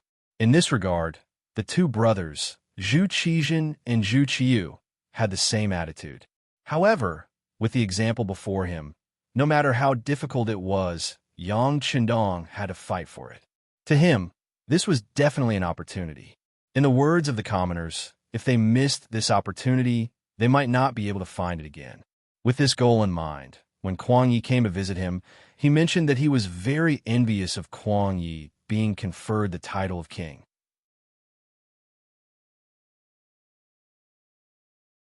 At the same time, he pretended to be seriously ill in order to increase the chances of this matter becoming a reality.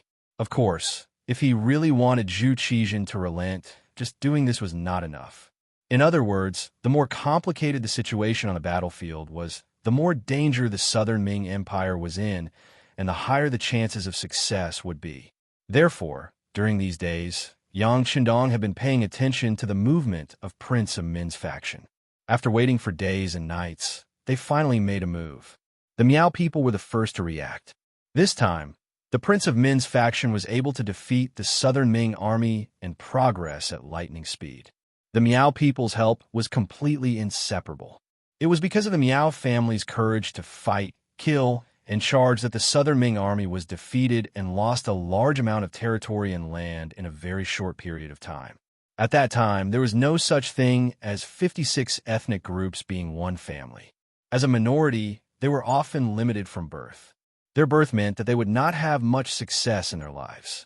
Things like being high up in the imperial court, that was something that they did not even want to think about. As a result, Each generation was worse than the previous generation. In addition to the bad living environment, the lives of the Miao people were getting worse day by day. It was not until Zhu Qizhan established the Southern Ming dynasty in Nanjing that he increased taxes in order to achieve his goal of recuperating faster. This made the Miao people, who did not have a good life to begin with, live in an abyss of suffering under the heavy burden. Wherever there was oppression, there would be resistance. Just as the Miao family was suffering, the Prince of Min's messenger came and promised many benefits, which made some of the leaders of the Miao family tempted. After that, they started the war. When they left their hometown and went all the way to Guangdong, they finally knew what was called wealth. In comparison, it seemed that their previous lives were too poor. Under sudden wealth, it would often make a person dizzy and change their way of doing things. This was the case for the Miao army. They didn't have to spend much effort to take down a few cities. After grabbing a lot of good things, the greed in their hearts couldn't be suppressed. Gradually, they started to like the feeling of looting. The main force of the Prince of Min's faction was still digesting the cities in their hands and constantly recruiting soldiers to consolidate their strength. When the Jiaoji army was taking down cities, they did not forget to transfer good things and some people to their own country. Only the Miao army did not care about cities and did not think about conquering the world. They were more interested in the benefits in front of them. It could be said that they were short-sighted or unambitious. In short, they were the fiercest when it came to attacking cities. Often, after taking down a city, they would loot for a few days. Then, they would leave the city and move on to a new target, continuing the pace of attacking cities. As they looted and moved, it was the Miao family who had the least number of people that caused the most damage. In less than a month, they had destroyed more than a dozen cities and state capitals, and the number of people affected by the disaster had reached more than 1 million. The Miao army, which was divided into several groups, was like a swarm of locusts. Wherever they went, the crops would be destroyed and the people would be displaced. Supposedly, the south of the Great Ming Dynasty had not experienced any wars for many years. The people were still rich. If it were other armies that came here, it would not be difficult to raise military provisions. However, the bad thing was that the people who came were Miao people. Not only did they snatch food, money, and women, they also burned the things that they could not eat. It was as if they were venting their poor lives over the years. Such actions naturally caused a number of victims in Yunnan, Guangxi, and Guangdong provinces to increase. Later on, when many people found out about the Miao army's actions, they did not wait for the Miao army to attack and left their homes with their families. Although people were not willing to leave the hometown that they had lived in for a long time, compared to being able to live, more people chose to leave home. Only a portion of the elderly, who were old and had bad legs, chose to stay. They looked like they would die in their hometown even if they died. The disaster of the Miao army was not inferior to the disaster of the Great Ming Dynasty. This point was quickly reached and was publicly announced in the main hall of the Southern Ming Dynasty. Wang Zhuo and a few other senior officials also wrote to the emperor, requesting that the emperor send troops to deal with the Miao army to save the people from this disaster.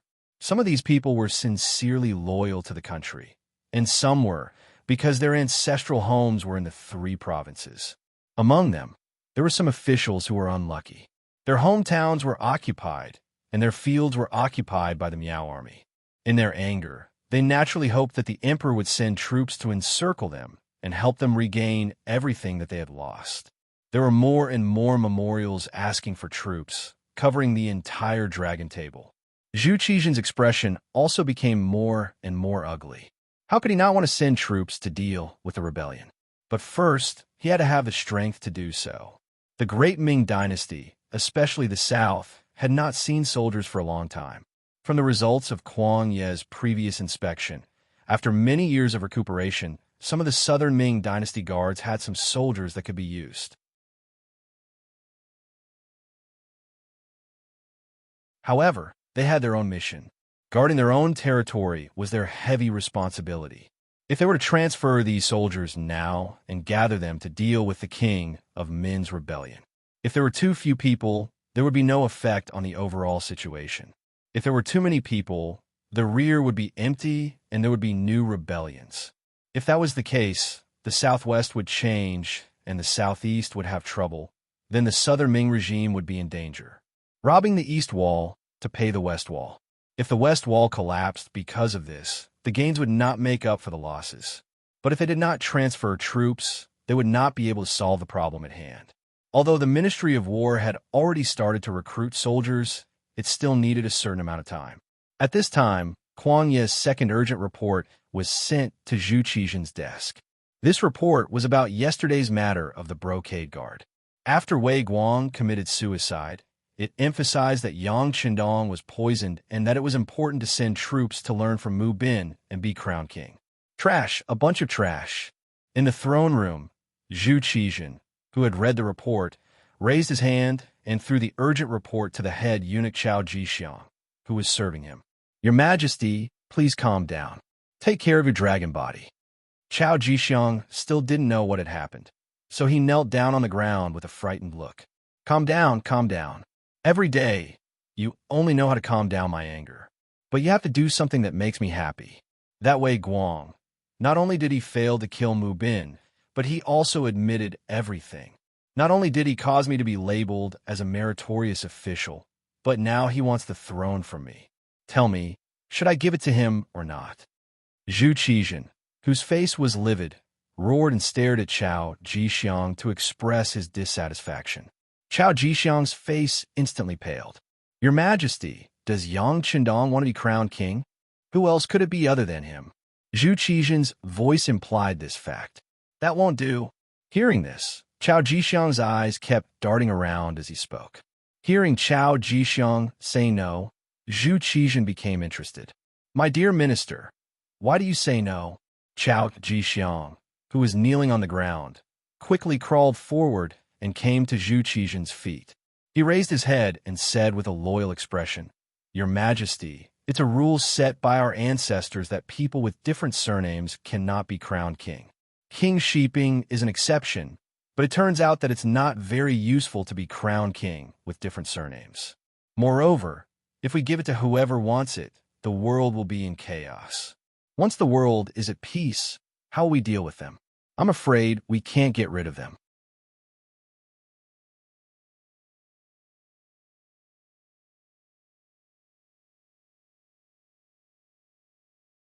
Chapter 428. Chao Jixiang's voice was still echoing in Zhu Qizhen's ears, but the unlucky Emperor Ingzong didn't say anything. From the moment Mu Bin became the king of Shiping, he knew that some things were out of his control. Once he was bestowed the title of prince, it was equivalent to having his own prince's mansion and even his own guard army. Although the number of people could not be too large, the mountain was high and the emperor was far away. Who knew if there was a restless heart under the surface of obedience? Especially a king who became a king by fighting, who had killed a mountain of corpses and a sea of blood, had more specific military strength that couldn't be underestimated. But if he wasn't a king, how could they do their best? Marquis Mu Bin of Shiping was already the boss of Yunnan. There was nothing left to be conferred, nothing to be rewarded. If he wanted to use him as a bystander, there was no other way except for this move. He had no choice but to do this, although the effect was not very good.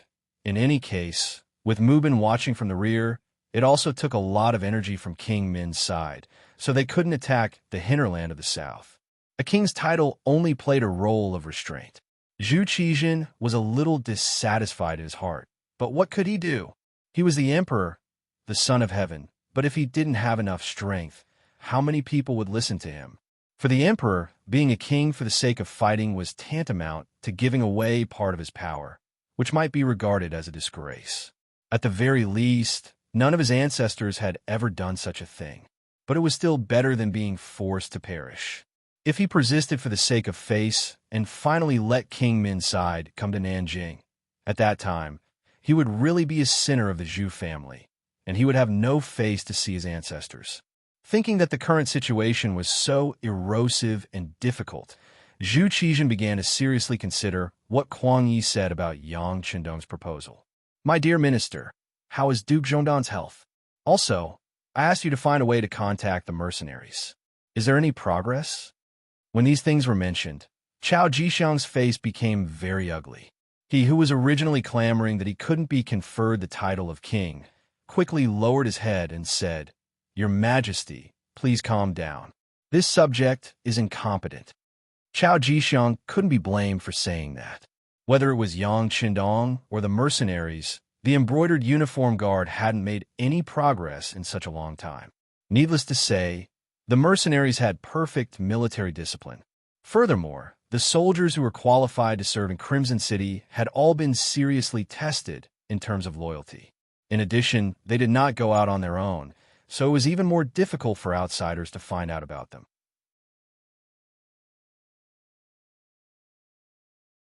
Even though the embroidered uniform guards seemed to be everywhere, they were unable to do anything in the face of such a disciplined army. Naturally, it was difficult for them to achieve any results. As for Yang Qindong's place, it was heavily guarded. Even the auxiliary troops could not get close. Only the elite cold vanguard, who had gone through many trials and tribulations, had the right to guard outside. Not to mention, there were also the first and second guards, the elites of the elites. Under such heavy protection, it was as difficult as ascending to the heavens to investigate Yang Qindong's condition. The embroidered uniform guard had sent out many people, but most of them returned empty-handed. On the contrary, quite a few of them had gone missing. Chao Jixiang's words of incompetence expressed his helplessness toward Yang Qindong and the mercenaries. His words enraged Zhu Qizhen once again. "Incompetent! Incompetent! Do you not know what else to say other than this? Scram, scram." "Yes, yes." Seeing that Zhu Qizhen was enraged again, Chao Jixiang, who knew that accompanying a monarch was like accompanying a tiger, immediately knelt and left. Zhu Qizhen was the emperor of the great Ming dynasty, second only to one and above all. He had inherited the legacy of his ancestors. But at the same time, he had also inherited his ancestors' temperament, which was capricious. Who knew if he would punish Chao Jixiang in a fit of rage? Chao Jixiang left the hall, and the other eunuchs lowered their heads, not daring to speak.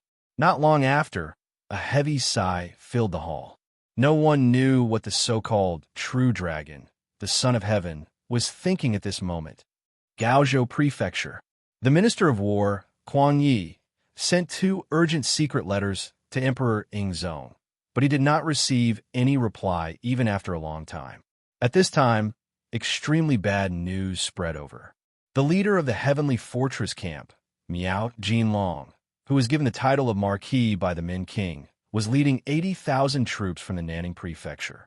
The moment Kuang Yi received the news, he hurriedly summoned his generals to the front of the hall. At this moment, Ma Wei, Guaning, Yu Guang, and the other generals all had ugly expressions.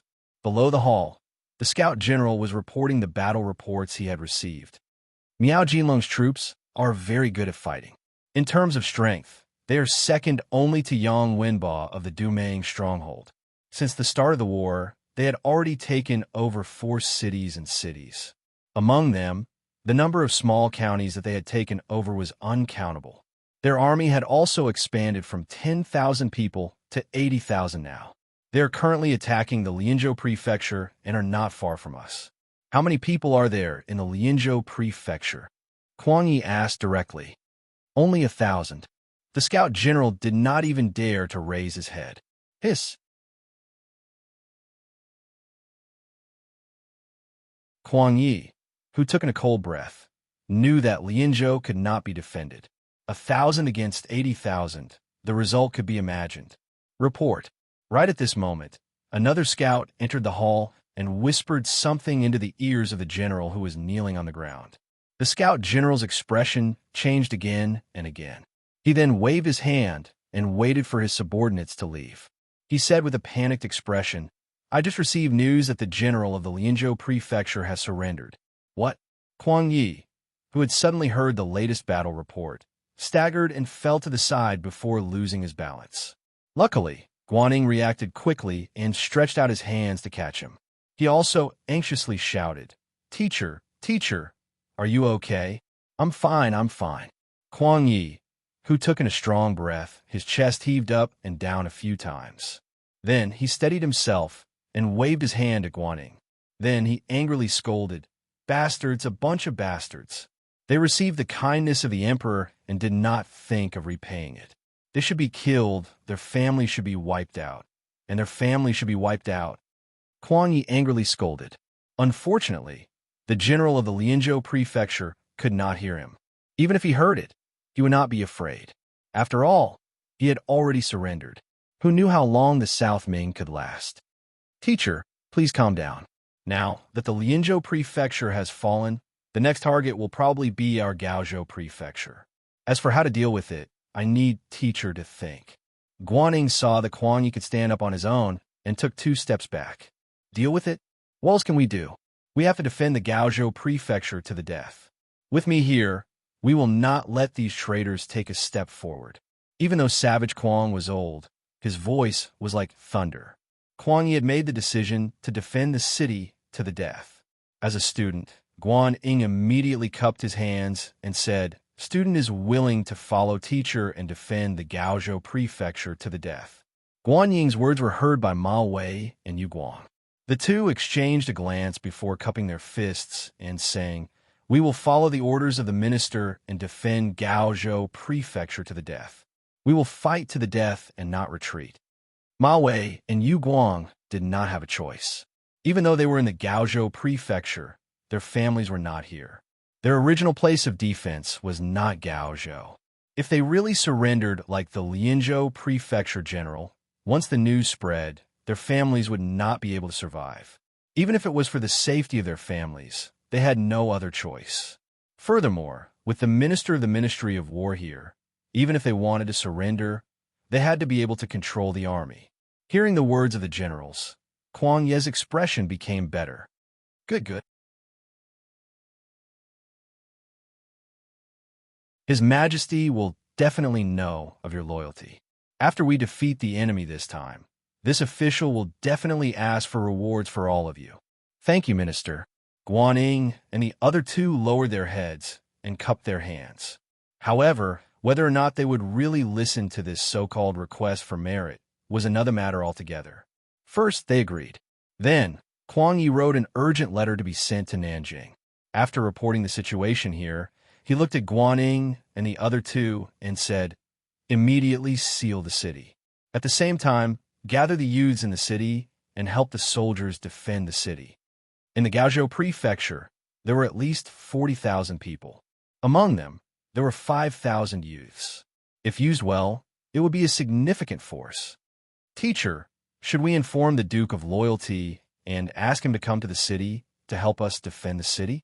When Guaning saw that Kuang Yi didn't mention Yang Chendong, he thought that Kuang Yi was too anxious to remember, so he reminded him. "Them? Sai, we can just send someone to inform them. However, if they are not willing to enter the city, we cannot force them." Kuang Yi thought about Yang Chendong's request and shook his head as he said half-heartedly. He didn't think that the little fox Yang Chendong would be willing to help him defend Gaozhou prefecture before he received the confirmation. Outside the Gaozhou prefecture, in a mercenary camp near the Lijiu prefecture, the battle report from the front line had already been sent here. Yang Chendong naturally knew that Miao Jinlong had led the troops here. "Ah, they're finally here?" Yang Chendong's attitude was completely different from Kuang Ye's. When he heard this, he didn't panic at all. Instead, he looked as if he already knew this would happen. "Young master, are we going to beat them up?" Hu Mang, who was standing at the side, asked excitedly. From his words, it was not whether they should fight or not, but whether they should beat them up. Just this point alone showed how confident he was in winning. Actually, it was not only Tiger's Mane. The 7,000 Yang army soldiers all thought the same. The auxiliary soldiers of the Cold Front were even more so. With their advanced weapons, they could look down on the world and not reject any strong enemy. Even the temporary auxiliary soldiers were full of confidence after being trained for such a long time and learning excellent tactics. They only wanted to gain military merits in one battle and become an auxiliary soldier. They wanted to become a member of the elite Cold Vanguard as soon as possible and be envied by everyone. You're tuning into the Romance Rendezvous YouTube channel. We're so grateful for your support, And don't forget to subscribe to join us on this incredible journey through captivating stories. Your generosity through donations truly makes a world of difference, as it's the primary source of revenue that allows me to expand and enhance this channel for you. Thank you from the bottom of my heart for being a part of this adventure.